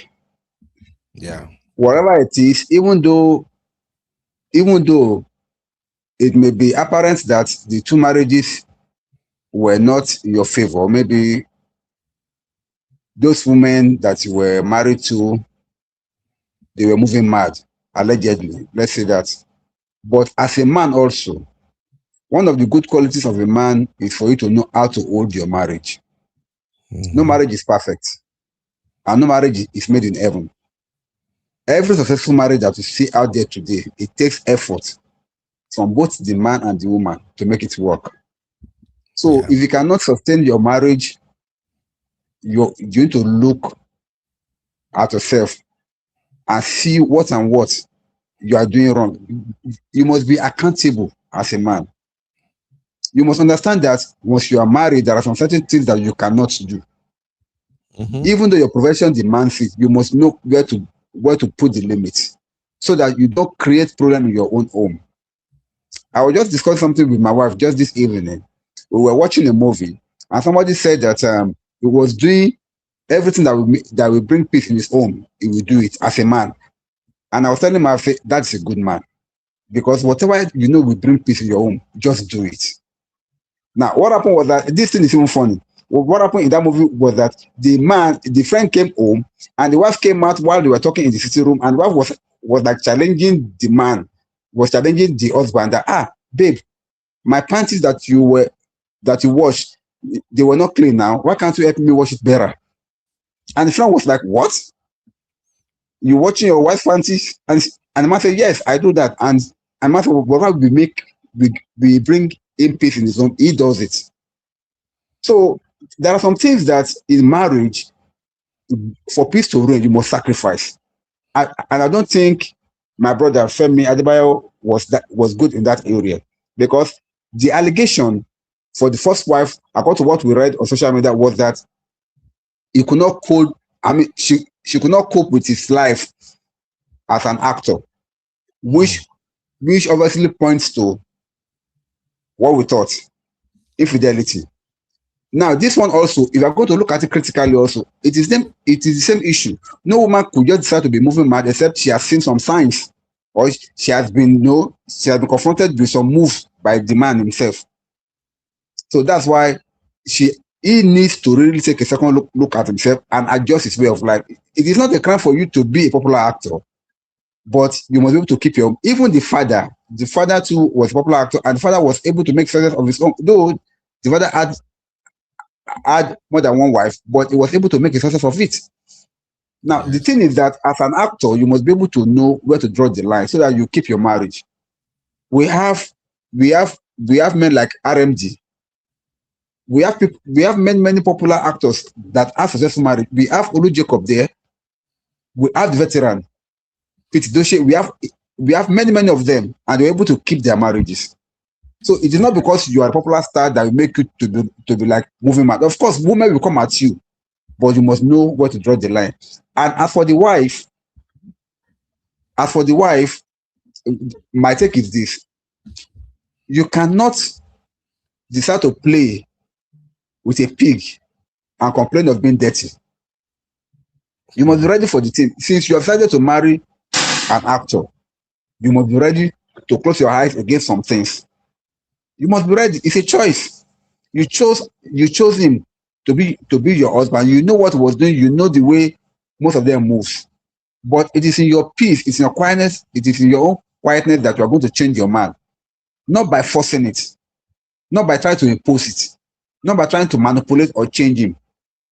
It is in your own peace that, there's another in Yoruba land that if you put in patience, if you apply your own patience, that you can cook a stone just to become meat. That patience can cook a stone to make it soft. If you want to marry somebody like that, you must be ready to make a lot of sacrifices, and you must be ready to look the other way so I can have your peace. And I can bet you, once a man sees that a woman gives him peace, that man will respect you no matter what. Even though the man may be moving mad, but so far you know that this man gives me peace. A time will come that the man will look at himself like, upon all what I'm doing around, this woman gives me peace. Nobody will teach him. The man will become a genuinely born again husband. So any woman out there, if you know, see, a courtship, once you know that you are marrying somebody that you know, this one I'm gonna go back, and made up your mind that you love him, you want to marry him, then please learn to live with him. Not focusing on what he does, but focusing mostly on your own mental health and on peace in your home, and it will be okay for you. That's my advice. Okodayo, you are looking for trouble. You just end up with what my brother Bill said the other day. I think we had a show here, and Bill was here. The conversation was between Bill, Man of Prestige, Abby, and Zeno. And Bill was of the opinion that, look, once you know who you marry to, just accept the person like that, because you know before you sign up for it. So I think that's what you're saying, Okodayo. No, Uncle Ben, no. Uncle Ben, see, there's something about this. Let me tell you something, sir. If I want to marry a singer, for instance, now a musician, I love her, and I know that this my musician wife, she'll be traveling for tours, she'll be traveling for shows, she'll be doing this and that. If I cannot cope, I would rather not marry her. Yeah. Because I cannot marry her and tell her to close her career just because I want her to be for me only. Same also, if a woman wants to marry an actor, you know that this man will go to location. You know that this man will go to places, he may not be home for months. So far you can cope with it. Then zero your mind that whatever is happening, I'm not saying that you marry someone that is not faithful, okay? But at least you will know that even before you marry him, it looks decent or it's okay to an extent. Occasionally, when he falls out of line, you know how to bring him back. Right. Not by saying, no, I cannot stand this, I cannot do this, I cannot do that. No. But I'm not saying that you just accept anything in marriage, but at least you know before you marry that this person is like this. If eventually the man changes 120 degrees, then you too, you can do whatever you want. But as it is for now, learn to know your spouse before you get marry with them, and then learn to take it from there. That's what I'm saying, nothing more. Right. Thank you very much, Okodayo. Thank you very much, sir. It's been a long show. Thank you for coming in and help me make it make sense. We appreciate you, Uncle Dayo. God bless you, sir. All right, Uncle. Now, Auntie Grace, your final take, ma. All Hello, Auntie right. Grace. Yeah. Auntie Grace, don't they talk like me? All right. Yes. My final take is this. I see that man. I think he probably doesn't respect women. That is his problem. Apart from the infidelity. You actually said that after his first marriage ended, he stayed for about 6 years before marrying another one.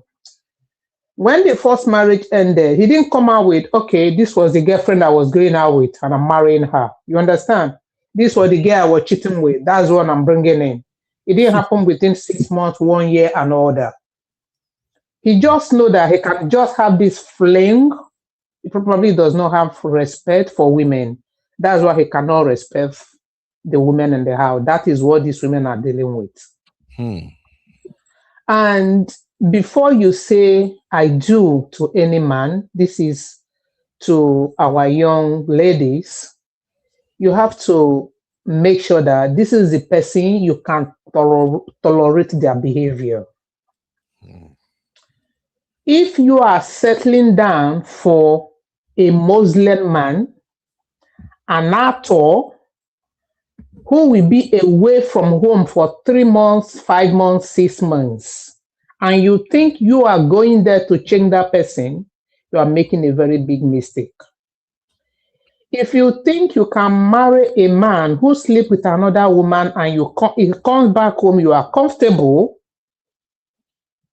please just tolerate everything. If that is not what you are settling for, you know you cannot open your legs for a man who is coming out from another woman, because please don't open your eyes and go in there, because that's not for you.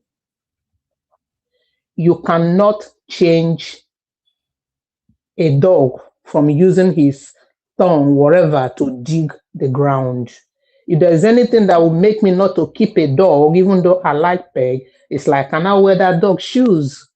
Because it's going to come into my house with all the mud and everything. I can't wear the dog shoe, so I cannot keep the dog. So you have to make sure you know what you want before you settle for any man. If you want to settle for such a man, please stay at home, let him do his shenanigan. When he come by, you open. If you cannot open, don't settle for it, because you can't change them. I don't think that man is like, I'm going to have 1,001 wife. Just let me do what I have to do. You have no right to question me. If you cannot deal with that, don't settle for it, because you can't change them. That's my advice to you. You have to make sure that it's somebody who have the same ideology, who you can tolerate their move, that you are settling down for. Because I don't think this man has an atom of respect for a woman, apart from the infidelity. This is what it is, what I can sense from the whole thing. Thank you. Thank you, Auntie Grace. Thank you very, very much. And I love that your submission. It make a lot of sense. Thank you, ma. Have a very, very good night, ma. Thank you for helping me make it make sense. I know say the story long, but I have to take my time to walk people through it, because I know a lot of people are not fans of Nigerian, especially Yoruba movie. They may struggle to understand what was really going on there. So that's why I'm like, you know what? I'm gonna take my time. I will explain everything. I will go through one by one. My baby girl Tosin helped me make that possible. Thank you, Auntie Grace, for lending your voice Thank to you this. so much. Thank you. Good night. God bless. God bless everyone. Bye. All right. Yeah, we have a birthday shout out right about now. We're gonna do that real quick. You know, this is Yubi and the Real Fam, but I need to have Uncle Patrick final take before we do that. Uncle Patrick, your final advice. I'm not to going to young talk folk. much, so there'll be time. First of all, Uncle Dayo make me laugh. Say the man, they wear the wife panties. If you have said the man, they put them for inside washer. Anyway, Uncle Ben, I don't have any advice for Femi Adebayo. He's a grown man. Yeah, he can take care of himself. You know. Lastly, what I tell people is, For example, if I want to cheat on my wife, I'll tell the lady, if I cheat on my wife, that means I can cheat on you as well. Yes. You just look at it that way. If I can go ahead for my wife, I've been married to more than 2 decades. Yeah, that we have a covenant. If I can do that, that means I can cheat on you as well. Lastly, you know, all this thing that is booming around, it is what it's giggle. What you put in out, that's what you get. Absolutely. You can't change anybody. Yes. A man that marries the second wife, and considering his religion, that's the tendency that's going to marry the third one. And you know, Nigeria, the man is the one, you know, dictating the tone of everything. Man is Nigerian Aldogu, you know what I mean? Yes, Whatever sir. it says, yeah. So Nigerian case is different. If you like, fight divorce, you go marry another person. You know, see finish, don't enter. You know what I mean? Then, so you go pay for the children. He may not even see the children again. He doesn't care. That's the way Nigerians roll. Especially when you're in that country. So this lady should just get herself together. Yeah, get her life together, go to her business. If she has to marry again, let her shine her eyes. If she has to leave Nollywood or whatever she wants to do, like, did you hear about, at least, Femi had 4 kids from the first wife. Did you hear about the woman? No. The woman is minding her own business. That's maturity. Yeah.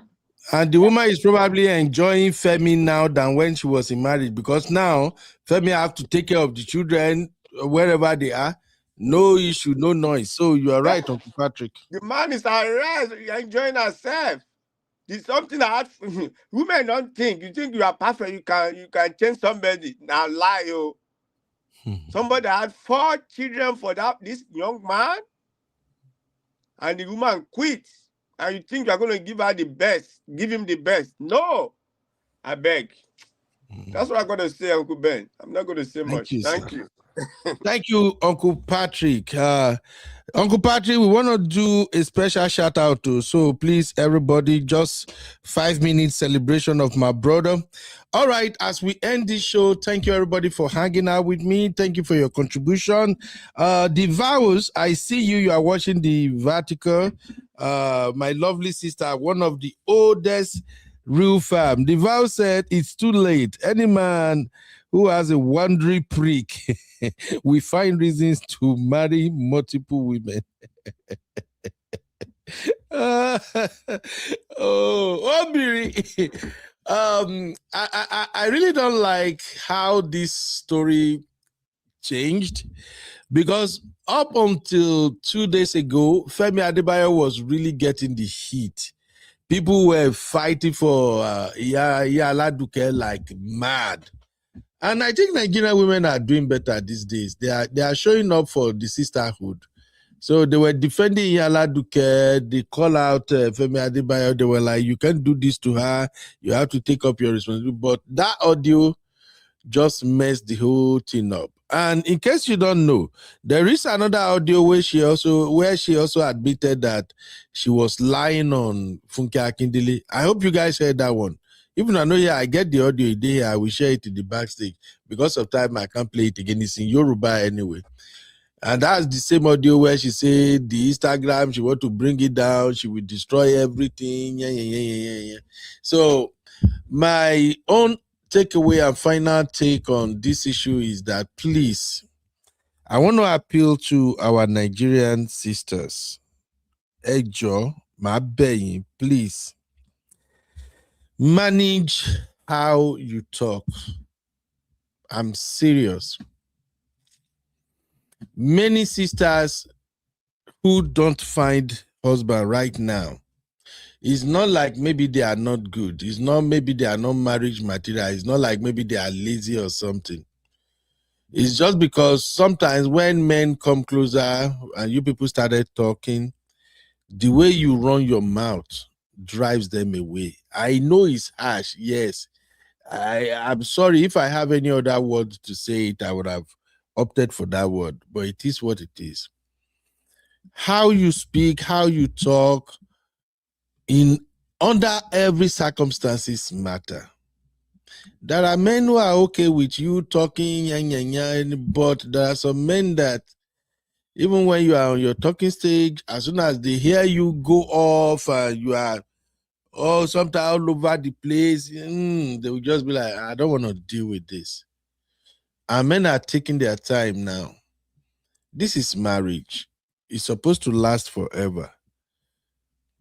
Nobody want to be in a marriage where the wife, once you are angry, bam, you are just firing, pia, pia, pia, pia. So please, I want to appeal to you, sisters. Watch how you talk.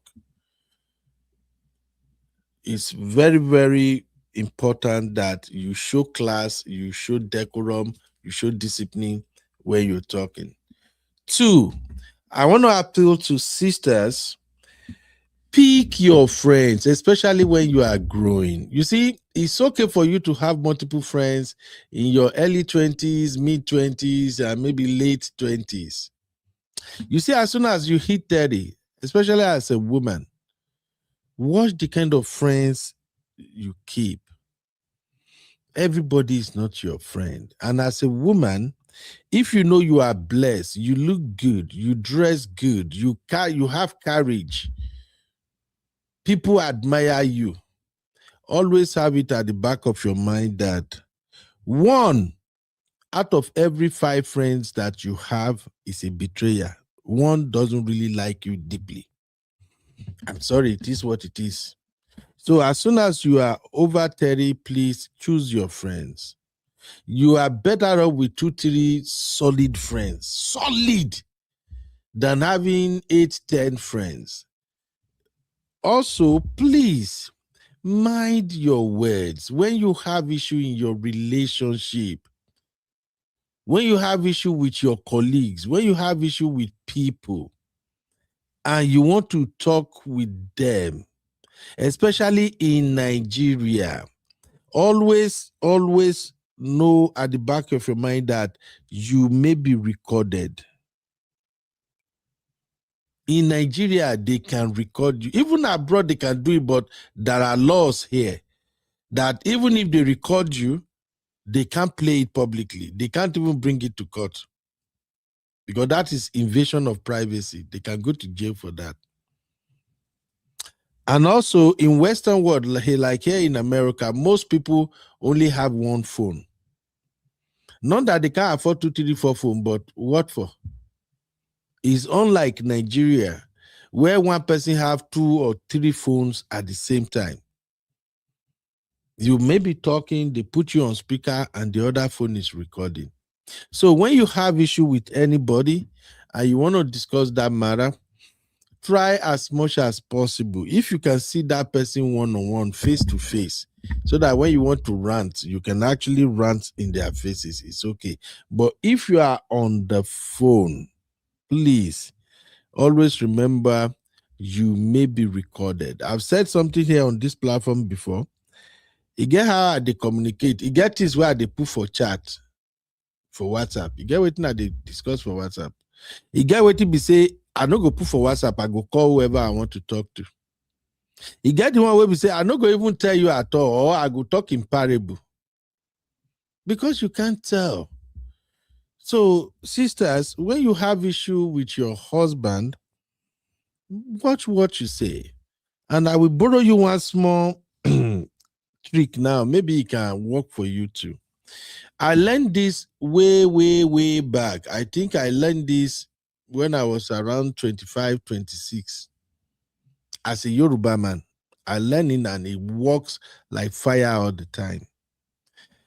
Whenever I'm really angry, when somebody pissed me off real hard and I want to retaliate, I don't talk.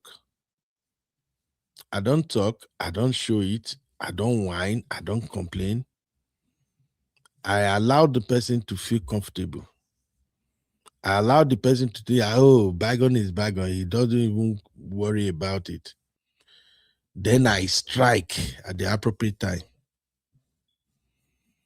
If you want to do that, it helps a lot.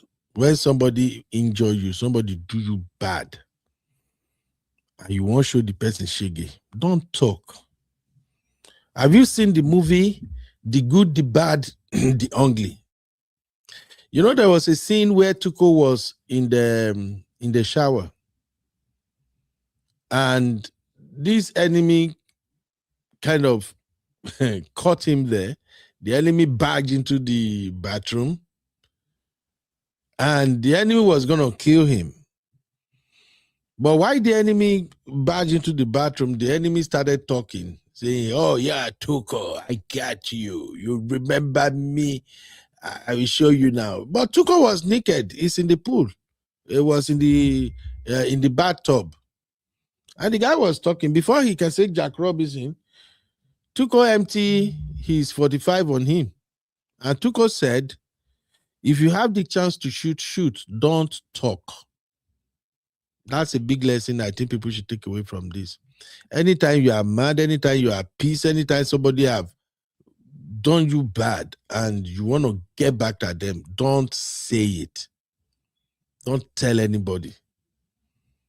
Don't even tell your wife or your husband what you want to do safe. Because it helps at times. But on the other hand, sometimes it's good if you talk about it, or if you know say what you want to do. If it cause me you on a live person, it's good may you talk to somebody so that they can talk you out of it too. But joking aside, all I'm simply saying is that don't talk too much. Sometimes what you say might be used against you in the court of public opinion and in the court of law. In the case of Femi and the wife now, I think Femi really, really do the woman bad. He really play on her emotion. He didn't handle the matter well. But because of Pepe Body and over talking, Iyan Aladuke messed everything up. All right, I'll leave it to everybody to decide on the Tublin, Funke Akindele, Bobrisky, Femi Adebayo, the shocking story of the evil wife. Iyan Aladuke is not an evil wife. It's what she said that in Nigerian context sounds evil, by wishing that a man who have lived his career, everything, just because he's your father-in-law, just because the man cannot get your husband to do what you wanted, you were now wishing that the man should have stroke. That's why we just say evil wife, but she's not evil. God is the one that knew everything that went down on this matter. She is the one that live in the same house with her husband. Now she know what her eye don't see you. Okay, that is my conclusion. Thank you everybody for being here. Now, real fam, do me a favor, ladies and gentlemen. If you are still right here with me, stay with me as we're about to celebrate my brother. You are watching UB Stories. Like, subscribe, and leave your thoughts in the comment.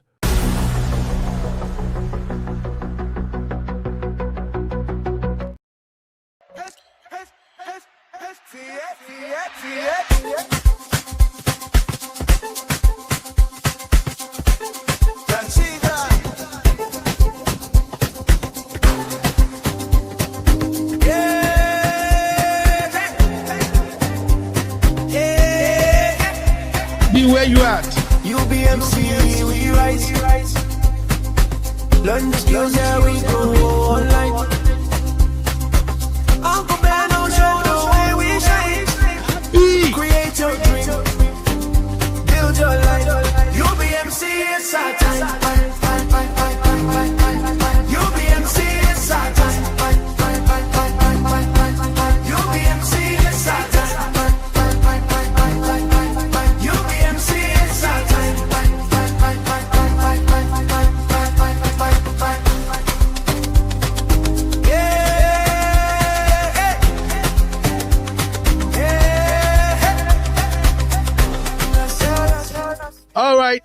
All right, ladies and gentlemen, please join me to celebrate my brother, my paddy, all the way from the UK, Sam Olu. Today is Sam Olu's birthday. Sam Olu is a member of the Real Fam.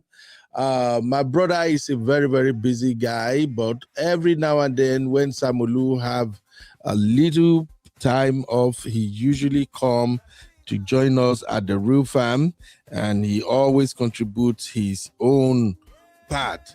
He helped me make it make sense all the time. Please, ladies and gentlemen, help me drop a huge happy birthday message so we can show this to him later on. Abi, oh yeah, let's go. Wish my brother Samulu happy birthday for me.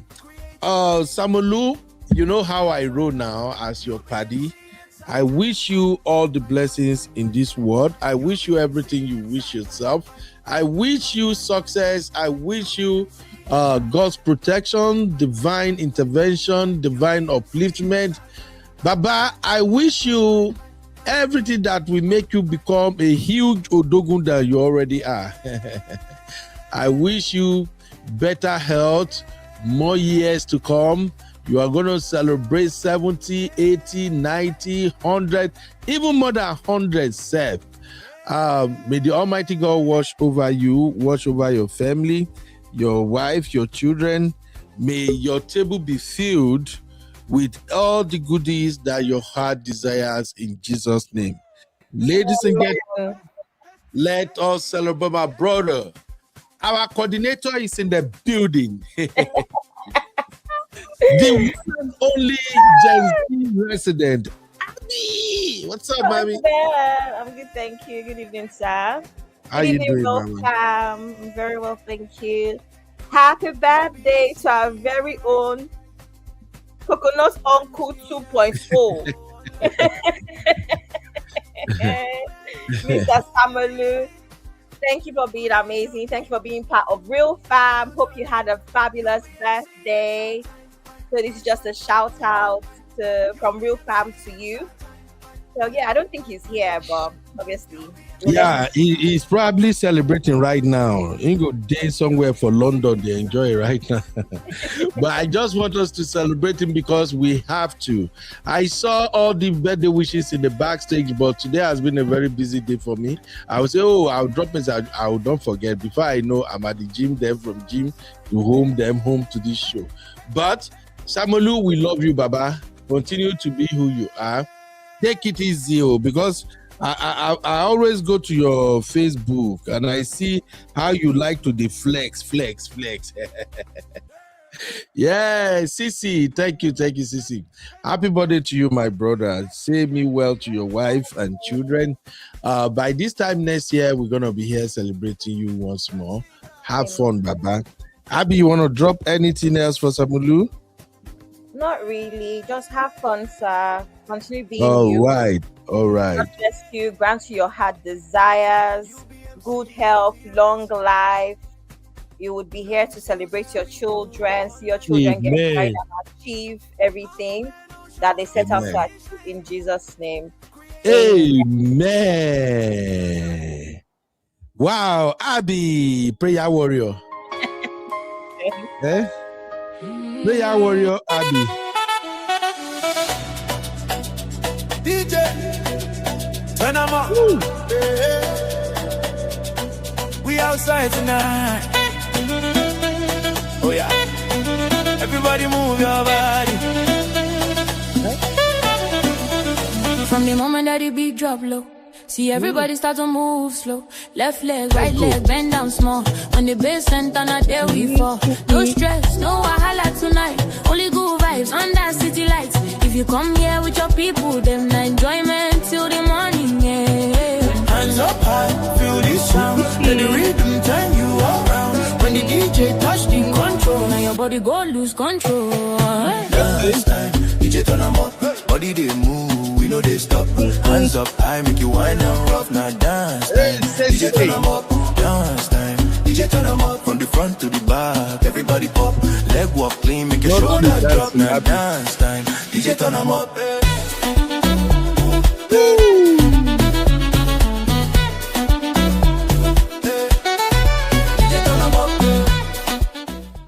All right. Thank you, everybody. I really appreciate you. I've been like you to take dance. So what do with this? Leg walk with this? Yes, Uncle Ben.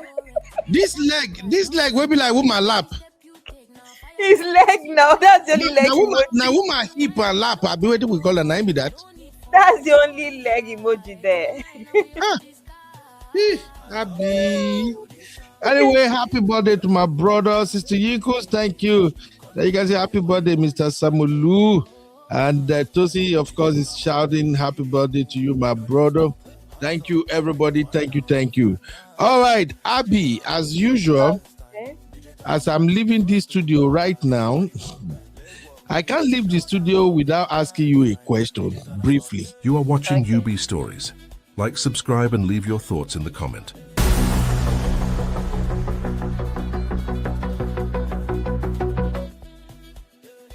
So, Abby, I know you followed this story from beginning to the end, and you are aware of it. What do you think is wrong with your gender, especially those that feel insecure when it comes to their husband being in the midst of other women?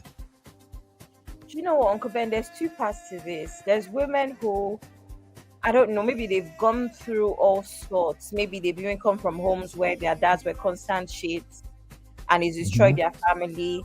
Maybe previous relationships as well. That's kind of what ruined the relationship. However, for me, I always say that that's not an excuse. You don't carry your burden from previous situations to a new relationship. It is your responsibility to heal and be a better person for your next partner. But I'm just saying, just for the purpose of saying. But there's other people. I don't know. When I heard that part of the story, you already knew he was an actor. I don't buy into that nonsense. You deal with what you can, marry or date who you can handle and handle their job, whether it's their job. You cannot go and say you're dating a pilot and your top love language is quality time. You know that pilots are hardly ever around, So let's marry and date people that we know we can handle. You were here, Uncle Ben, when I was complaining about a man that gets so much attention on social media. And you were like, babe. I'm like, I know what I can handle. I wouldn't like it long term. It's all fun and games until 5 years in, 3 children, and somebody is still saying, I want to sit on your face to somebody's husband. And no, I don't want that. So I think that's one of the issues. Sometimes with actors, it looks like a good idea. This guy is good looking, he has money, he's popular. You're one of his fan girls. It's fun until you're actually in the situation. So we just be full of things, and I just feel like let's just marry who we can handle. There's women that are okay with it. If you're not okay with it, don't think you're going to be able to handle it 5 years in. That's what I think happened here. Because she knew. She's always been an actor. So she knew. Just thought that she could deal with it. Also, Uncle Ben, boundaries. I agree with that part, that she thought she can deal with it. Yeah. And then when she got into it, she see that it's not easy. Yeah. You made a lot of sense there. Yeah. Go ahead. Also, Uncle Ben, boundaries from men's standpoint. I've seen men say stuff like the woman is just jealous. Is she just jealous, or do you make funny statements that or Uncle Ben, that's how you even go to work and have boundaries where everybody will know that work is work. Everybody will know that you're just friendly. And there's men that take a bit too far. I think that it's your duty, man and woman, to make your spouse feel secure and know that you're their priority where other men and women are concerned. You can't be a married man and a random colleague of yours. Let's look for one BBL colleague now. Who's a BBL colleague now in the industry? Will not be calling you at 2 a.m. that you're the person Nurse Mirage now, or somebody that is a bit raunchy will not come and be calling you at 2 a.m. These are the boundaries I feel like as a married man. You come back home, work is work. Everybody, even amongst your colleagues, they know you to be a strict, do you understand? A strict what's it called, person, because you have a wife. I think these things help when you're an actor as well. When you're in certain spaces, and it's on both sides, Uncle Ben. For instance, did you see that video of Messi Aigbe kissing that young boy at the premiere? Oh, I wasn't even paying attention. I don't know if you saw that video. I was just thinking, film has ended, right? You are the premiere. What's the reason for kissing him there now, Uncle Ben? On the red carpet when you have a husband? A Muslim conservative husband. Is the guy mouth to mouth? Yes, now. Oh, let's see if we can pull up that video quick. Oh. No, don't worry. Uncle Let Ben, them I'm like, continue. so Jonathan is one of these young, like, model actor boys as well. I can't remember his name now. But my point is, Jenna Igbuchi, where did be that small boy where they run up and down? what's his name? He's a new age actor, but he's like a model. He's more of a model than an actor. He has one kind of name, Vincent Ogulu, Vincent something Ogulu, something like that. Vincent, I think, or something like that. Or Vince, something like that. But my point is, Uncle Ben, you will finish movie sets. You're a married woman, married to a Muslim conservative man. You now kiss him on stage. And before she kissed you, she said, I'm a married woman. No. Uncle Ben, these are the issues. Yeah. You want to carry yourself a certain way, regardless of your job. You understand? So the thing to me, Abby, it just boils down to respect. I think we need to emphasize how to respect a husband and how to respect a wife. I think we are not just there yet. We need to learn how to respect each other. Whatever you do will reflect on your wife and it will reflect on your husband. There's no two way about it. So I agree with you, Abby. I agree with you absolutely. I think as for Nollywood, make I no go draw conclusion. But be like say they just pass each other. One pass around, one see around. You know, there was a time in Nollywood that it was a big scandal that if the directors don't sleep with some of those girls, they will not give them roles.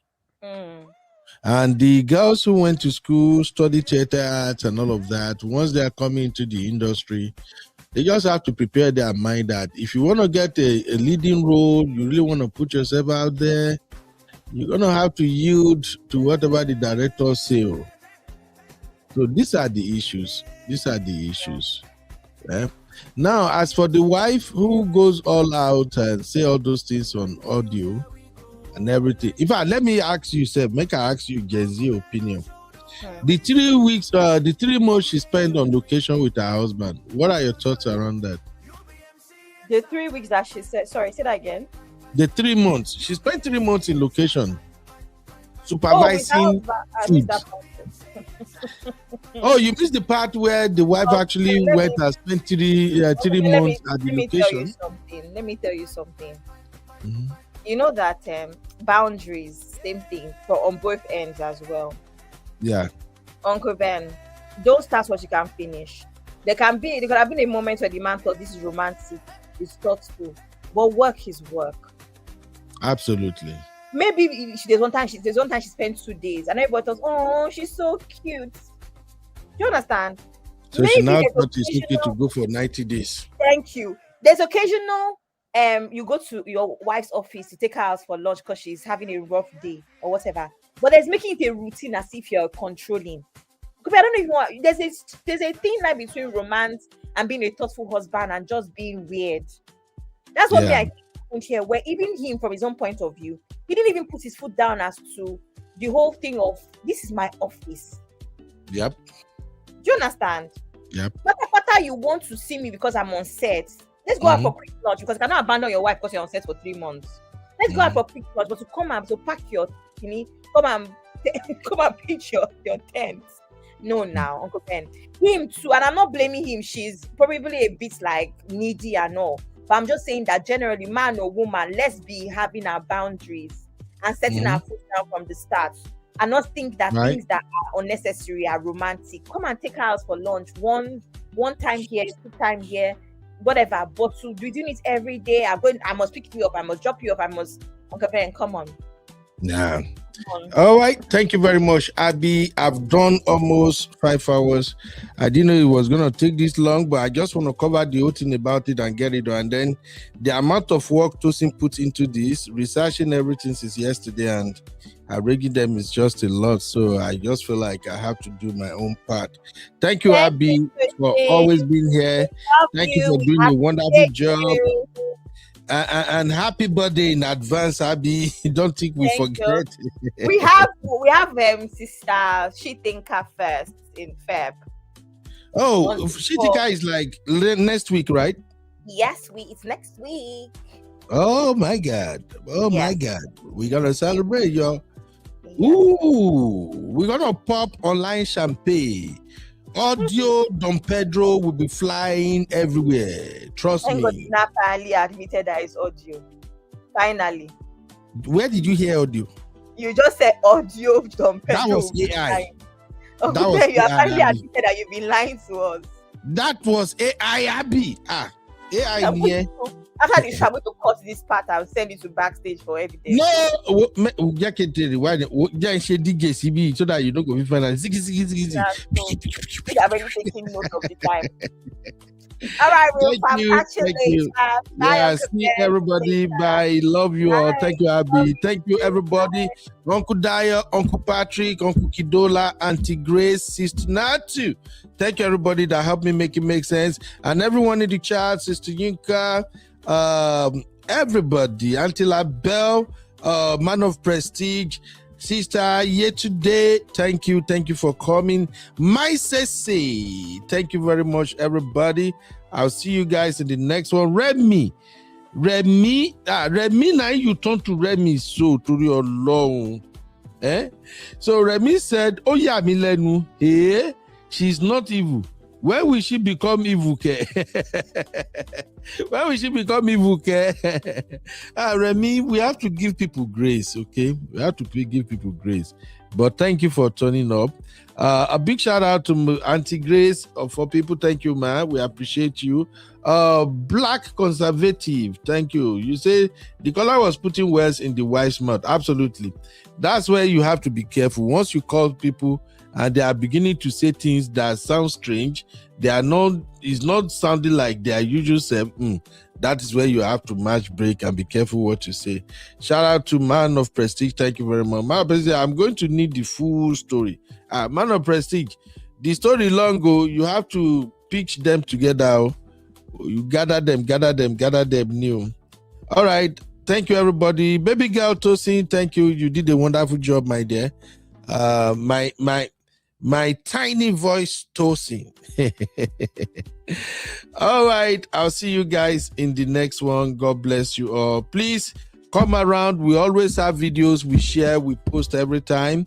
Come and participate, okay? Thank you, everybody. Bye for now.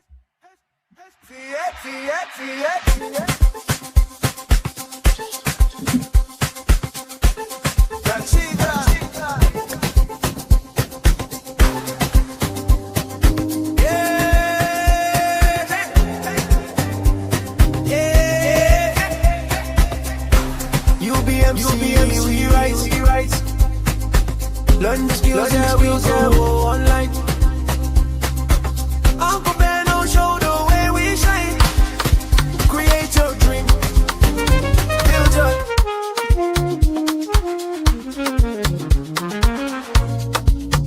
Yeah. You be in the building. Hey.